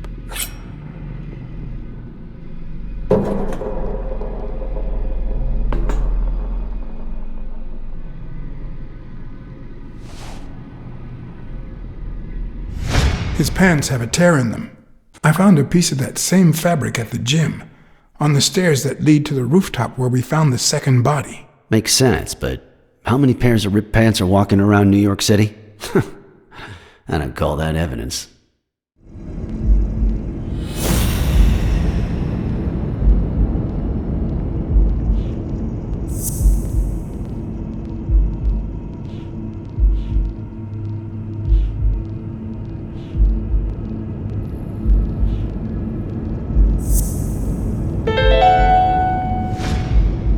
The guy who broke into the gym in Dunn's place has a thing for sardines. Did you smell his breath? Right, because there's only one sardine fanatic on this side of the Hudson. I need something more.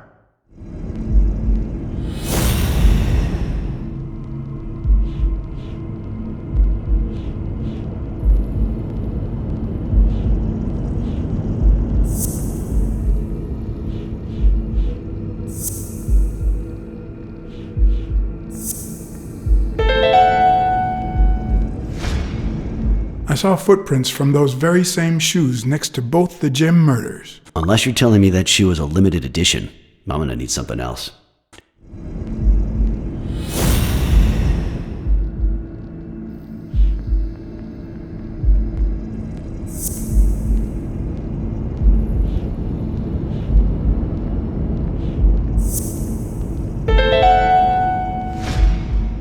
One of the thugs that attacked me the other night had a snout just like his. I'm sorry, but you can't incriminate someone based solely on species. What else you got? What more do you need? I've given you 4 pieces of evidence.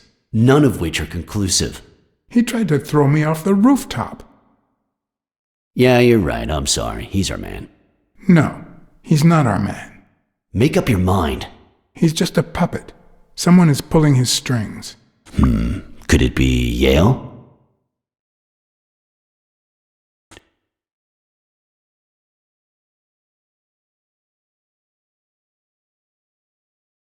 He's hiding something for sure, but I don't think he did it. By the way, was he discharged? His room is empty. They let him out yesterday. He's in police custody now. You can tell he's an athlete. Made quite the comeback. Anyone else would have taken 10 times as long. Anyway, he better be fine. You know they've ordered me to escort him to Madison Square Garden on the day of the fight.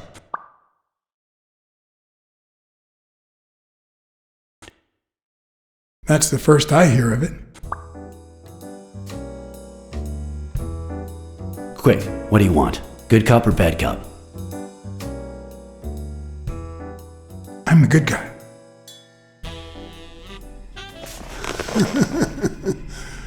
Good thing someone took out the trash. No wonder you were saved by garbage, you piece of trash. But you're gonna wish it hadn't. Go to hell, you dog. Don't pay any attention to flat feet, Mr. Lee. Yeah, you're in a tight spot, but there's always a way out. We have proof that you killed Joe Dunn and Clarice Freeman. I'll call your bluff. You ain't got nothing. Are you acquainted with our usual witness program? For a modest sum, they'll say they saw your sorry snout when and where we tell them to. Cut the crap, Smirnov. You know we've got conclusive evidence. However, we can offer you a deal if you tell us who hired you. What can you offer me?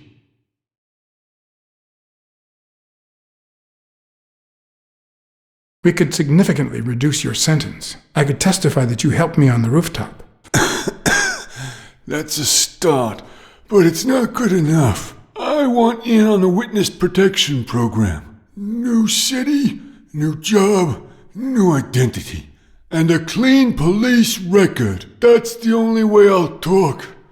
Meanwhile, I want police protection 24/7. I'm afraid that... Whoa! Watch out!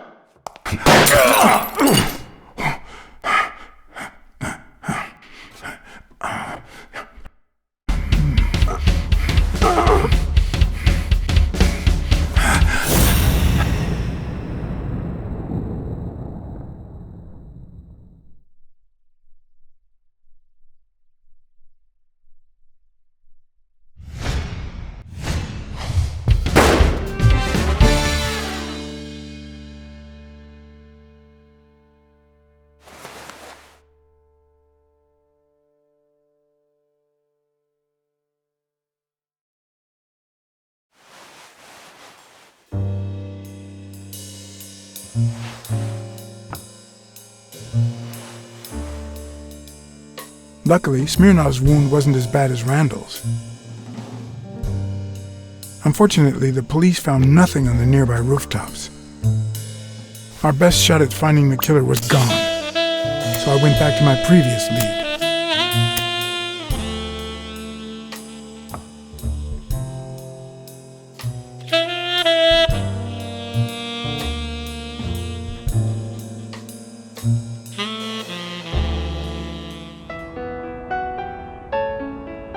It's from before my mother got sick and we moved here. I loved reading stories about pirates, so my father drew a treasure map for me. I searched the whole house, one clue at a time. It led me to this enormous tree in the yard where Daddy had put up a tire swing.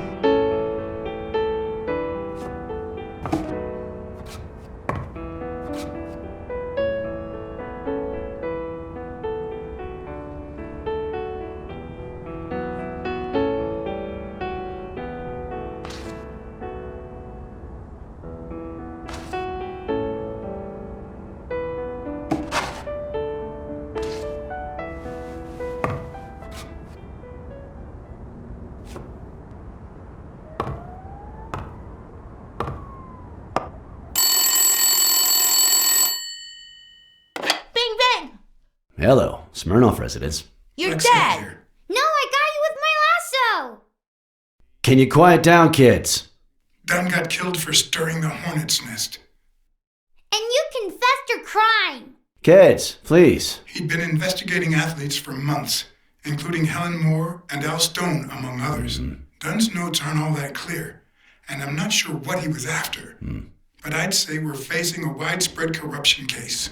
Well, if you're right, that could be some dangerous evidence. Bring it here ASAP. Sure, but there's something important that I need to finish first.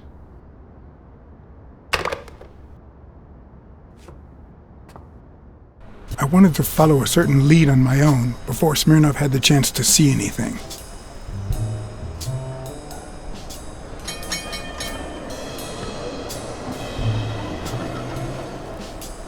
According to his notebook, Dunn had seen Craig Spano at Sam's Diner just 4 days before his death.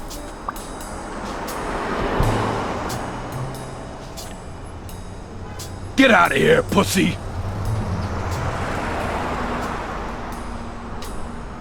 How is Mary? Playing the sad little victim at home. And here I am, up to my neck! What the hell do you care, anyway? Beat it! It might have been easier to slap the information out of him, but I decided to trust in a universal truth. Everyone is guilty of something. You don't know who I am, right? Don't know and don't care! Come on, spit it out!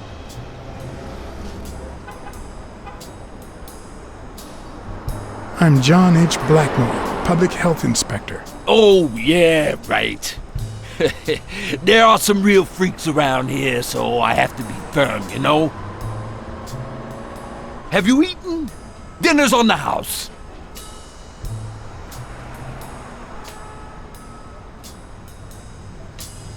And put my health at risk? Too many food poisoning cases on your record, sir. Will you cooperate? Sure, go ahead.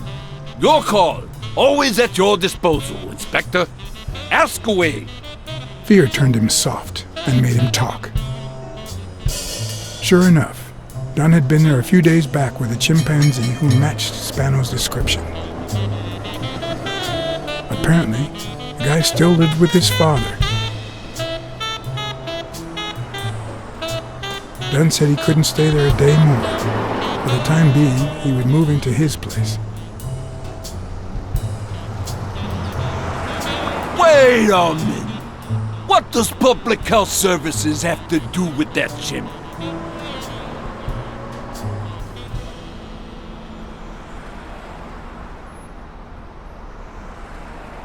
Absolutely nothing. But you were easy to fool.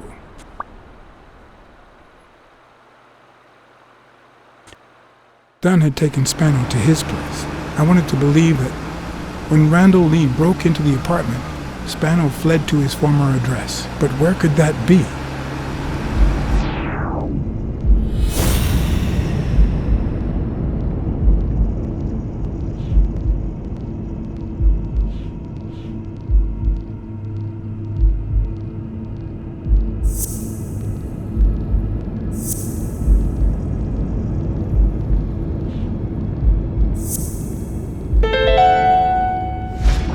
I gotcha.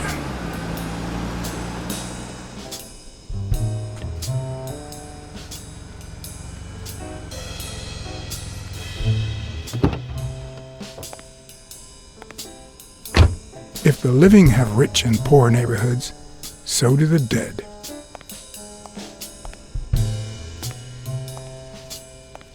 In the mid-19th century, Greenwood became the resting place to the city's most distinguished citizens. Thinkers, scientists, writers, inventors, artists, businessmen, politicians, police officers, thieves, pimps, and murderers.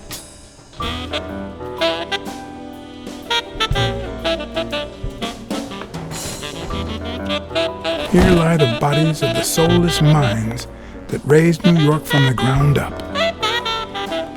Now you know where to go to become somebody in the Big Apple.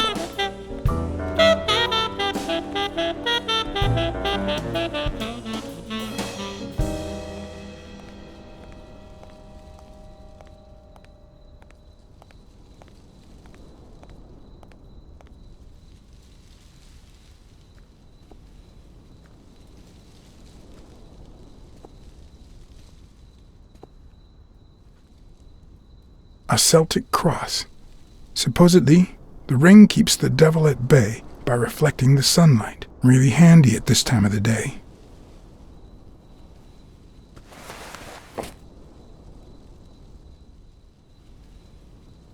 The 4 bases guarding their father. According to the book I found at Dunn's place, fans of the sport leave baseballs on Bradwick's tomb to pay their respects. It's strange that I don't see any. Maybe they're gone with the wind, or somebody claimed them as part of their inheritance.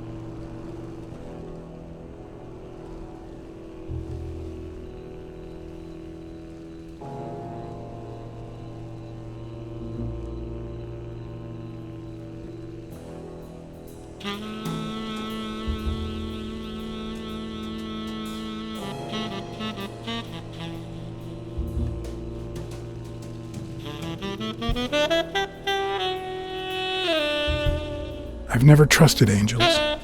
When they fall, they turn into demons.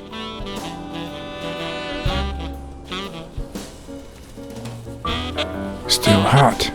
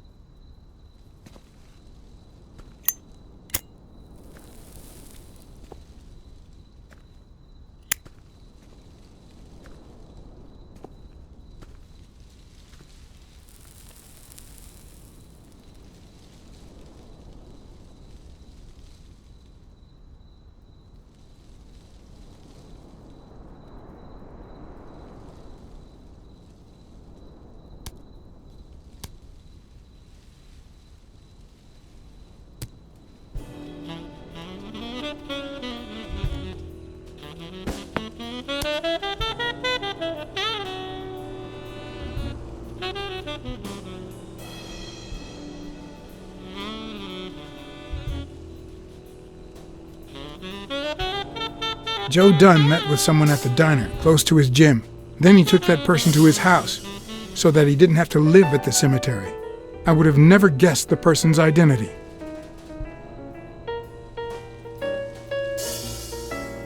I found a baseball glove at Joe Dunn's place, a glove signed by a great star. I couldn't believe my luck.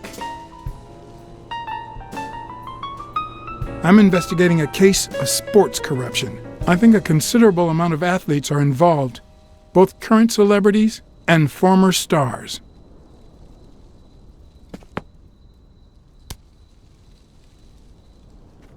Psst. Psst. Hey.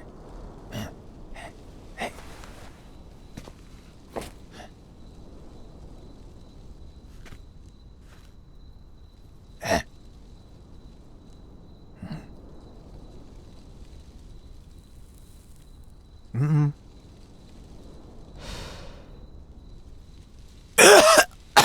Marley's are the absolute worst.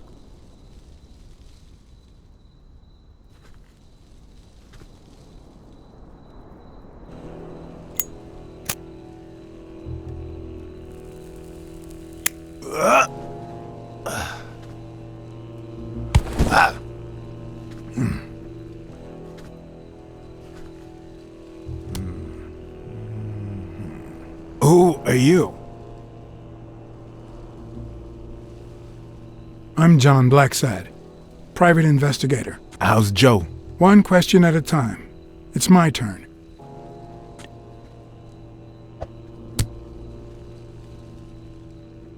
Your turn.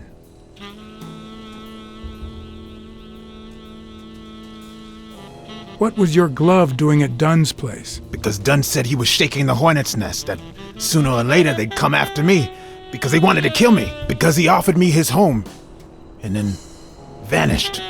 Because I waited for him for 2 days, and then they came to get me, because I had no time to take my glove when I escaped through the window. What did he want from you? And who wants to kill you? One question at a time.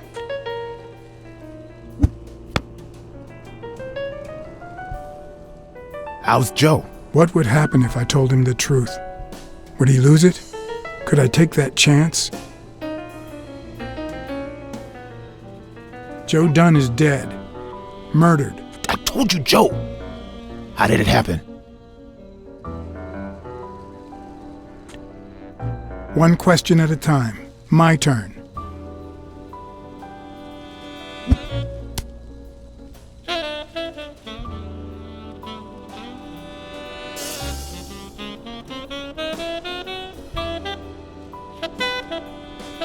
What did Dunn want from you? He wanted to know who was playing dirty in the sporting business.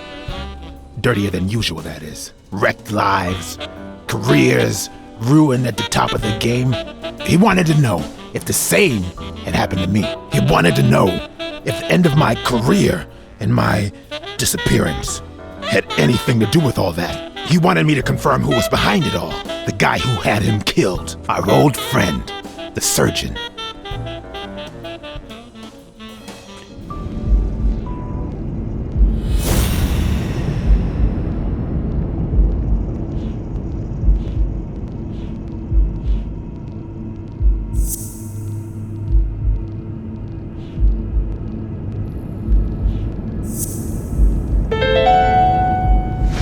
Is Mitchell the surgeon? Is he the person behind all of this? That surgeon you mentioned, is he... My turn.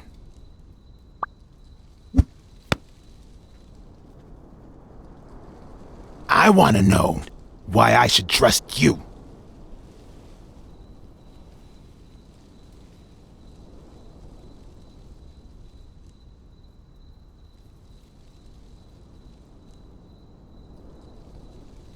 Because I take my job very seriously. It's my turn. That surgeon that you mentioned, is he in this photo I got here? Ow! Hey!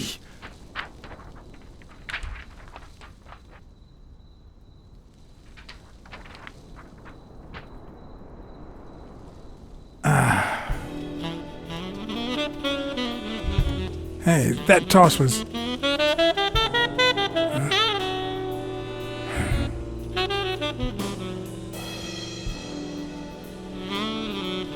Both my ear and my self-esteem would hurt for days. But at least I had a new lead to follow, the surgeon. The bastard had avoided my scrutiny by passing as a hospital doctor. But now, all of my senses were on guard. No matter how good the disguise or how well he hid, I would find him. So, what you're saying is, 1, there's a corruption scandal involving all kinds of athletes. 2, our puppet master is a surgeon named Mitchell, a man who happened to fight in the war with Dunn, right? Every lead I've found points to him. Anyway, where was I? Number 3, right? 3. Since Dunn was on his trail, Mitchell hired an anteater to get rid of him. Then, since you were also shaking the wasp's nest, he went after you. But the anteater made a mistake, and Mitchell killed him to cover his own tracks. And, wait, 4. The key to all this lies with a common friend of Dunn's and Mitchell's, Craig Spenow. Do you really trust him?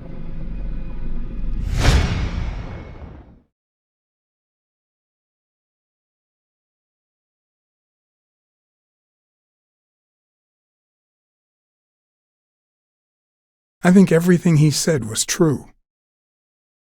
It adds up and confirms everything I've found so far. 4. 5.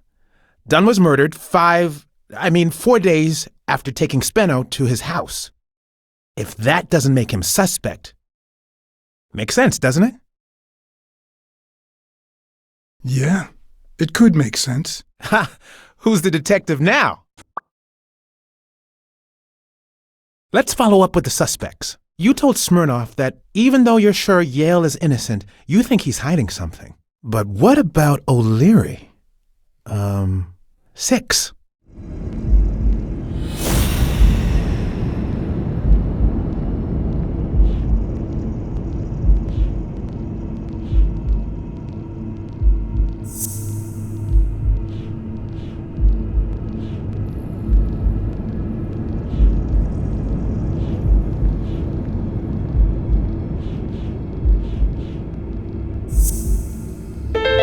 O'Leary wouldn't have sent Randall to kill Dunn. He would have dragged him to his basement, given him his little speech, and then killed him himself. Nah, I know O'Leary, and he wouldn't have sent a hitman. He would have taken matters into his own hands. What about Cassidy? 7, right?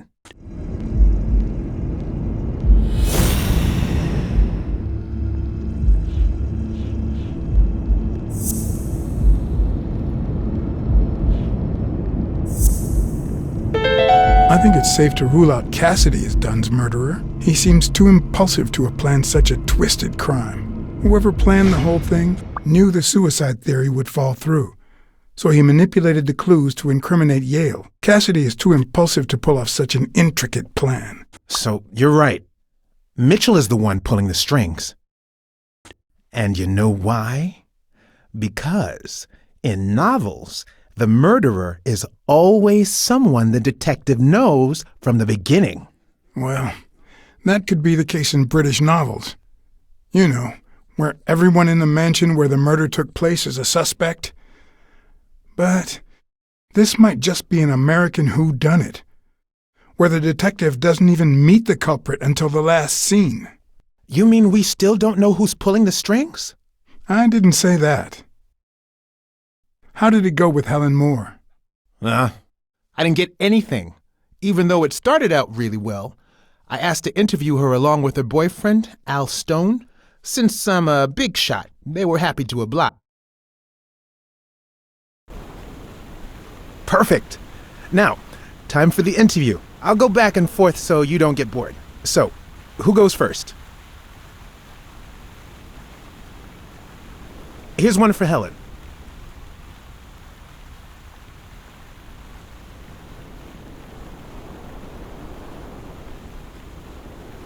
Dating a boxer can be dangerous. Aren't you afraid that those blows to the head will take a toll on his intellectual capacity? Honey, take a look at my man and then look at yourself. You really think I'm with him because of his intellectual capacity? Helen! Write this down. Nothing will change my man.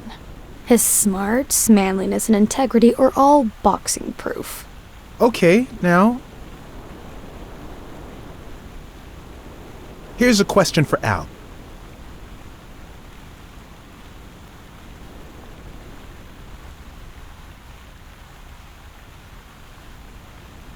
Are you ever jealous about sharing your sweetheart with America?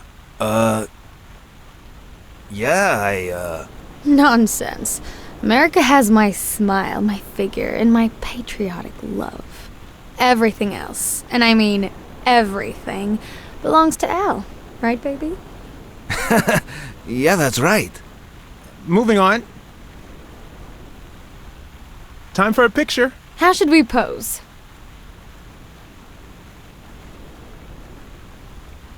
Okay, how about a hug? I want to feel the love.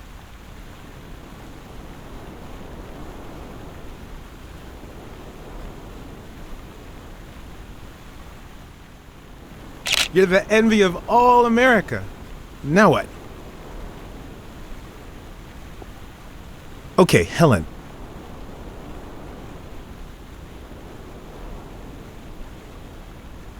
What can you say about the rumors that claim you were in a relationship with Desmond O'Leary? Oh, honey. It would be such a shame to mention that shady character in your article, wouldn't it? Well, why? I'm sure your newspaper would hate to fire someone as talented as you. Oh, okay. Okay, one more question, and... Al, honey, can you answer it? I've got to go say hi to a fan. I'll be right back, Mr. Pulitzer. Wait. You mean she stopped smiling when that fan showed up? Yeah. Could you describe him for me? I'll be able to show you something as soon as I'm done developing these pictures. And actually, I thought it was odd too. So while I continued to interview Stone, I managed to take some pictures of Moore and whoever her mysterious fan was.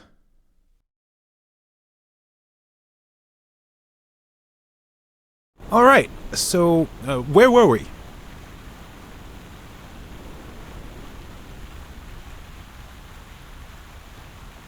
Your manager is Frank Cassidy, president of the Boxing Managers Association of New York. According to him, only boxers working with member managers should be allowed to compete. What do you think about that? Cassidy is a great manager, really.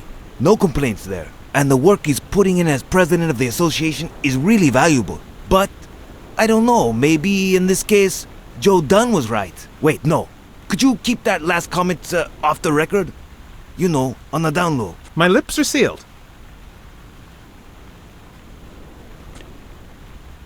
In just 12 days, the contender will try to steal your belt. Any thoughts on your fight against Yale? Well, supposedly the odds are in my favor, but there's no such thing as a weak rival. And, you know, Bobby Yale might be young and going through a rough patch, but he's had an amazing streak, so I'll do my best. Let's get that picture taken. Turn around and show me those biceps from behind. Like that? That's it. Wait, I accidentally moved. Stand still. I'll take another one.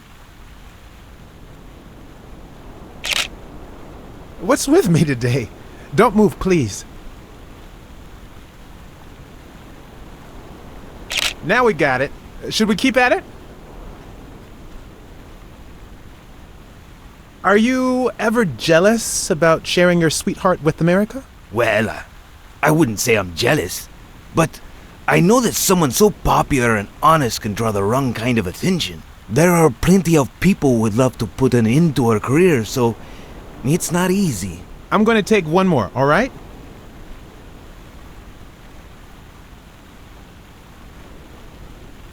Let's see what you think about this. Close your eyes and rest your chin on your fist. The boxing thinker. Like these? Exactly.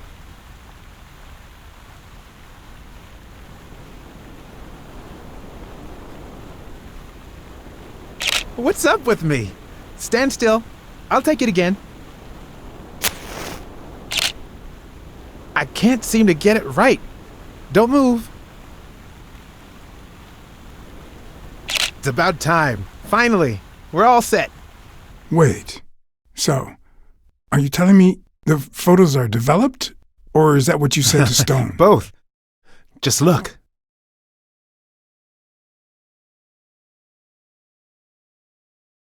How much do you think each bicep weighs? A lot, but less than your tongue.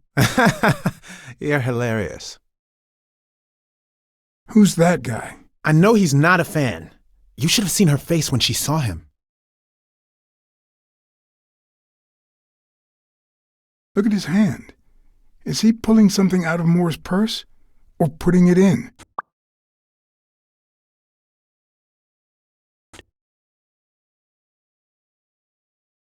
The boxing thinker, the boxing poet. Boxing just might turn out to be the intellectual sport of choice. I think she only smokes when she's nervous. What was making her nervous?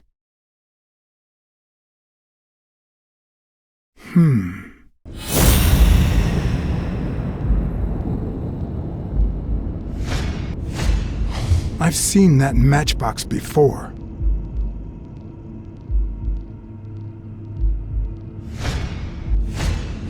Wait, that's him. Who?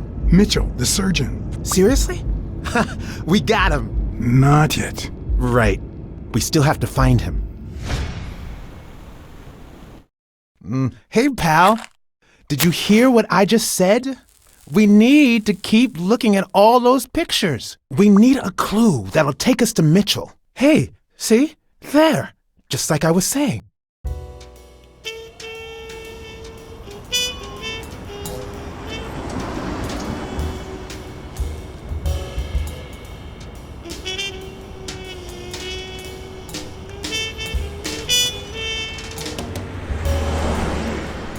Brawls aren't even the worst part of my job. Sure, you may take a beating, but at least you get the chance to defend yourself. But when you're sitting in your car all night, there's no way out.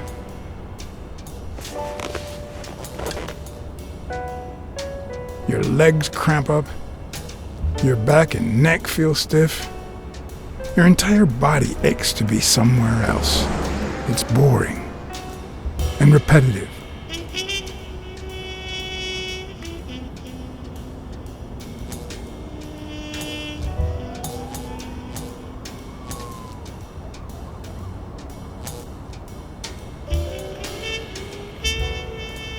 People were finally leaving the place. The bar was about to close.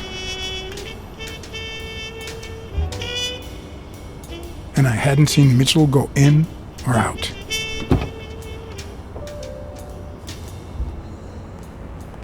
I had no choice.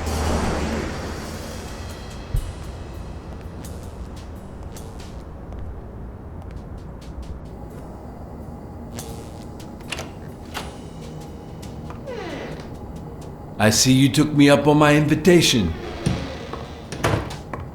And you're smart. You knew not to come until my anti-fur regulars had all cleared out.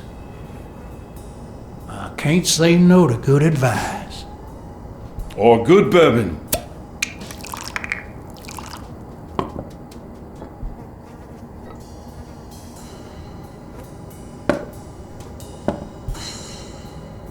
Here's looking at you, Mr. What was your name? As far as I knew, the Iguana always stayed neutral. He played poker with Cassidy. But his joint was used as a gambling drop-off for O'Leary's operation. Did it make sense to keep faking it? Or was it too dangerous not to? Farnham. Howard M. Farnham II. That's right. Howard Farnham from Ding Dong, Texas.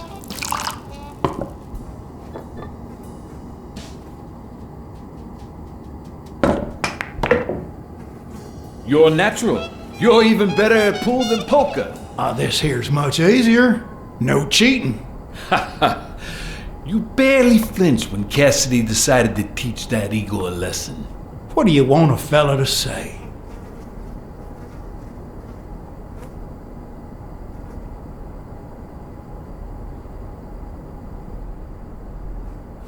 If Cassidy hadn't ordered his barber to kill that son of a bitch, I'd have done it myself.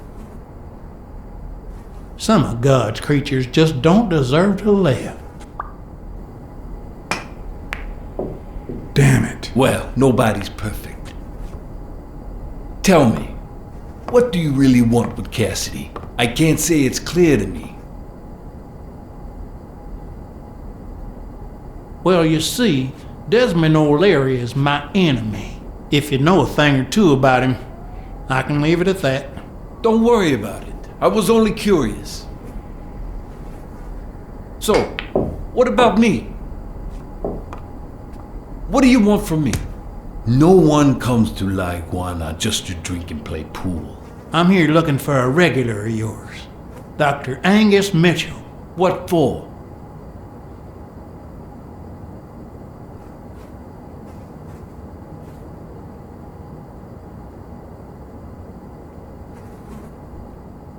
We fought together during the war. I just wanted to say hi. Sure. Tell you what, I'll talk to Mitchell. Come back tomorrow night. You don't understand.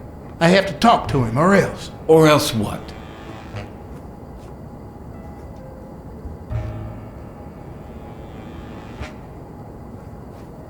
You'd be losing your chance to make a pretty penny.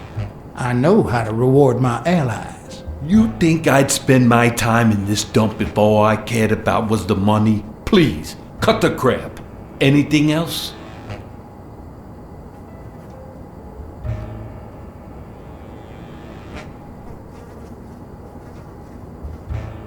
I don't think Cassidy would be too happy about the role this here dump plays in O'Leary's gambling operation. You follow me? Son of a bitch. All right. Give me your phone number, and I'll give you a call when Mitchell shows up. No. You're gonna call him right now, and you're gonna give him this message. But when you're sitting in your car all night, there's no way out. Your legs cramp up, your back and neck feel stiff, your entire body aches to be somewhere else. It's boring and repetitive. It's so bad that your thoughts spiral in a never-ending loop, like when you're stuck in your car, on surveillance duty.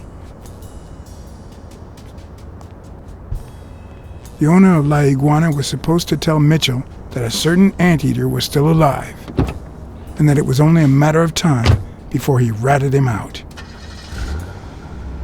With a bit of luck, that would make him nervous enough to force his hand. Now all I had to do was follow him.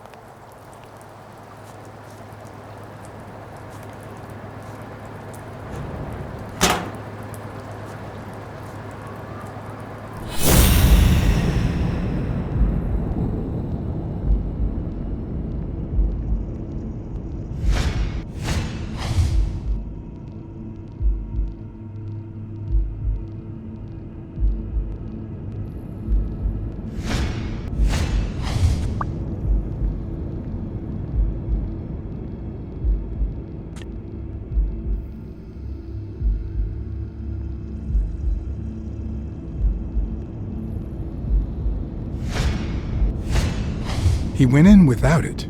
I wonder what's in it.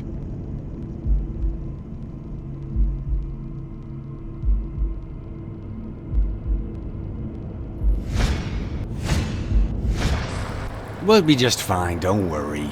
Gil, stand guard right here. If the cat shows up, you know what to do. I'll be back in an hour.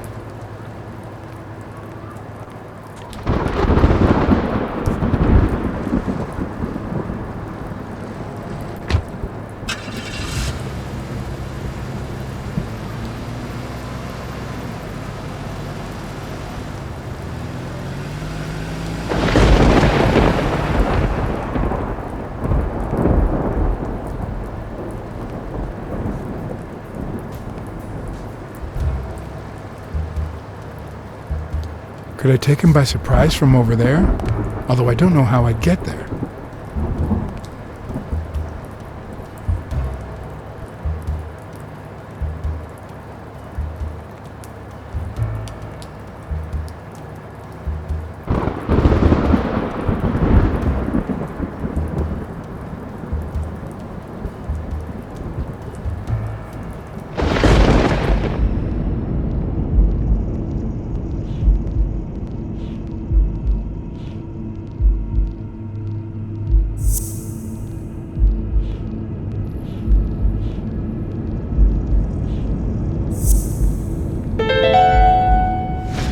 Of course, he's Randall Lee's partner. I should be careful. When they gave me a beating, I could see he was kinda trigger happy.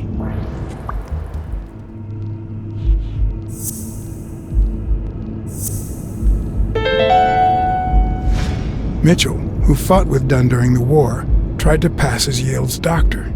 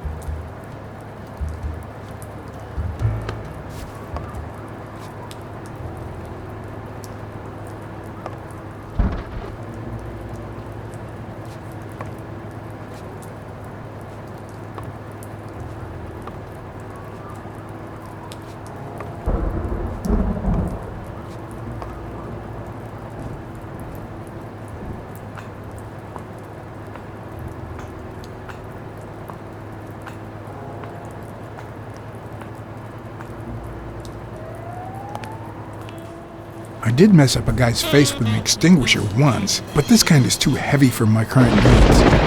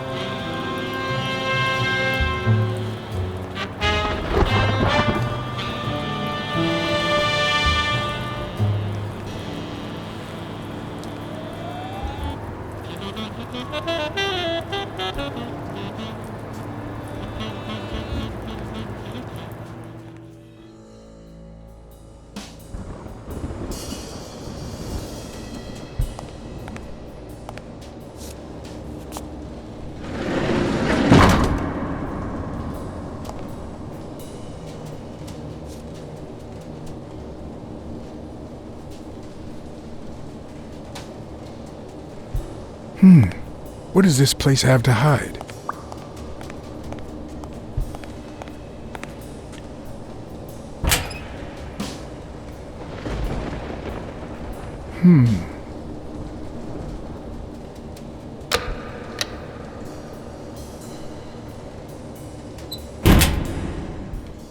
According to this, the warehouse belonged to a Canadian import company.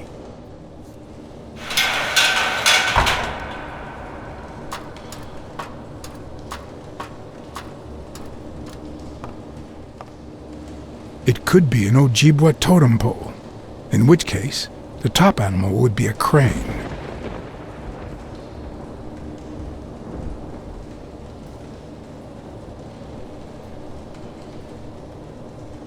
If I'm not mistaken, these are incense sticks, used in cleansing rituals. A dream catcher. It's supposed to protect children during the night, trapping all evil in its spider web.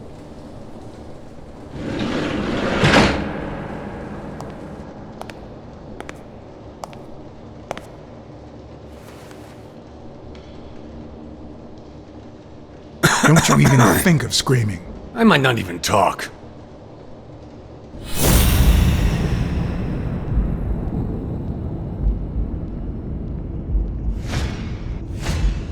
It looks like an arrowhead.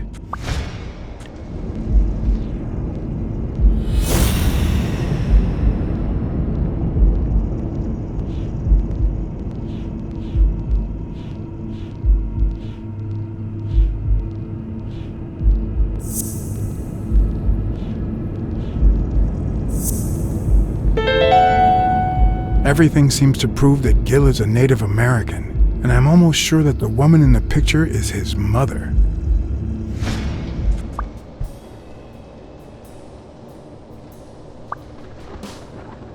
You know who'll always believe in you? Your mother. My mother never lost her faith in me, and I gave her plenty of reasons when I was a kid.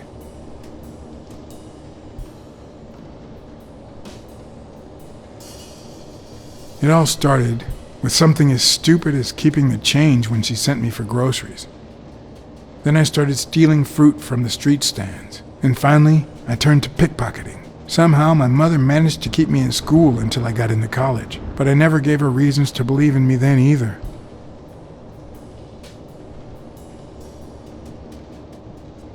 I rarely went to class my freshman year. Obviously I was never a sophomore. Then Pearl Harbor happened. I got drafted and sent to Europe.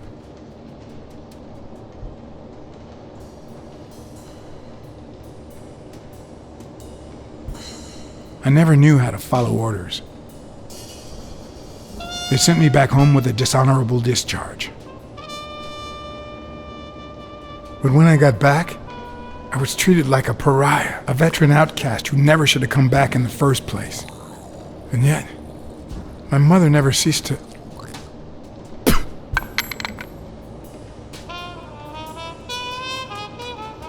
I also fought in the war. That's where I met Mitchell.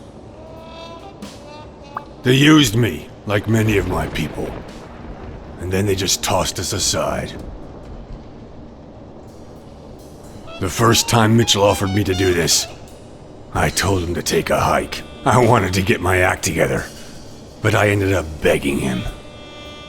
I don't like Mitchell. I don't like the things he makes me do. I don't like that German rat either. But what I like least of all is myself. I don't like what I did during the war, and I don't like what I'm doing now. Do you know what it's like to kill a friend for the sake of the mission? Huh. But my mother, she always thought I'd make amends and start anew.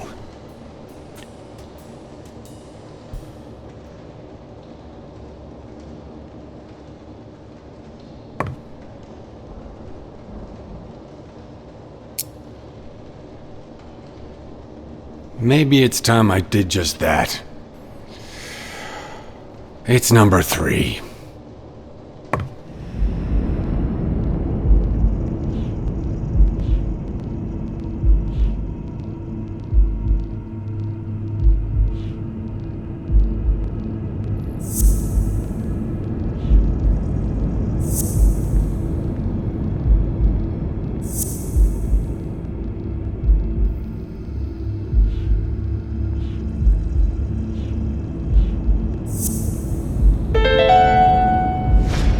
What if it was Gil who killed his partner Randall Lee under Mitchell's orders?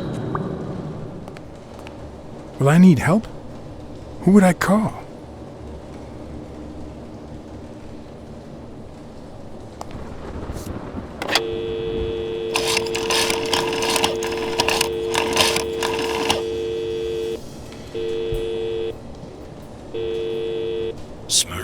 Pier 36. Meet me in an hour. Blacksad. If you come in from Montgomery, it's the 6th sea-facing warehouse. What's going on? And bring the cavalry.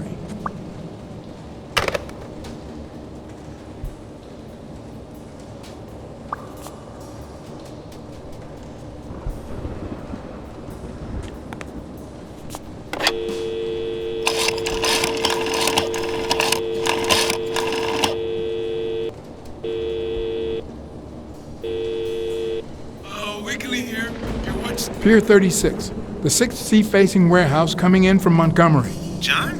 Is that you? Meet me in an hour. What's going on? Bring your camera.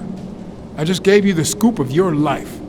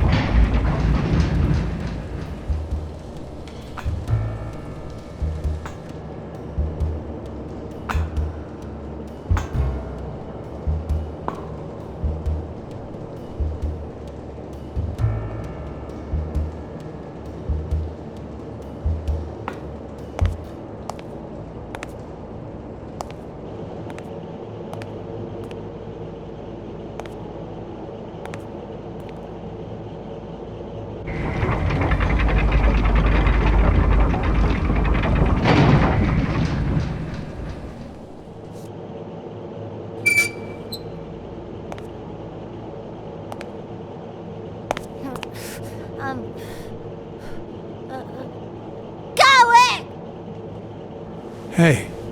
It's all right. Don't be afraid, little girl.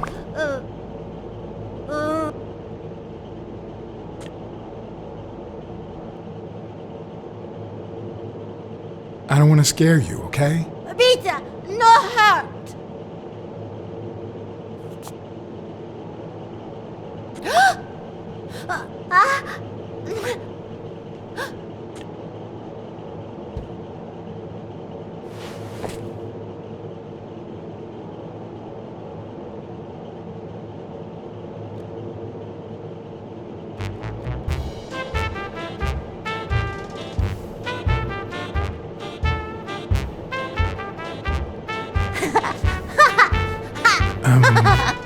Once upon a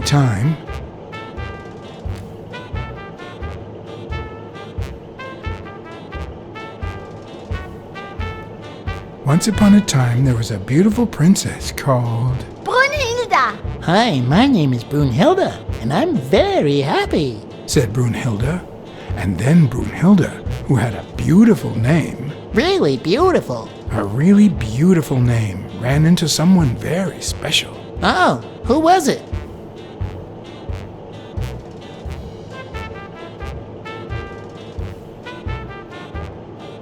A magical cat called John. I'm a magical cat. My name is John. Hi, John the cat. I really like magical cats. Hi, Brunhilde. I'm going to use my magical powers to help you.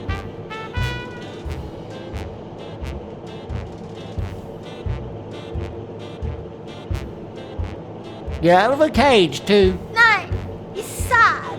You say silly things, John the cat. So what are you going to help me do? Bake some delicious pies. I love pies. Which is your favorite? Wow, that's a very hard question. But John the cat, it's the easiest question in the world. Let me show you how easy it is. My favorite pie is... blueberry! Whoa, Brunhilde? That's exactly what I was about to say. Bird!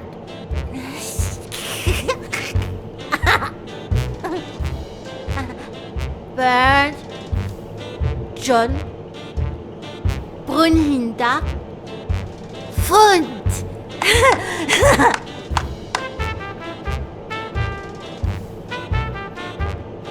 Do play? It's look. Okay. Hi, Bird. Why are you wearing that mask? Weil... gas. Well, maybe we should get out of here. What do you think, Bird? And what about you, Brunhilde? Don't you think that?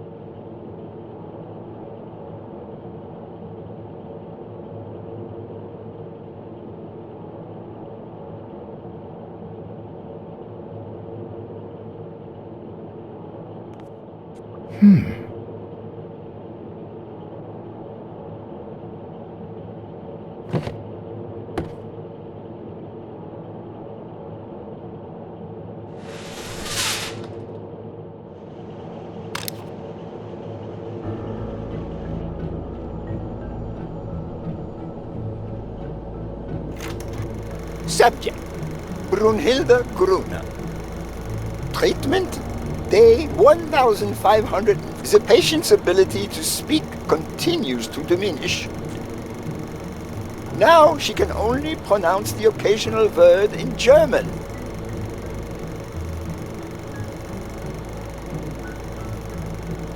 Tissue degeneration persists. And yet, perhaps due to drastic reduction of benzylproline dosage and an increase of anupropion, we have observed a 3% of deceleration of said degeneration. Furthermore, and perhaps this is the best finding so far, the subject exhibits a mild recovery of her speaking. It's not a lot, and yet we are on the right track. All hope is not lost.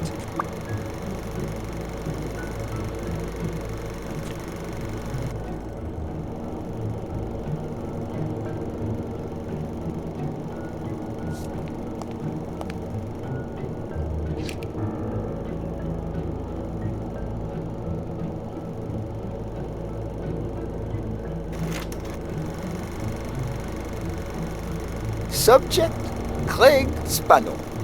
Treatment, Day 0. The subject is a veteran baseball player who has lost speed, strength, and agility due to the regular aging process. The patient refers intense pain on the right scapula, most likely caused by an old injury. The goals of our medical approach are twofold. To relieve pain caused by the prior injury so that the subject can play without symptoms, and to help the patient regain the physical condition lost in the aging process, thus allowing him to perform at elite levels. Treatment.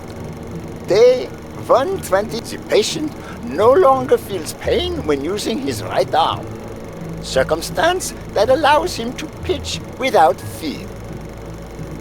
So far, the only side effect seems to be a slight euphoria experienced 3 hours after dosage, which subsides 4 hours later, taking the patient on an emotional roller coaster of sorts with bouts of mild trembling. Treatment. Day 341.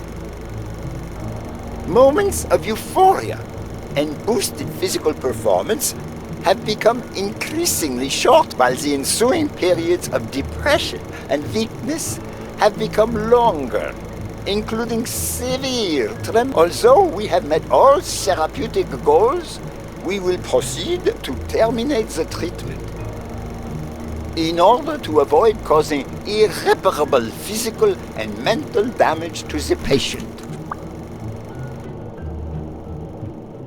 A list of names, somehow related to chemical agents?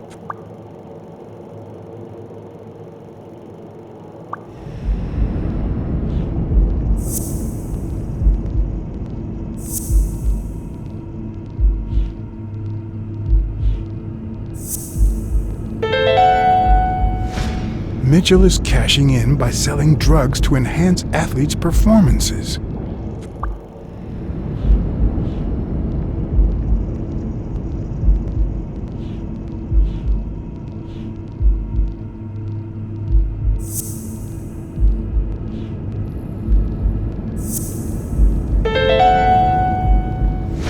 The worst part of Mitchell's scheme isn't that it's illegal or unethical, it's that he didn't even care about compromising the athlete's health.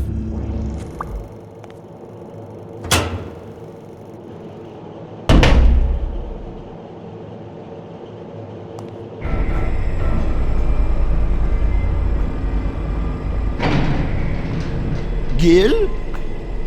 You know you're not allowed down here? You know you're not allowed.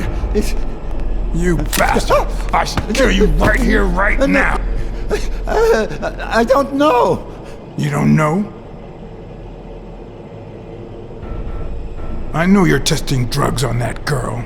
Brunhilde? No, she's my daughter. She was born with a degenerative disease, a rare condition similar to the Engelmann syndrome. There are only 4 known cases like hers, and none of the patients reached the age of 5. But I couldn't give up. I continued to research and found something.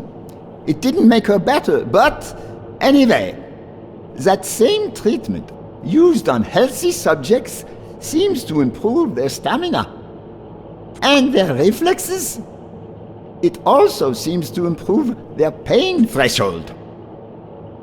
Somehow, the Reich heard about my experiments and tried to recruit me to create super soldiers. Yes, that Reich. We're talking late 30s, Berlin. I escaped with Brunhilde and came to your country. But the American military also heard about me. I spent the entire war experimenting with drugs on soldiers. Some were highly effective, I must say. When the war was over, My experiments were discarded. I was forbidden all access to the drugs, and Brunhilde got worse. But then God sent me Angus Mitchell. We had met during the war, and he came to offer me a deal. I would make drugs for athletes, and he would sell them. With my earnings, I could pay for Brunhilde's treatment. What else do you want me to say?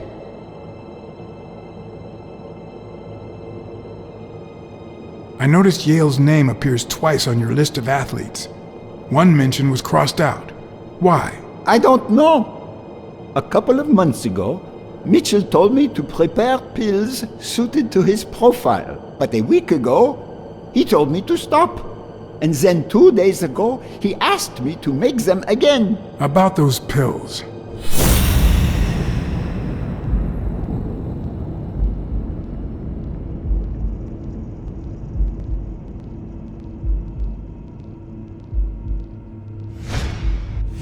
What is he looking at?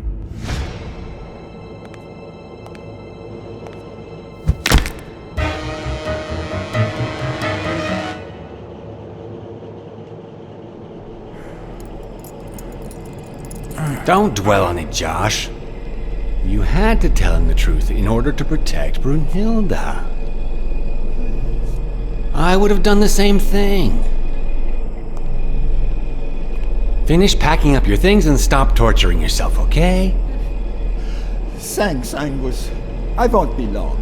Oh, honey. You like living here? Yeah, me too. But we have to go somewhere else, and it's all that bad cat's fault. Yes, sweetie. We're going to a new home now. A prettier one, and you'll be happier there. Now go with Papa, honey. Give him a kiss. Go on. Give him a kiss. Go on.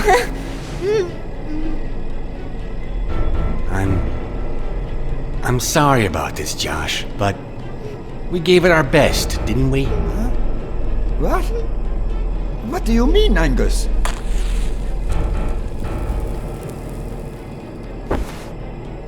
I wish it hadn't come to this. Angus, what's wrong? Goodbye, Josh.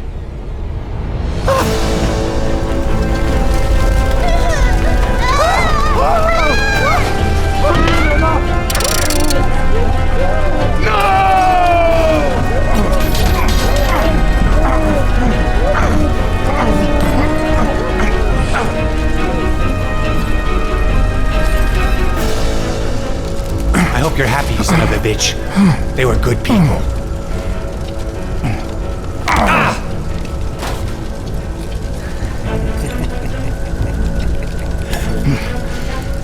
I hope that made you feel better. I like it when you smile.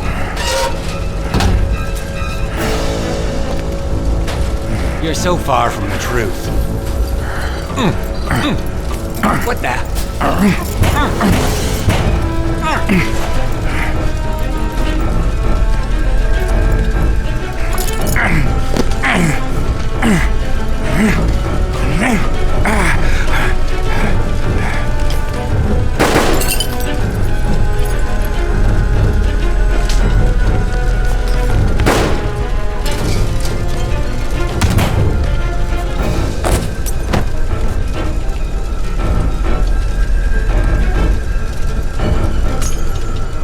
The mask would buy me a bit of extra time. The question was, how much?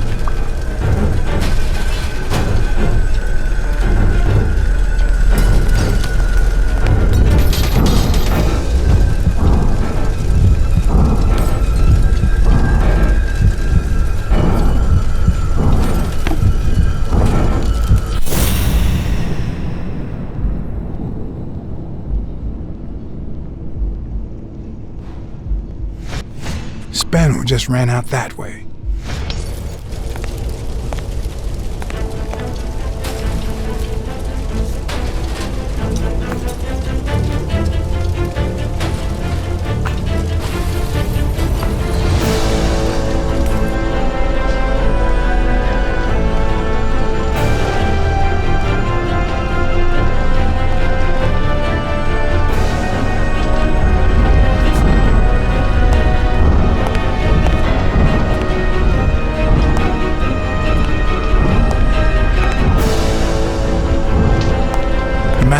barely working. I needed fresh air.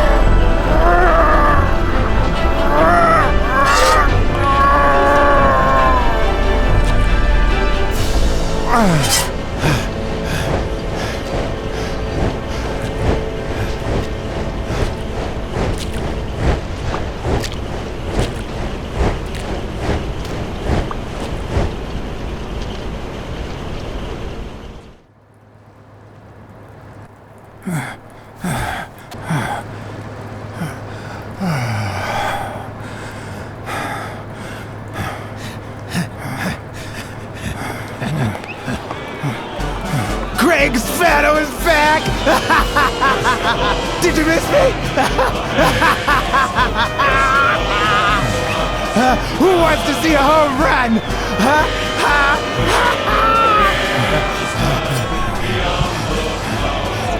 Now you're gonna see! Bring it on! Let's go!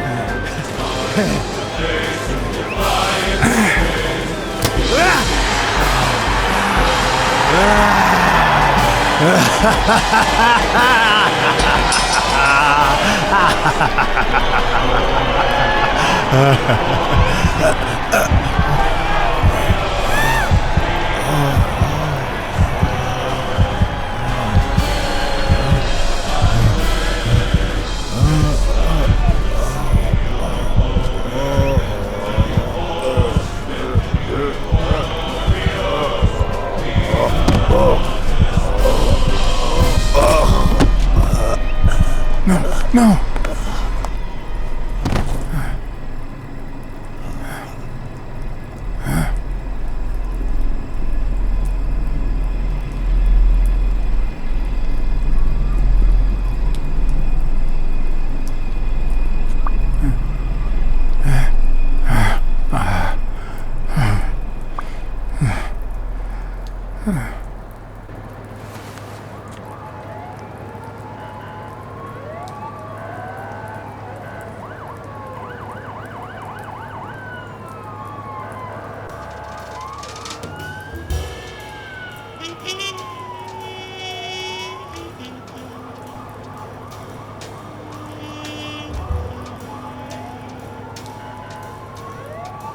Don't torture yourself. You did everything you could.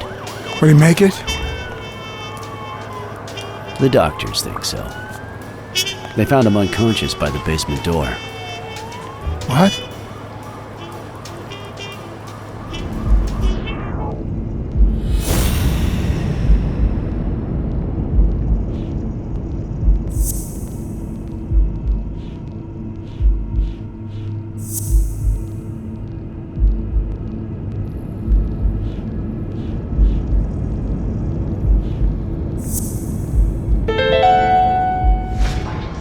Gil have blocked the basement door from the outside to kill Mitchell? You think? That's a serious accusation. Are you sure, or is this just a theory of yours? It's just a theory. Let's hope we get the truth out of him. Huh. You think Gil was involved in the previous murders? What if it was Gil who killed his partner Randall Lee under Mitchell's orders? Another serious accusation. Are you sure? No, I'm not sure yet. But it very well could be the case. Wait, couldn't Mitchell be Randall Lee's murderer?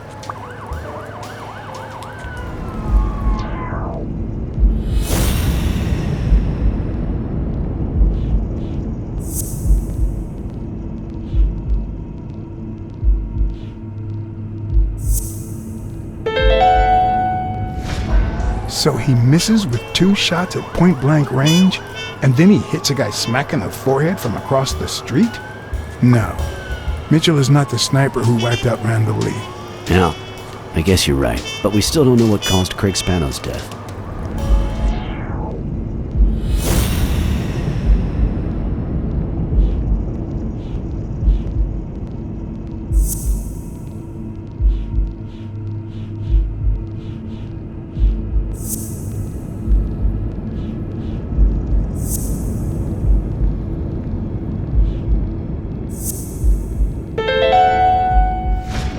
There's no doubt about it. Spano took drugs from the lab, and they killed him. But if that were true, how many more athletes are in danger? And most importantly, who are they? Is Bobby Yale involved? I didn't see them all, but write down these names. Peter Lowe, Xavier Chains, Helen Moore, Bill Goldman, Miles Benton, Alexander Wood, Jacob Ziegler, and yes, Bobby Yale. Thanks. Saving lives for a change, huh? In any case, thanks for the call. I was starting to think you'd never trust the police again.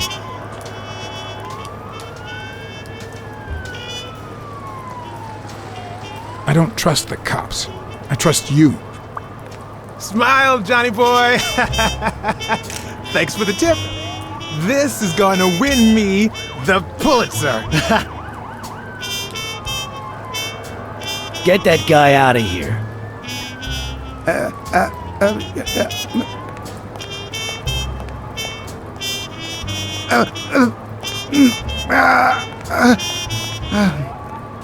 All right. Let's get this over with. When the war ended, Mitchell convinced Groon to use his super soldier drugs on elite athletes. Somehow, Dunn found out about Mitchell's scheme. So when Mitchell heard that Dunn was onto him, he ordered Randall Lee to kill him and frame Yale for the murder. Then, he made Randall search Dunn's house and the gym for any incriminating evidence he might have had against him. The poor cleaning lady died almost by chance. When you stuck your nose in the case, he tried to scare you by sending his thugs to give you a beating. And when that didn't work, he asked Randall Lee to finish you off on the gym rooftop. But Randall not only failed, he got captured. So Mitchell ordered Gil to put a bullet through his head, which only made Gil upset. You kept getting closer and closer to the point of discovering his headquarters. When Mitchell realized he was cornered, he burned his bridges by setting the lab on fire, along with Dr. Groon and his daughter. Gil saw the opportunity to get back at Mitchell, so he blocked the only exit so that he would also die in the fire. Did I leave any loose ends? Just a few. But don't worry about it. I'll take care of them now. So I guess thanks for everything.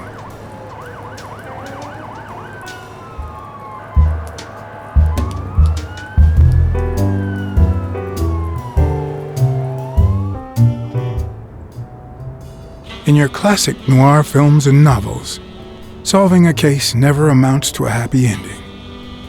The detective is always left with a sense of bitterness. A feeling that, before he took the case, the world was a better place.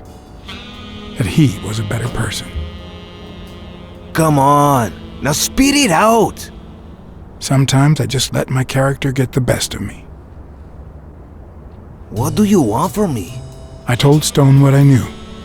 That he was going to let Yale win. That if he didn't, O'Leary would destroy Helen Moore's career. And that Moore was doomed either way. Or would be, as soon as America discovered her sweetheart was on drugs. I don't believe you. No way. Who sent you? Today? Nobody. And what if I did believe you? What would that change? If I don't do this for her, how could I ever look her in the eyes? How could we stay together? You think you'll stay together when you lose your title and they accuse her of doping? At least I know I tried.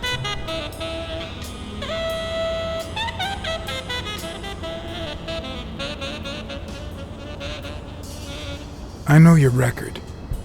Your rise to the top is clean, free of both O'Leary's and drugs. God, You might just be one of the only honest athletes I've met recently. Please don't let them change that. Is it all about being professional to you?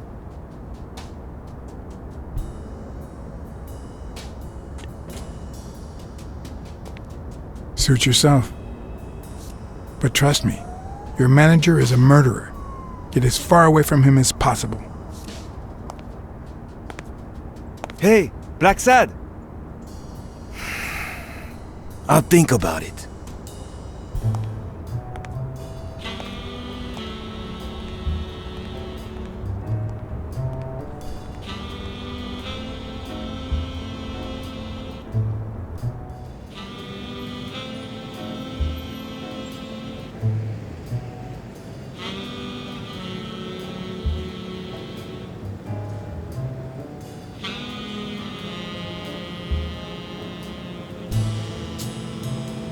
Yale confirmed to me that Dunn found out that Mitchell was giving him meds.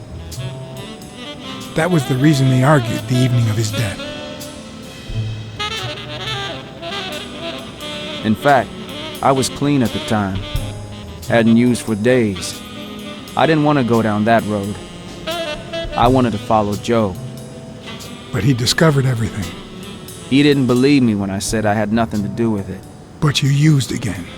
Only after his death. I needed to cope. But the drugs gave you a panic attack. Yeah. But I've been clean ever since. Mitchell gave you the pills when he stopped by the hospital. Hence, your miraculous recovery. Are you planning on taking them before the fight?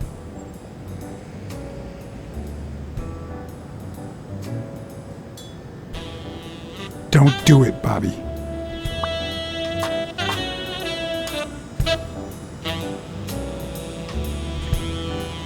Someone has to save the gym. I owe it to Joe, and Sonia, and my Aunt Mary.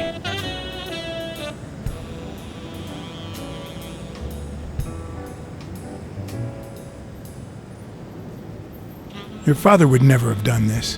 What? I told Yale everything I knew about his father's death. I couldn't say how he took it.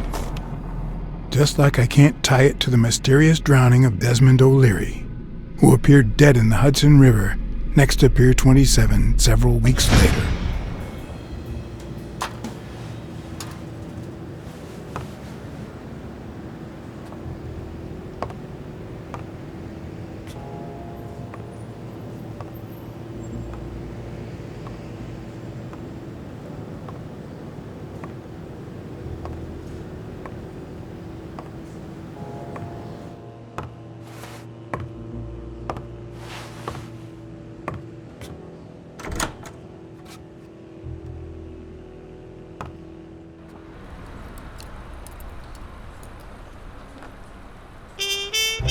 Stone and Yale hadn't taken away the bitterness I felt. I needed a friend. In appreciation for the tip I'd given him, he insisted on buying me a milkshake that he drank. After the perfect storm of corruption and murder, only friendship could reconcile me with the world. Only that could make me believe in mankind again. Only that cleanse my soul. Only that. And money.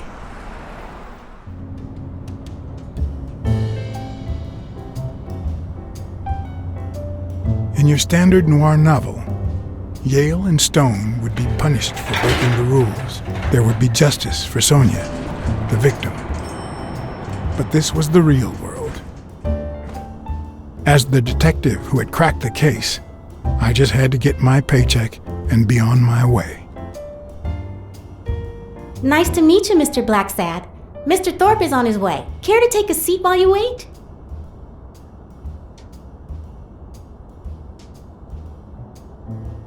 I guess I'll just have to wait. He'll be here in a minute. Please, take a seat.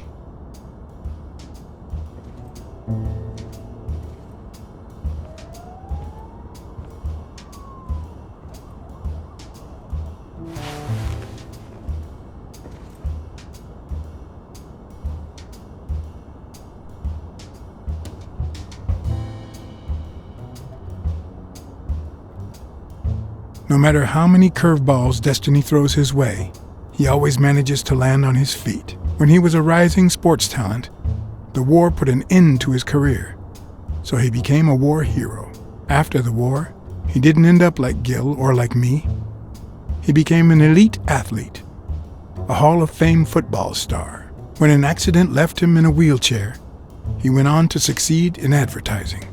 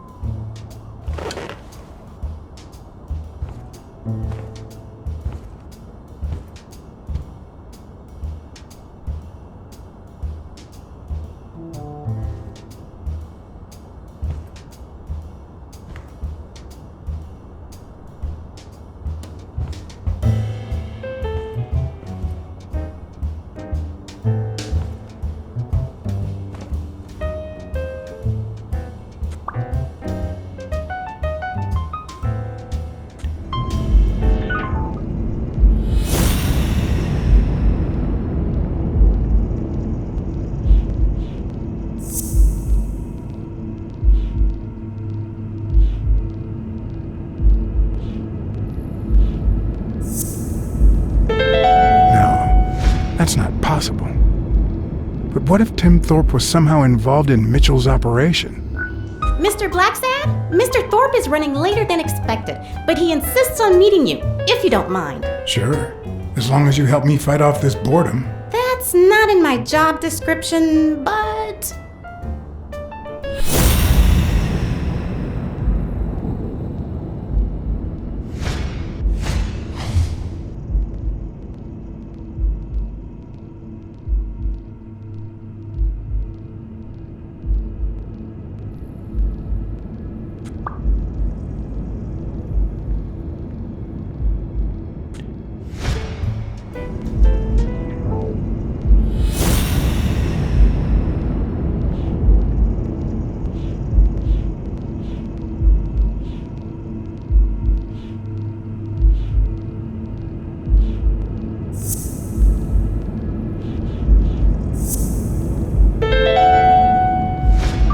If my hunch is right, there should be a meeting with Mitchell noted somewhere in Thorpe's agenda.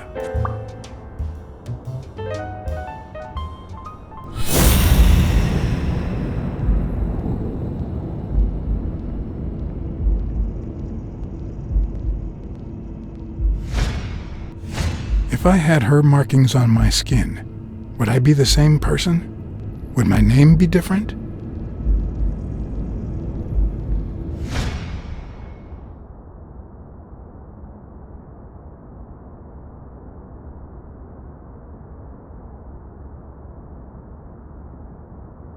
Has anything odd happened at the agency lately? Not on my shift. Perhaps the oddest thing I've seen is a bored detective asking a lot of questions.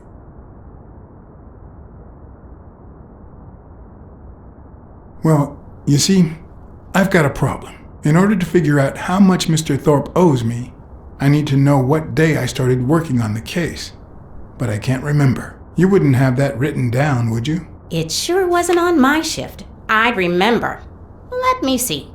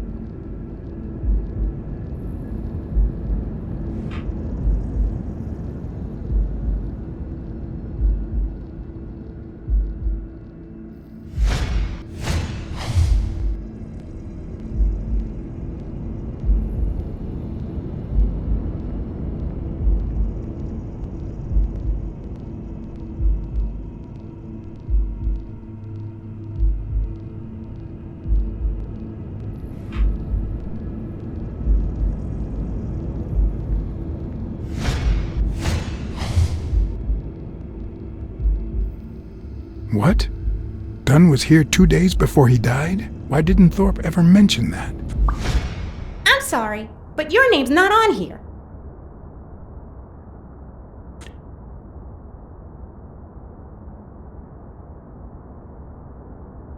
Wait, I just remembered something. The day I came, Joe Dunn had just walked out the door. Well, no. You don't have any appointments. Although, I guess I could have forgotten to write you in. Mr. Dunn, who's usually very kind, left in a flurry. He even slammed Mr. Thorpe's door. Okay. Now I know I have to get into Thorpe's office. And he didn't even say goodbye. Yes, that was the day. You don't recall me because the minute I saw Dunn stomp out, I followed him. I never actually came in. Of course. That explains it. No doubt. So, since it looks like Mr. Thorpe won't be here soon, I think I'll go take a walk down the hall. Gotta stay in shape.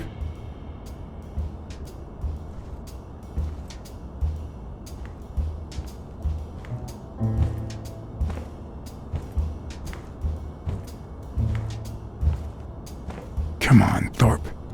Tell me there's a back door to your office. Should I play the Smirnoff trump card again?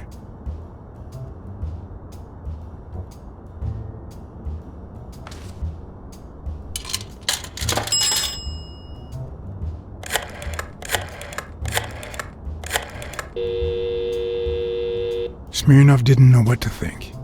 He asked me to watch out and call him as soon as I had more information. He also told me that Gil had finally talked. He denied having blocked the basement door and said the truck door opened, but he got knocked on the head as soon as he tried to get out. He then woke up when the police found him beside the basement door. Obviously, the same person who had jammed the door had carried him there. If Weekly were here, I'd have to tie his hands behind his back.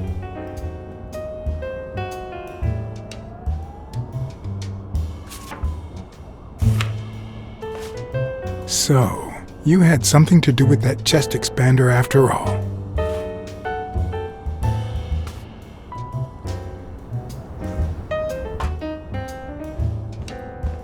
In my experience, when something looks really good, it ends up smelling really bad.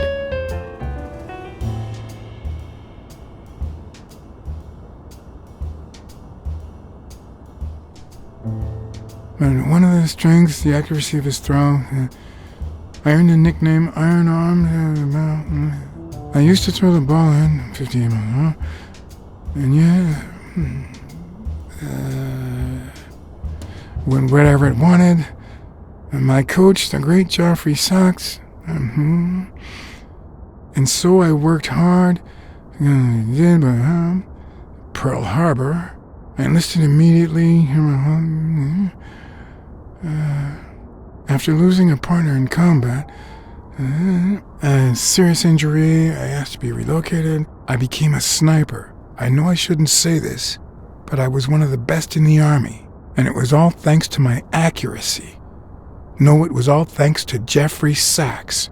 I wonder how many Americans that man saved with my arm. After these words, Tim Thorpe is moved almost to tears and asks me to take a break.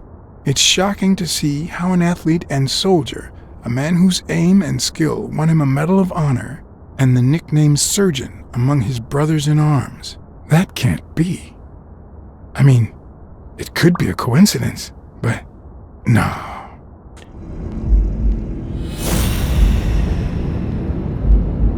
Why am I surprised? In every investigation, there comes a point where every single lead seems to go down the drain. And you have to retrace your steps to get back on the right track.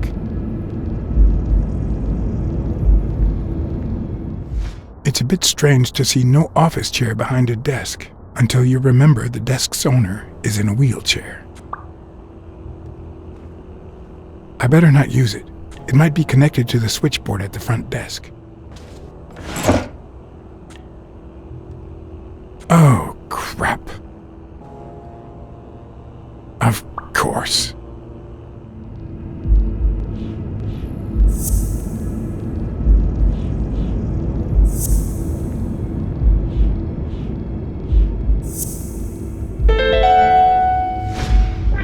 That's it.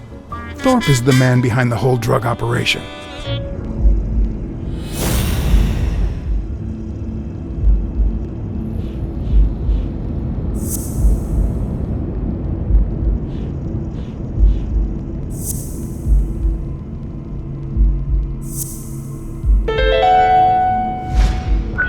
Wait, what if Groon's drugs helped Thorpe walk?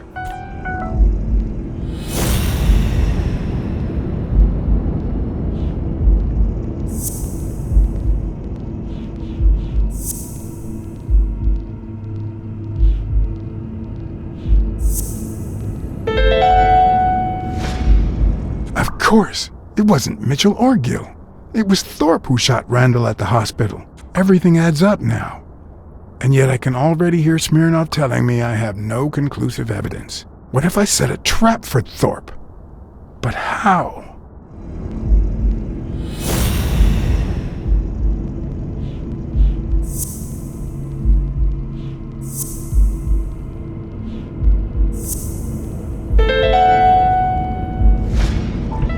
Ha! What if I place Thorpe's gun up there and corner him so that he has to stand up to get it?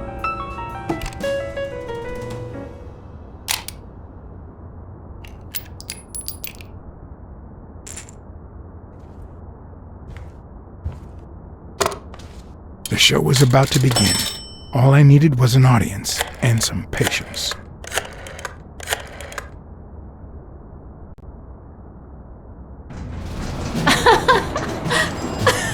Stop it! Arr! Don't you know who you're dealing with, matey? What a silly man! Mutiny! You wants to be shark bait, do ya? Oh, Blacksad. I feel terrible for keeping you waiting. John. But you see, there was mutiny on board, so... Stop! You see what I have to put up with. All right, helmswoman, to the cabin with you! Onward! Yeah, I can't. Come along, Blacksad. Julie, don't let anyone bother us.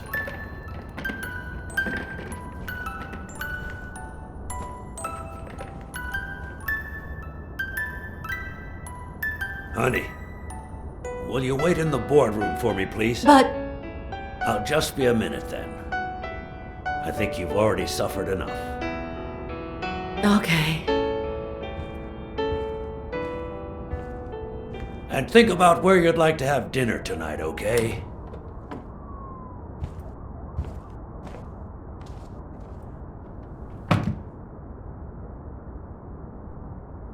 You see, I'm not gonna pay you for solving the case.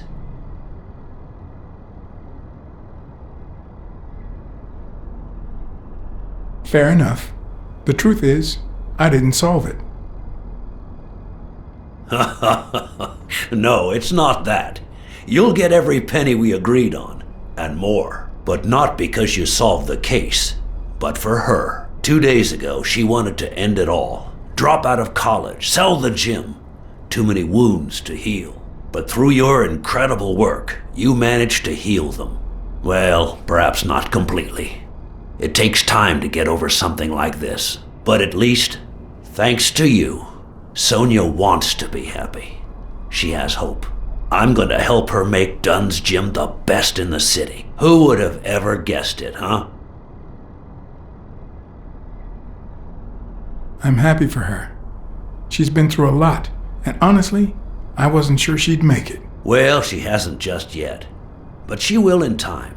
Anyway, back to the case. All those people you confronted. Gill, the German doctor, even Mitchell. Huh.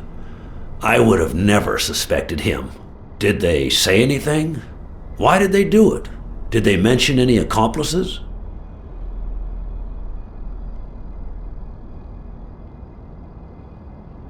They did mention a certain surgeon. Surgeon? You have any idea who that could be? I'm sure this comes as no surprise, but it was Angus Mitchell himself. In fact, you gave me the lead by telling me he was a doctor. Sure, yeah, sure. I'm glad I could help, although, you see, Besides my esteem for Joe and Sonia, this ordeal really hits close to home.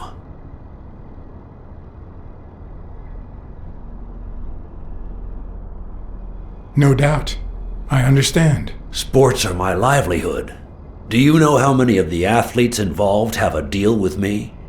How do you know that? What? Oh, wait. Sonia told you. Yes, that's it. Sonia told me. That's funny. I never told Sonia. Well then, do you know how many of the athletes involved have a deal with me?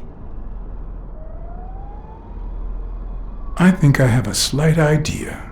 So far, the papers only talk about bodies down at the docks and an illegal lab. Not one has mentioned the athletes. But if one word gets out, this agency's future could be on the line. Not to mention Sonia's and the gym's. Could I ask you to be discreet? I'm sorry to say your future is already on the line. What do you mean? I know the press. Sooner or later, someone will talk. I guess you're right. But let's do everything in our power to avoid that. Anyway, that's it. Julie has your check.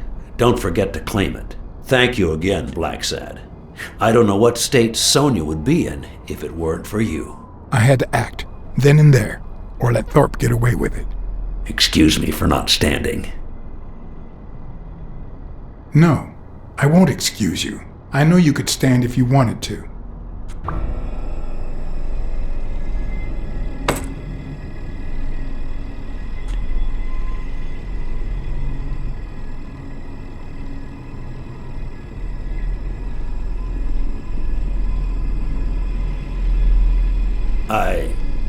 I'm sure you've got good intentions, but you're wrong.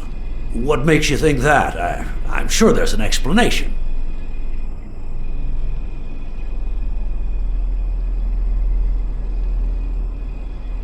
According to Spano, the mastermind was a certain surgeon. I thought it was Mitchell, but now I know the truth. A journalist told me. Ring a bell?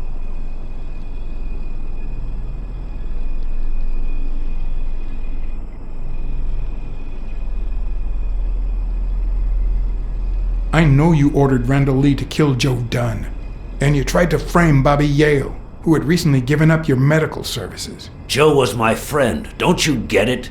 I hired you to solve this damn case. You think that's what a murderer would do? Only because you thought I'd blame Bobby Yale and drop the case. But as soon as I realized something wasn't right, you sent Randall Lee and Gil to give me a scare. And when all that failed, you ordered Lee to kill me. You're the type that won't open his jaws once he's got his prey, aren't you?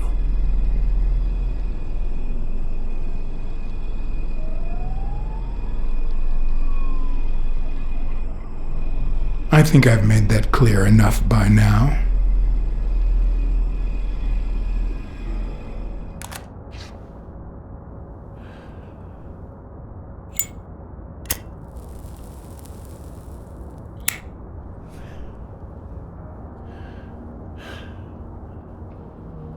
Put yourself in my place for a minute. You're a promising football player who just got back from the war, but you're still a nobody. The man you saved kindly opens his house to you, and that man is still undone by his wife's passing. He works all day at his gym, and he drinks himself to sleep at night. So you practically end up raising his daughter. You give her her very first abacus. You encourage her to further her education. You comfort her when she misses her mother and her father.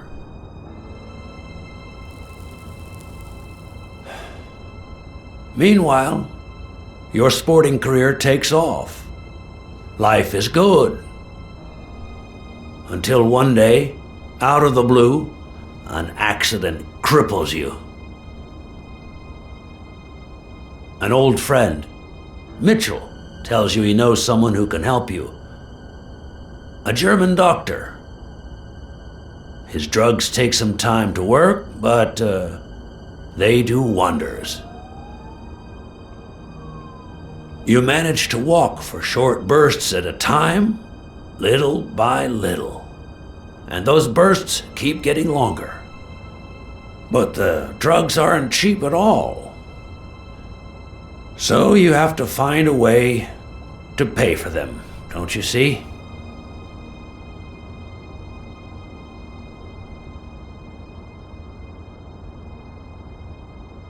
So you started by selling drugs to athletes. Then you decided to start an advertising agency to hire those same athletes. Drugs would help them excel, and you'd get better ad deals. The perfect business model. Your first client? Craig Spano. His career had hit a rough patch, so he was the guinea pig for your new operation. And yet, when the drug started having serious side effects, you got rid of him. Afraid he would talk, you tried to kill him. That's why he hid. From then on, your business was smooth sailing. You even began to think you were above the law. You thought that you were untouchable. Until Joe Dunn found out, and then, 2 days before his unfortunate death, he came to see you. That's enough now! You stop it!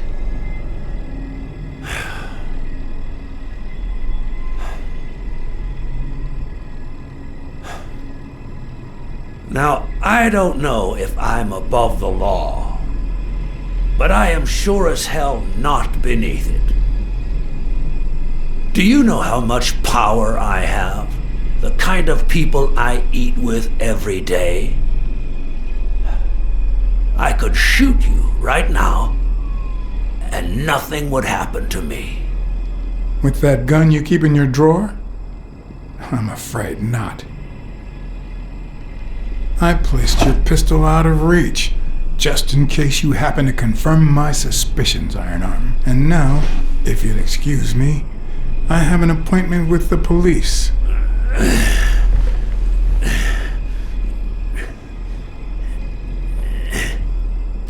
I won't let anyone wreck my life again. Sonia and I, we deserve a future. You can come in now, Smirnoff. Timothy Wilson Thorpe, drop your weapon.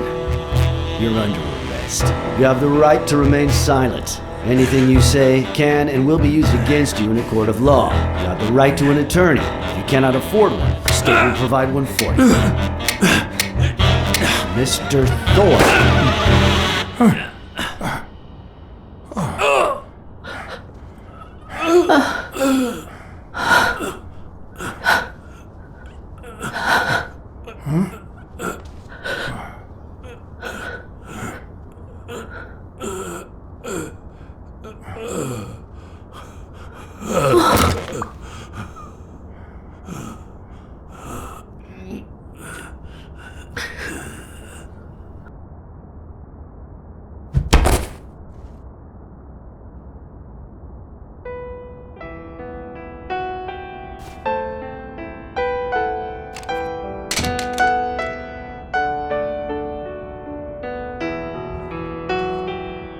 Sonia Dunn, you are under arrest for the death of Timothy Wilson Thorpe. You have the right to remain silent. Anything you say can and will be used against you in a court of law. You have the right to an attorney. If you cannot afford one, the state will provide one for you. Do you understand these rights as I have just read them to you? With these rights in mind, do you wish to speak to me? Watch your step.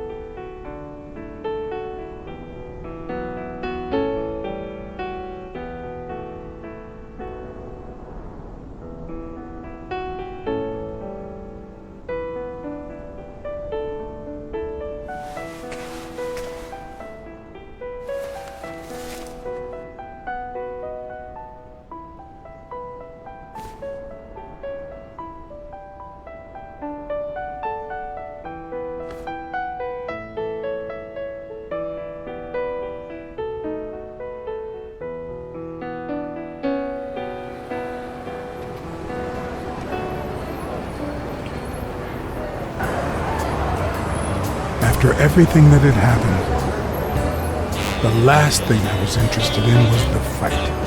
Did Yale take drugs before the fight? Did Stone let him win? I had done everything in my power for things to go the way my moral compass dictated. Whether anyone would listen to me, that was another story.